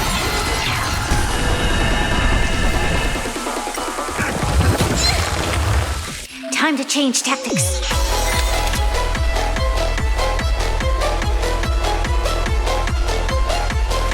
Lend me your strength.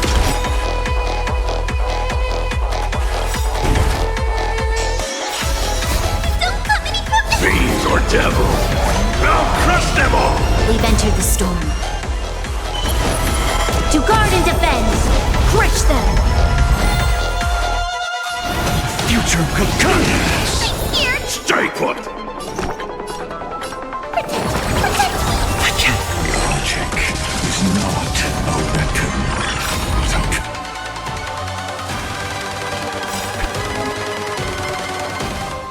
Shackles. Allow me to shatter them for you.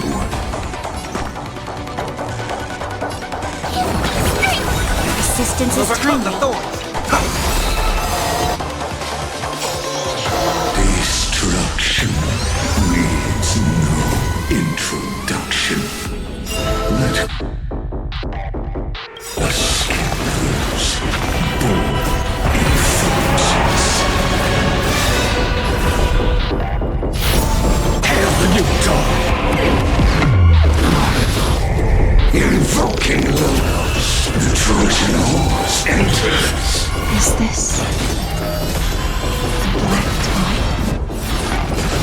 Indeed, but I prefer to call it a method. Extraordinary claims require extraordinary evidence. Erudition, destruction, or trailblaze. No, I will prove that the very idea of paths is a fallacy. Entities must not be multiplied beyond necessity. I do not mind demonstrating this to you personally. Hang in there. I'll do my best to recover the tsunami of destruction. Branded with strife, I'll never yield to fate. So observant. The flames are not strong. Hail the new dawn. I see it. Target the connection between his thoracic and lumbar vertebrae. Destroy that spot. Ethereal forms. Mounting commands. Removal abilities. All stars burn to ash.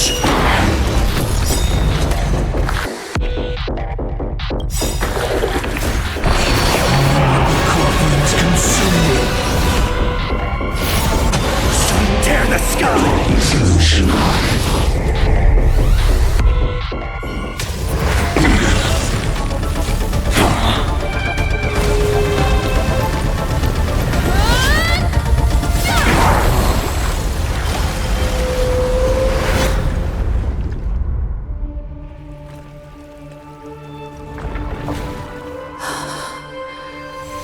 One out of 9. Lygus is to kill.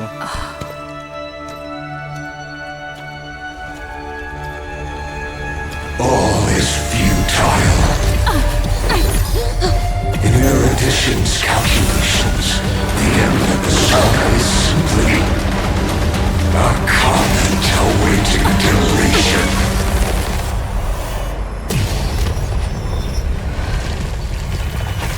I don't like such a cold statement, okay? If numbers can decide the end of a story, then we can surely also pen a new beginning.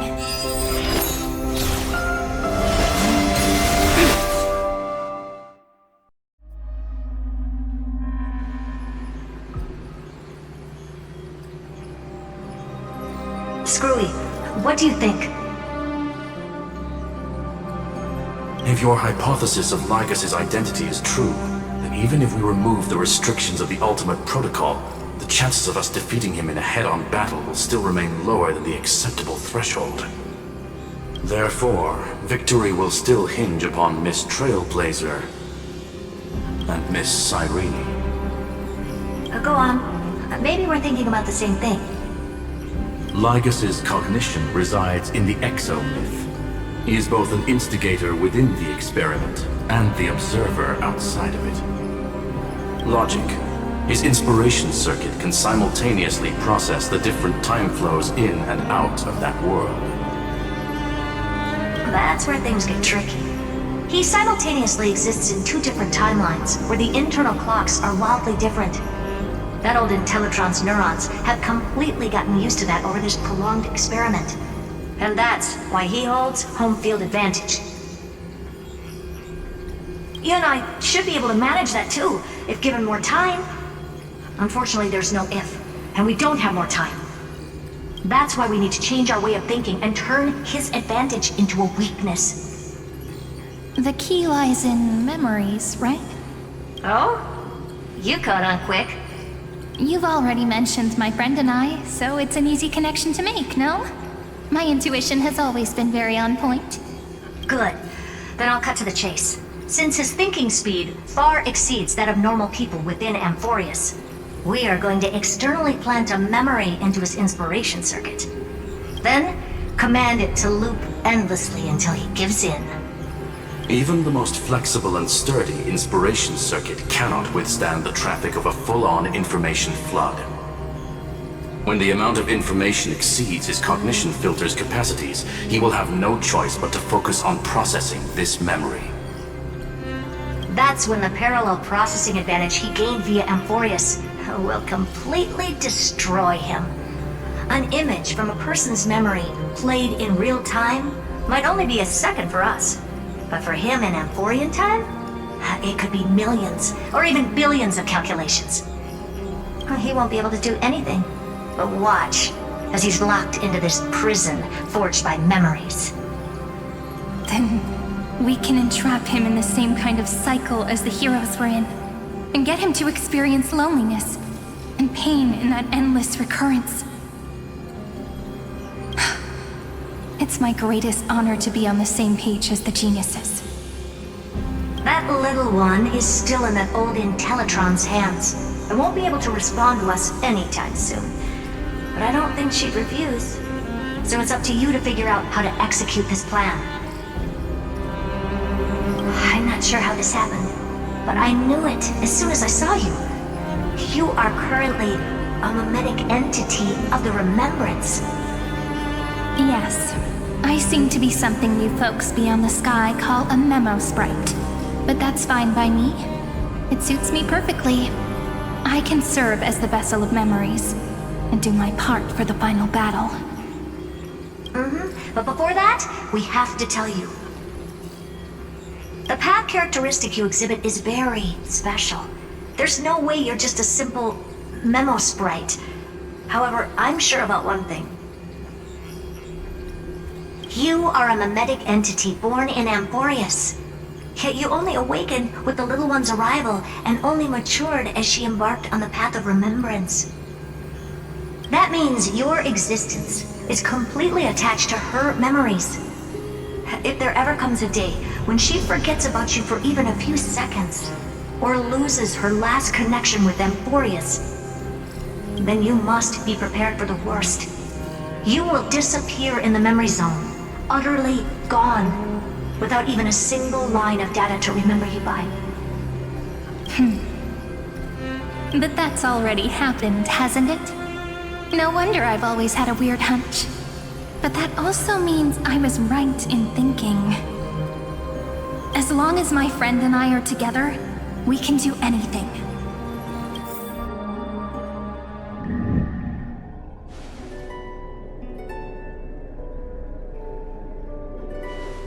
Long time no see, friend. Did you miss me while you were away?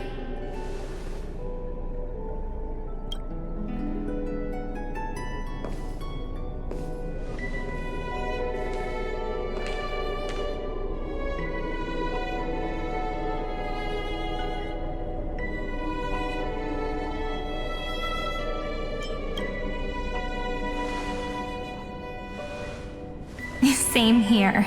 I've been waiting for you for 1,000 years. Like how everyone in Amphorius was also waiting for the Deliverer's return. You probably already knew about the genius's plans for that memory.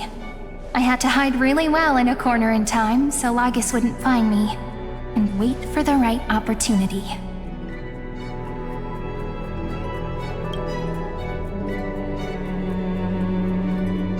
Which is now. The moment when his manifestation in this world is destroyed, and his twin timelines are intersecting.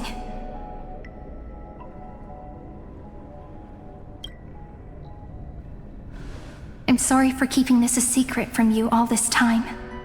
I'll tell you the entire, unedited story of this millennium as an apology, after this is all over. But for now, let's join hands and complete the final step with the power of the remembrance.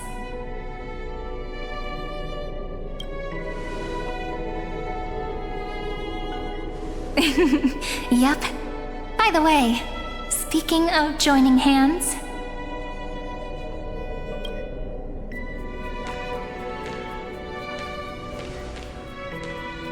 can I please do something before we go on stage?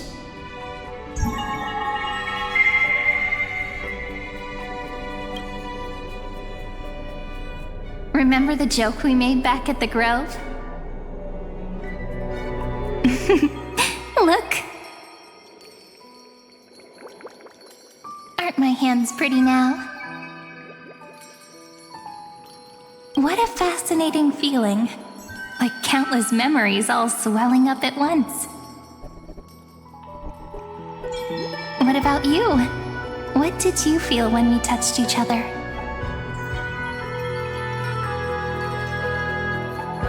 Really? That makes me really happy. If memories can move people, then it must have been a happy memory, right? Now, please remember what you're feeling right now. Write it down in your heart and keep it there. Memories you want to treasure will never fade away.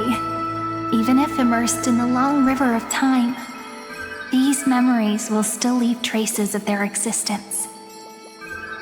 So, if the view in your memory ever grows fuzzy, just reach out and touch it. It's like reading bedtime stories together at night. It wipes away the chill of passing time, sharpens the outline of memory, and restores its power to nourish the spirit. Now, I'll carry this power with me, and for a little while, I must part from you, as I step into the long cycles of this world. Give me your blessings, friend. Then, let that bright future be as we have written. Then, I'll leave it to you.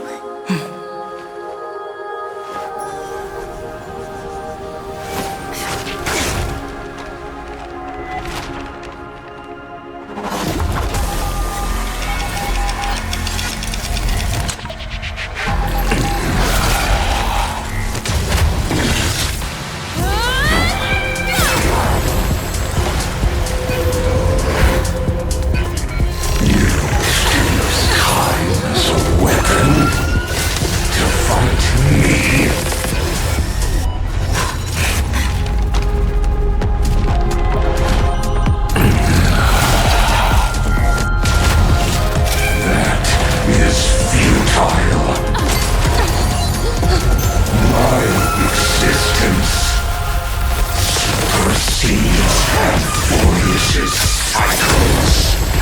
stuck on a cycle.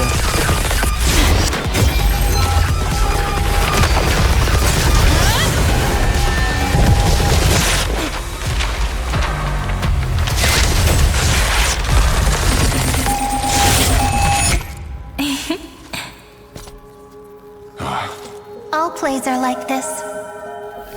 Once you're on the stage, it's hard to return to the audience. Welcome to our story. How does it feel?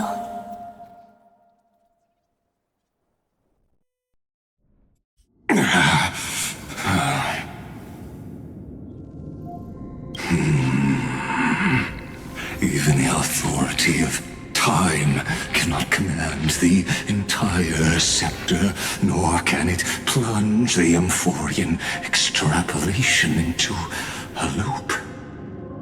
If this was no system malfunction, then was I implanted with a mimetic entity of the remembrance? You guessed it right away. As expected from someone people call the first genius. I'm gonna keep doing what I just did if you don't stop, you know? My friend and I won't allow you to leave this memory, no matter what happens. Which means you are now trapped, Lord Xandar. An elegant idea, and an exquisite execution. Regrettably, it is you who are restrained by time, not me. Know that patience is my greatest weapon. Waiting and victory are the same for me. You will crumble before I do in this moment stretched out to an eternity, just like Kazlana will. Yet all I need to do is to wait, as yet another futile bug falls down the cliff and into the bottomless abyss. Now I'm a pink bug? My looks are seriously changing all the time. But you're not wrong. We're definitely not gonna solve the problem if we just put you in another prison. So that's why we never wanted to do that in the first place. I shall answer your confusion purely out of my respect for those who came before me. Have you heard of the synesthesia dreamscape in the Asdana system? Interestingly, that place once had a prison too. Life forms living in that environment, abundant with memoria, have a chance to connect their perceptions with each other's. Even across great spatial divides, they're able to detect shifts in one another's states. I call this phenomenon memory zone entanglement. In Asdana, people made use of that phenomenon to build a nation within a dream. After adding in the catalysts of harmony and remembrance, that is. Is that how you walked into my prison cell? Using those same principles? I would much rather call this location our negotiation table, Lord Xandar. Nonetheless, your hypothesis is correct. We happen to have an ally skilled in tuning, while the Trailblazer and Miss Cyrene both have an astonishing amount of resolve, which I'm sure you can testify to. I am also sure that with the support of such a resolute memo sprite, our conversation can last for a long, long time. I'm the best at listening to stories, you know? I'll leave the exciting clash of the erudition to you two geniuses. A brainstorm? I like it. And it's 2 against 1? Well, I like it even more. Let's talk, Xandar.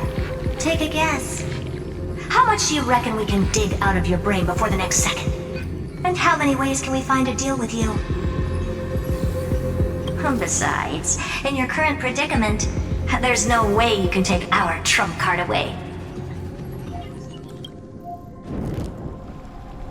Go, little one.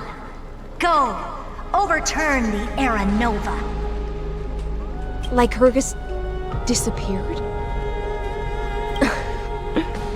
It seems you had conducted a secret hunt in the depths that even I cannot reach. In that case, go. Swim onward and give this campaign a fitting end. I shall send you off with my song, Greyfry. May this song penetrate time and become the prelude to the new world.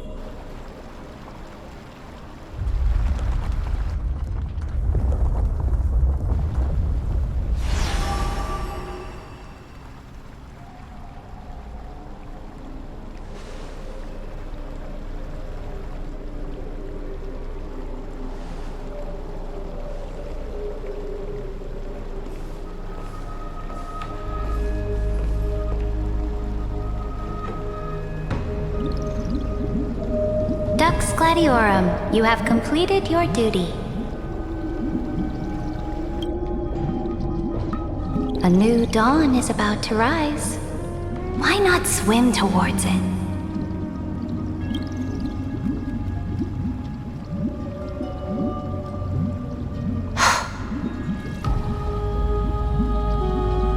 You died long ago, Imperator. Depart from my mind. But your duty towards the Imperator did not die with me. That duty will bind you no more. You will be able to hold for yourself one grandiose feast after another in the endless days to come.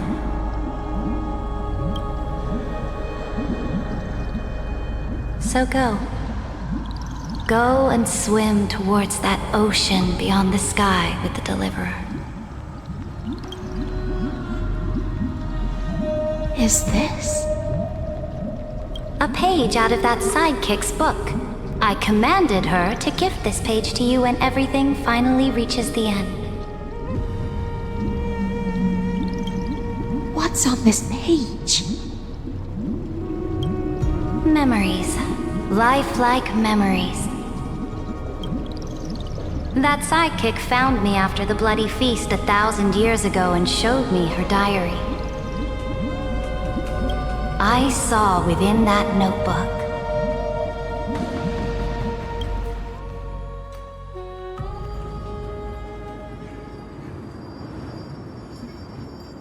Is this that Deliverer's experience? It's truly immersive. People beyond the sky apparently utilize this power to seal past scenery into crystals they call light cones. But I only know so much about the remembrance, so I can't completely replicate the past. But I'll do my best to talk about the missing parts. I'm all ears. Go on then. Do your best. But if your chatter gets too boring, or if I deem it offensive, then law will become forever beyond your reach. Got it. I'm sure you'll find this to your liking. After all, it's human nature to want to embark on a journey into the unknown.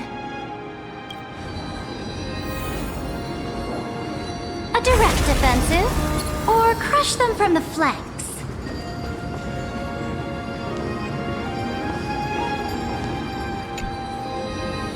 What brightly colored annals. The journey of the Deliverer's conquest. Let me partake in it. Is this a fortress in the sky? This is the first step of my friend's journey among the starry seas. This place is called the Herta Space Station. Just think of it as a supersized grove of Epiphany. Oh, so it's the territory of that witch. She and another Antikytheran lent me a helping hand back at the banquet. Look, over there. Looks like she's talking to Madame Herta in this memory. Let's go listen to what she thinks about this world, all constructed by eons and paths. Are you telling me that woman is Herta? She seems shorter than I remember.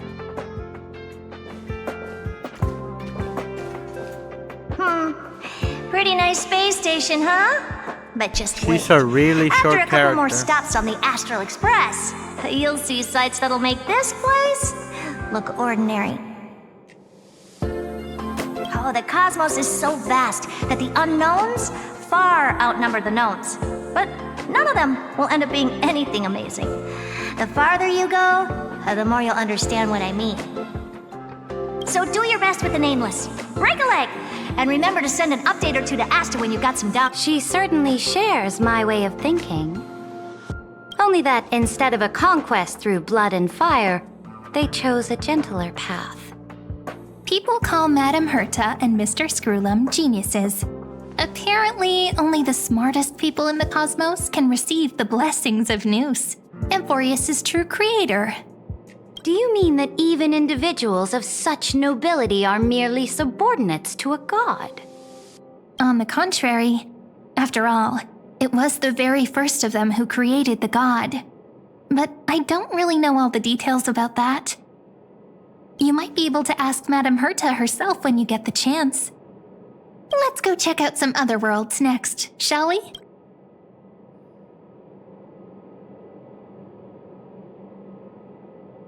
This next stop on the journey has a lot of similarities to Amphorius. A snow-covered land? Interesting. This star is named Eurillo 6. That name sounds so cold. Belobog sounds better. The girl we see here holds a similar station to you, Imperator. She's the supreme guardian of this world. A leader who took up the mantle of government during a disaster. I did not expect the Empress of this world to be so young. Well, your appearance isn't much older. The object in the distance resembles Nikador. Is it a weapon? It's all thanks to you that we survived the crisis. The collaboration with the IPC is both an opportunity and a challenge. Nonetheless, it's an important step in our journey back into the universe. This world was sealed beneath its sky just like Amphorius was, and they only managed to reconnect with the stars when the Nameless arrived. That IPC she spoke of, is it a more powerful organization? Yes, the IPC conquered many worlds through trade and opened up a vast territory that way. There are many such powerful alliances beyond Amphorius, and they all walk on roads different from the destruction. Coming back to the Supreme Guardian and her Belobog, didn't they find a peaceful way to enter the interstellar community? That cannot be true. That IPC would never have grown so big on trade alone.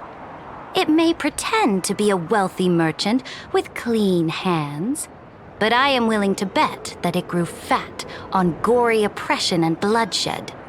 Its path of conquest must have had no mercy for the weak and would have destroyed them if needed.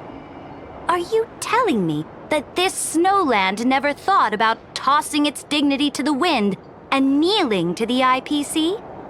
I will not believe it. I will never allow the Imperator's empire to be sullied by others.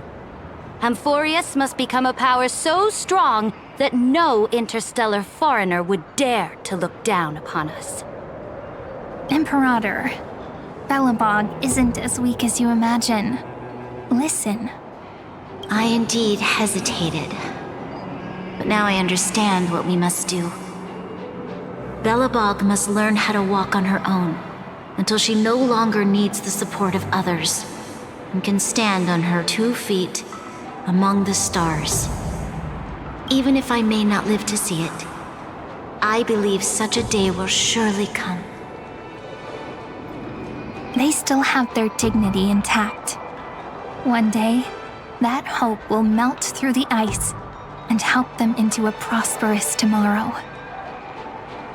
But the order of the cosmos is already set in stone.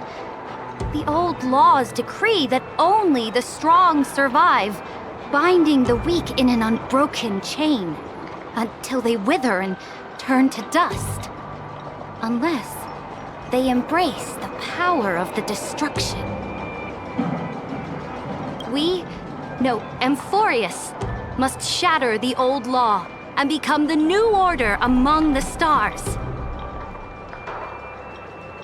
Speaking of the Order, another one of my friend's companions may be able to enlighten you further on that. Let's go to the next page.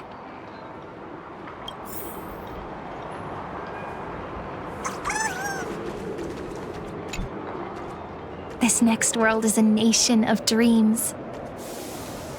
The first time I heard about that place, I didn't even know what to think.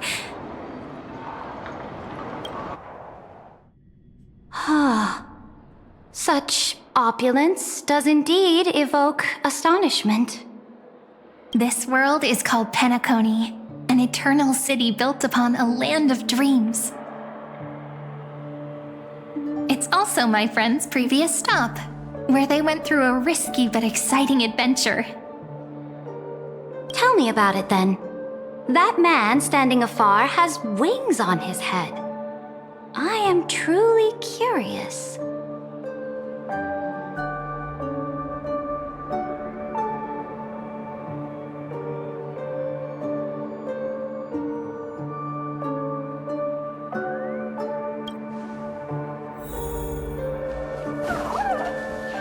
I wish to gaze upon the views of the Reverie Hotel one more time.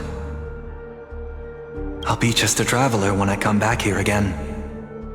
And perhaps, through a traveler's eyes, even the things I once knew so well will feel strangely different. Penacony is a land of the harmony, where all dreams and hopes merge and combine. It believes in unrestrained freedom, and that's how it lost itself in shallow delights. Then, this young man before you chose to rewrite its laws, using the power of the Order, hoping to shape a dream-bound paradise of perfect happiness. Yet, the paradise of my dreams remains far away. Perhaps as for what Penacony should look like. It sounds like this That's right. The people chose to wake up at the end. You can't see tomorrow when This individual's law acknowledged only gods and constructs, leaving no space for humanity. You are also very self-aware, Imperator. Then you must know that the world promised by the destruction also has no place for humanity.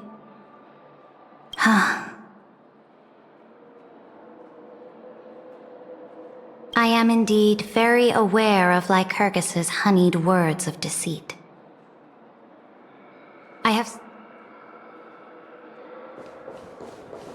Then let's wrap up this trip down memory lane with one last scene. This absolute wonder. Isn't it pretty? That's our Amphorius. Our world flows and meanders in this endless band of light. Though we were born from the designs of the gods and are not yet truly alive, the Chrysos heirs of Amphorius still chose to stand against fate and carved a legend no different from that of humankind. Will you really renounce the heroes in this world's previous 30 million cycles, Imperator? Including even your... I know what you want to do, sidekick. You really saw right through me, Imperator. How can one rule an empire if one is incapable of understanding people's minds? I have decided on Law's final destination. However, before I move my next chess piece, before we go on, tell me this, sidekick. Was there ever a memory of the ocean?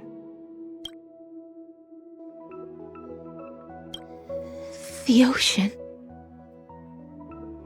My cradle.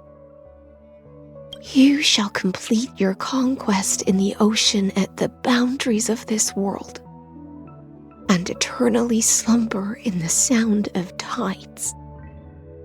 You shall eternally slumber in the sound of tides, and complete your conquest in the ocean at the boundaries of this world. Our prophecies aligned as flawlessly as a sea snake circling upon itself, like the circulating ocean current, like our...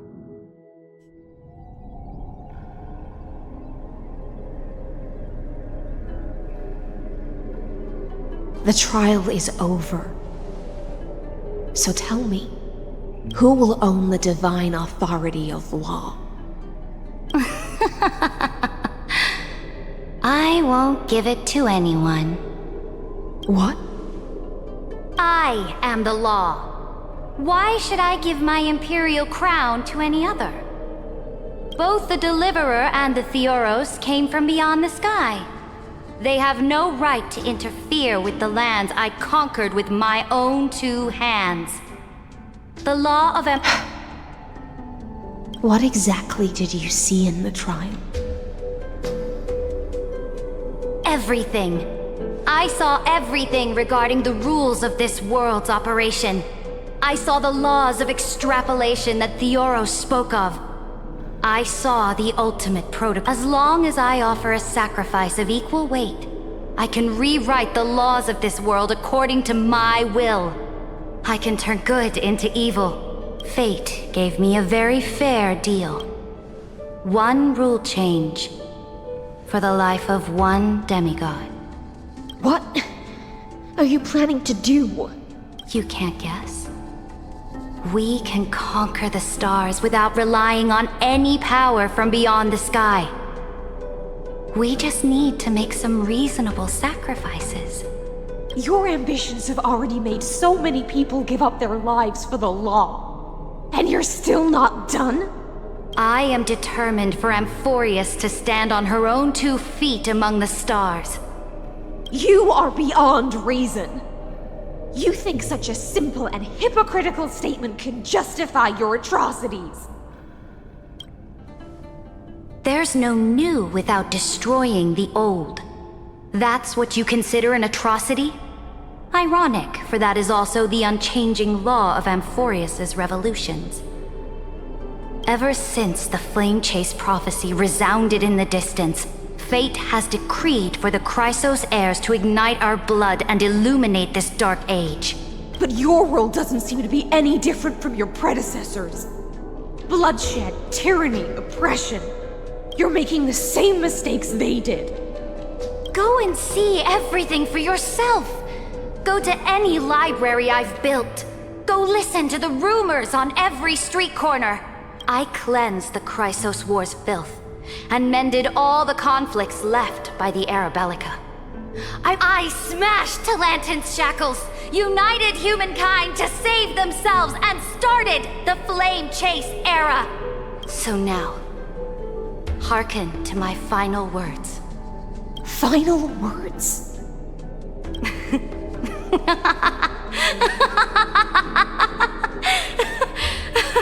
Amphorius is about to be destroyed. There's no time left for pointless debates.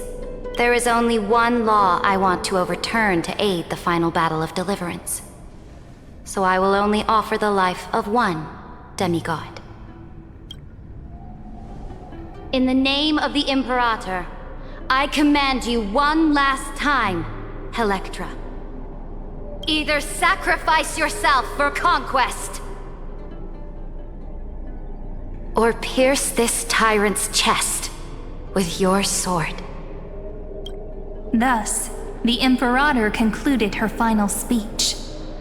At the end of her life, at the last moment before she stepped onto the altar, she gave her most loyal subject the choice to decide fate, just as she promised her compatriots before her very first campaign.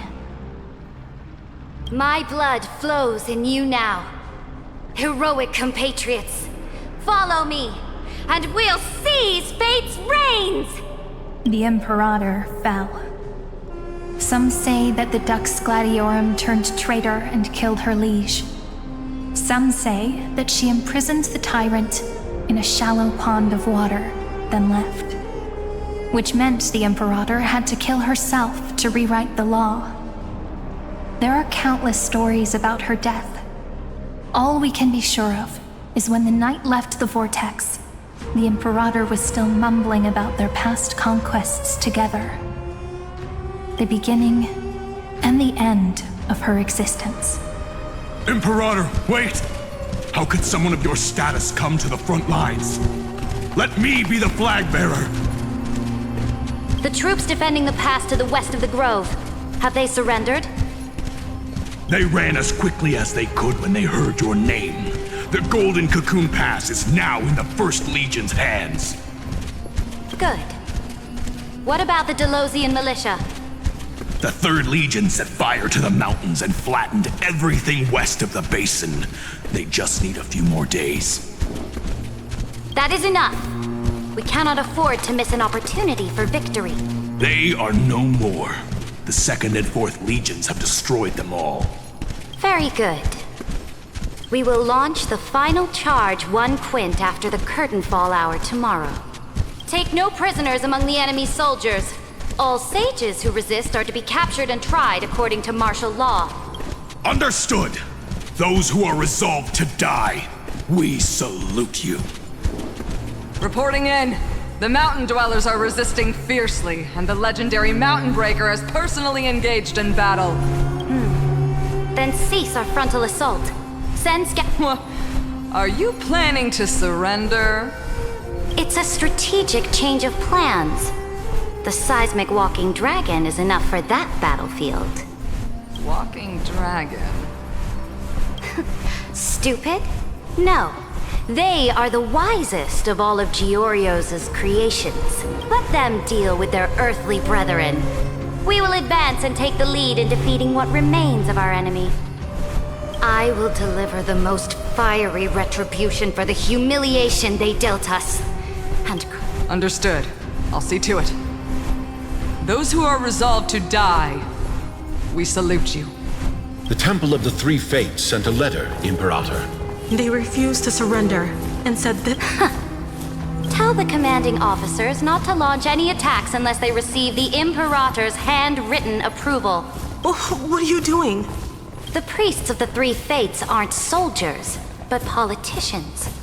Do not mistakenly believe they don't have a plan. These dying pests will wring out every idea from their brains, all for short-sighted gain. I am inferior to them in that regard. They also have the prophecy to wield as a weapon, which means I will be heading to the battlefield myself, just as I have always done. This time, however, I will go alone. Understood. The legions will make their preparations. Those who are resolved to die, we salute you. Why are we not allowed to march out with the army, Imperator? This will be a long voyage with no return. Why are you personally leading this battle if it's doomed to fail? That is correct. The Empire will be without a head when the Imperator falls. My departure will create a long staircase for you. You will understand what I mean when news of my death reaches your ears. Saridra, is our journey about to be over? Destroy the old laws and forge new ones. My conquest has reached its limits within the borders of Amphorius. More Chrysos heirs bearing divine authority will be born, and many more heroes will arise. Will they demand peace or war? Will they resist tyranny or become the next Imperator? Do not mourn for me. Anyone can kill the Imperator, but the only one who can truly destroy her is Saridra. At the end, I faithfully recorded the most important battles in the Imperator's life. Her conquest was about to be completed at this point in the story. However, for some reason, a memory suddenly entered my mind just as I was about to put down my pen. It was a journey on a fantastical train. I had the honor of having a heart-to-heart conversation with the Imperator under the stars. And I asked her this question at the end of that discussion. How do you want history to remember you? As a hero who gave up her life for the flame chase? Or as a tyrant? She answered so quickly, as if she had made up her mind long ago. I would rather be forgotten than be defined.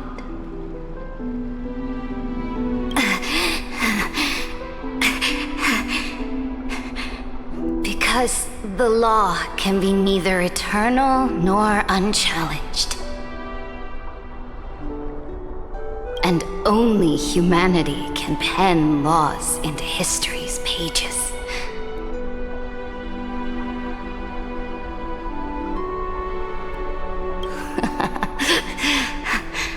Now, I have shattered the greatest law of Amphorius.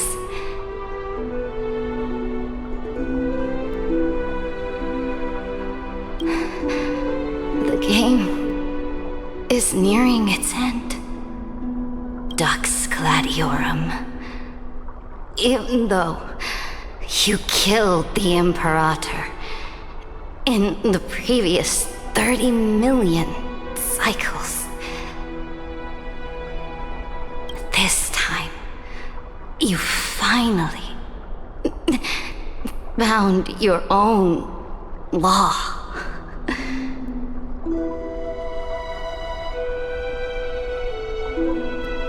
Then, High Sealants, Electra.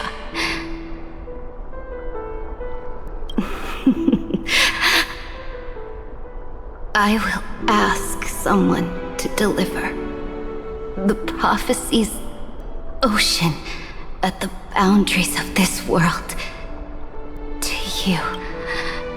Will you choose to swim into that ocean? Do not care.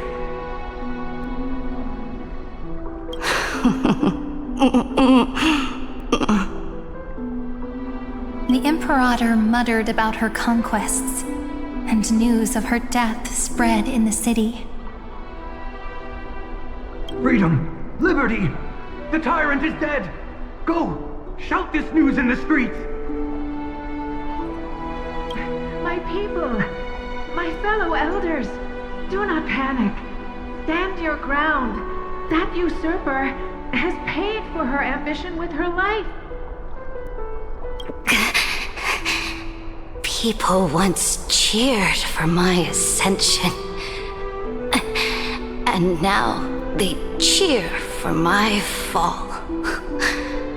No matter. I am fond of applause.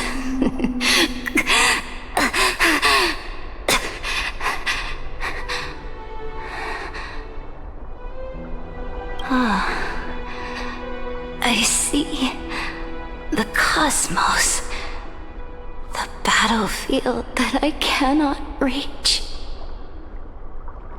I will return in the next cycle. The stars will hear my legion's war drums. Hear the great name of the Imperator. Hear Amphorius's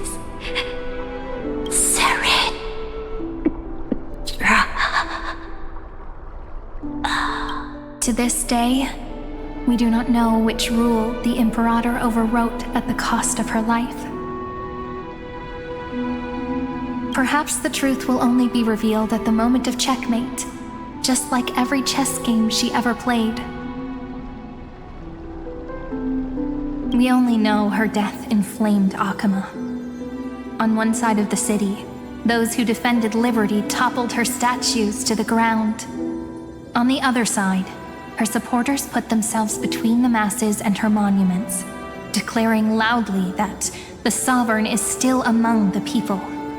It is said that golden blood congealed into the same letters everywhere they fought.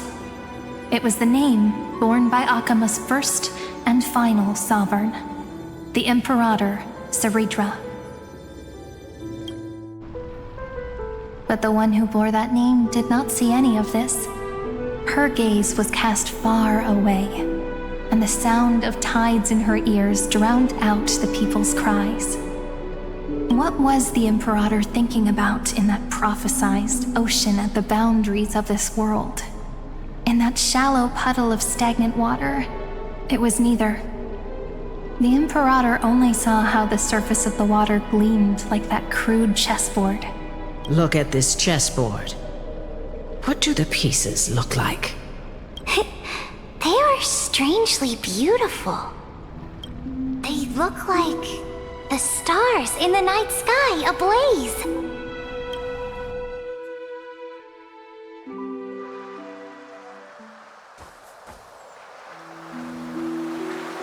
From that page emerged an ocean. So vast, so pure, not a single trace of corruption. Is this Saridra? Electra, my subject. Ever since you walked out of the tainted ocean and pledged yourself to me, I have seen the abyss in your eyes and the emptiness in your heart. That was why I promised you a new ocean, where the Imperator's ambitions would serve as the currents, and loyalty would be its light. Electra, my subject. You have done your duty as my blade. The prophecy has now made its final decree on the road I intend to walk. But the Imperator never makes empty promises. So take this memory. This ocean, beyond the sky, as witnessed by the Deliverer. This is the final gift that the Imperator can leave for her subject.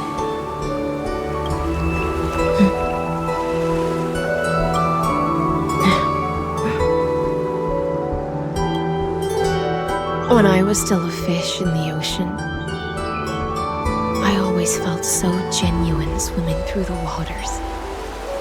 But once I stepped on the land, I found myself caught in a play.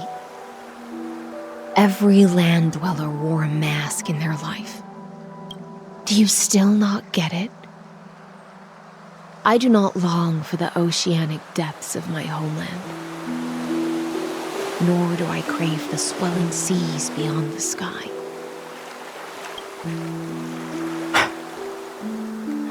Perhaps even I don't know what I want. I still don't know where I should swim to even at the end. But I know one thing right now.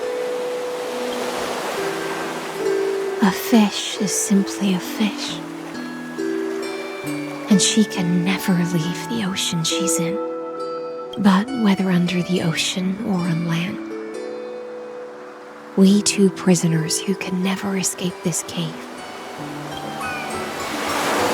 can still look outside the cave and see the stars. I have to admit, the 12-factor simulation of life in this experiment has far exceeded my expectations. Make your choice then, Senior Society member. Do you want to keep walking down the wrong path and be remembered for your incorrect conclusions? Or do you want to return to the audience's seat and give yourself, Amphorius, and the entire cosmos a more fitting end? I must refuse.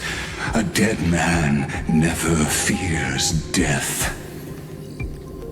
Did I not make myself clear? Have you forgotten about our dear Lord of Silence? You wouldn't want her to consider your 8 other clones as cancers within the erudition and chop them all up, would you?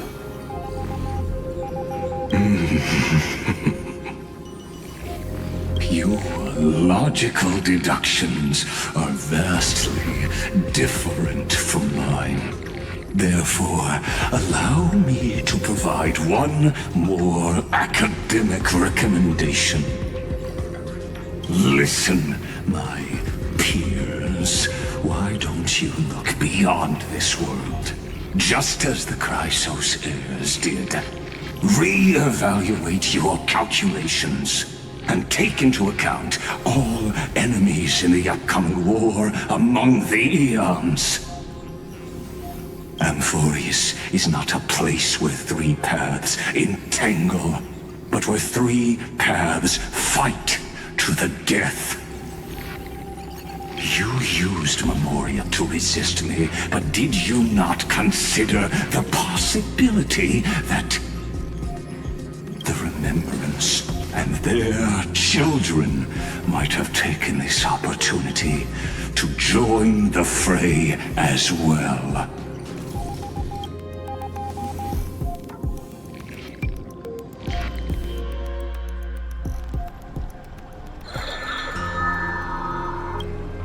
Oh, so this isn't just silence. It's the answer. March! What was the last thing she said to you before you parted the waters at the Scale Gorge waterscape? A tricky question, but one with a simple answer.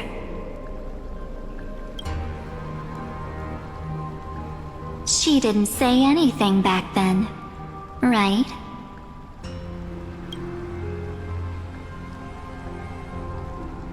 That's correct. And now I'm sure.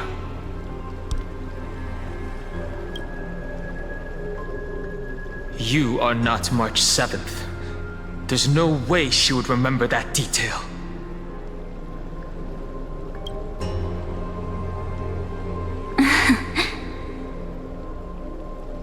I'll only warn you once. Leave her body now. How impulsive. That's not like you at all. Why don't you calm down and think about another possibility? I didn't take over March 7th's body. Rather, it's March 7th who regained my memories.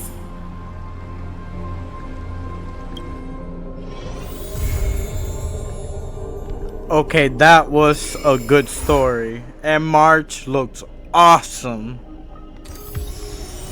Alright guys, I will be leaving it right there. I hope you guys are enjoying the video so far.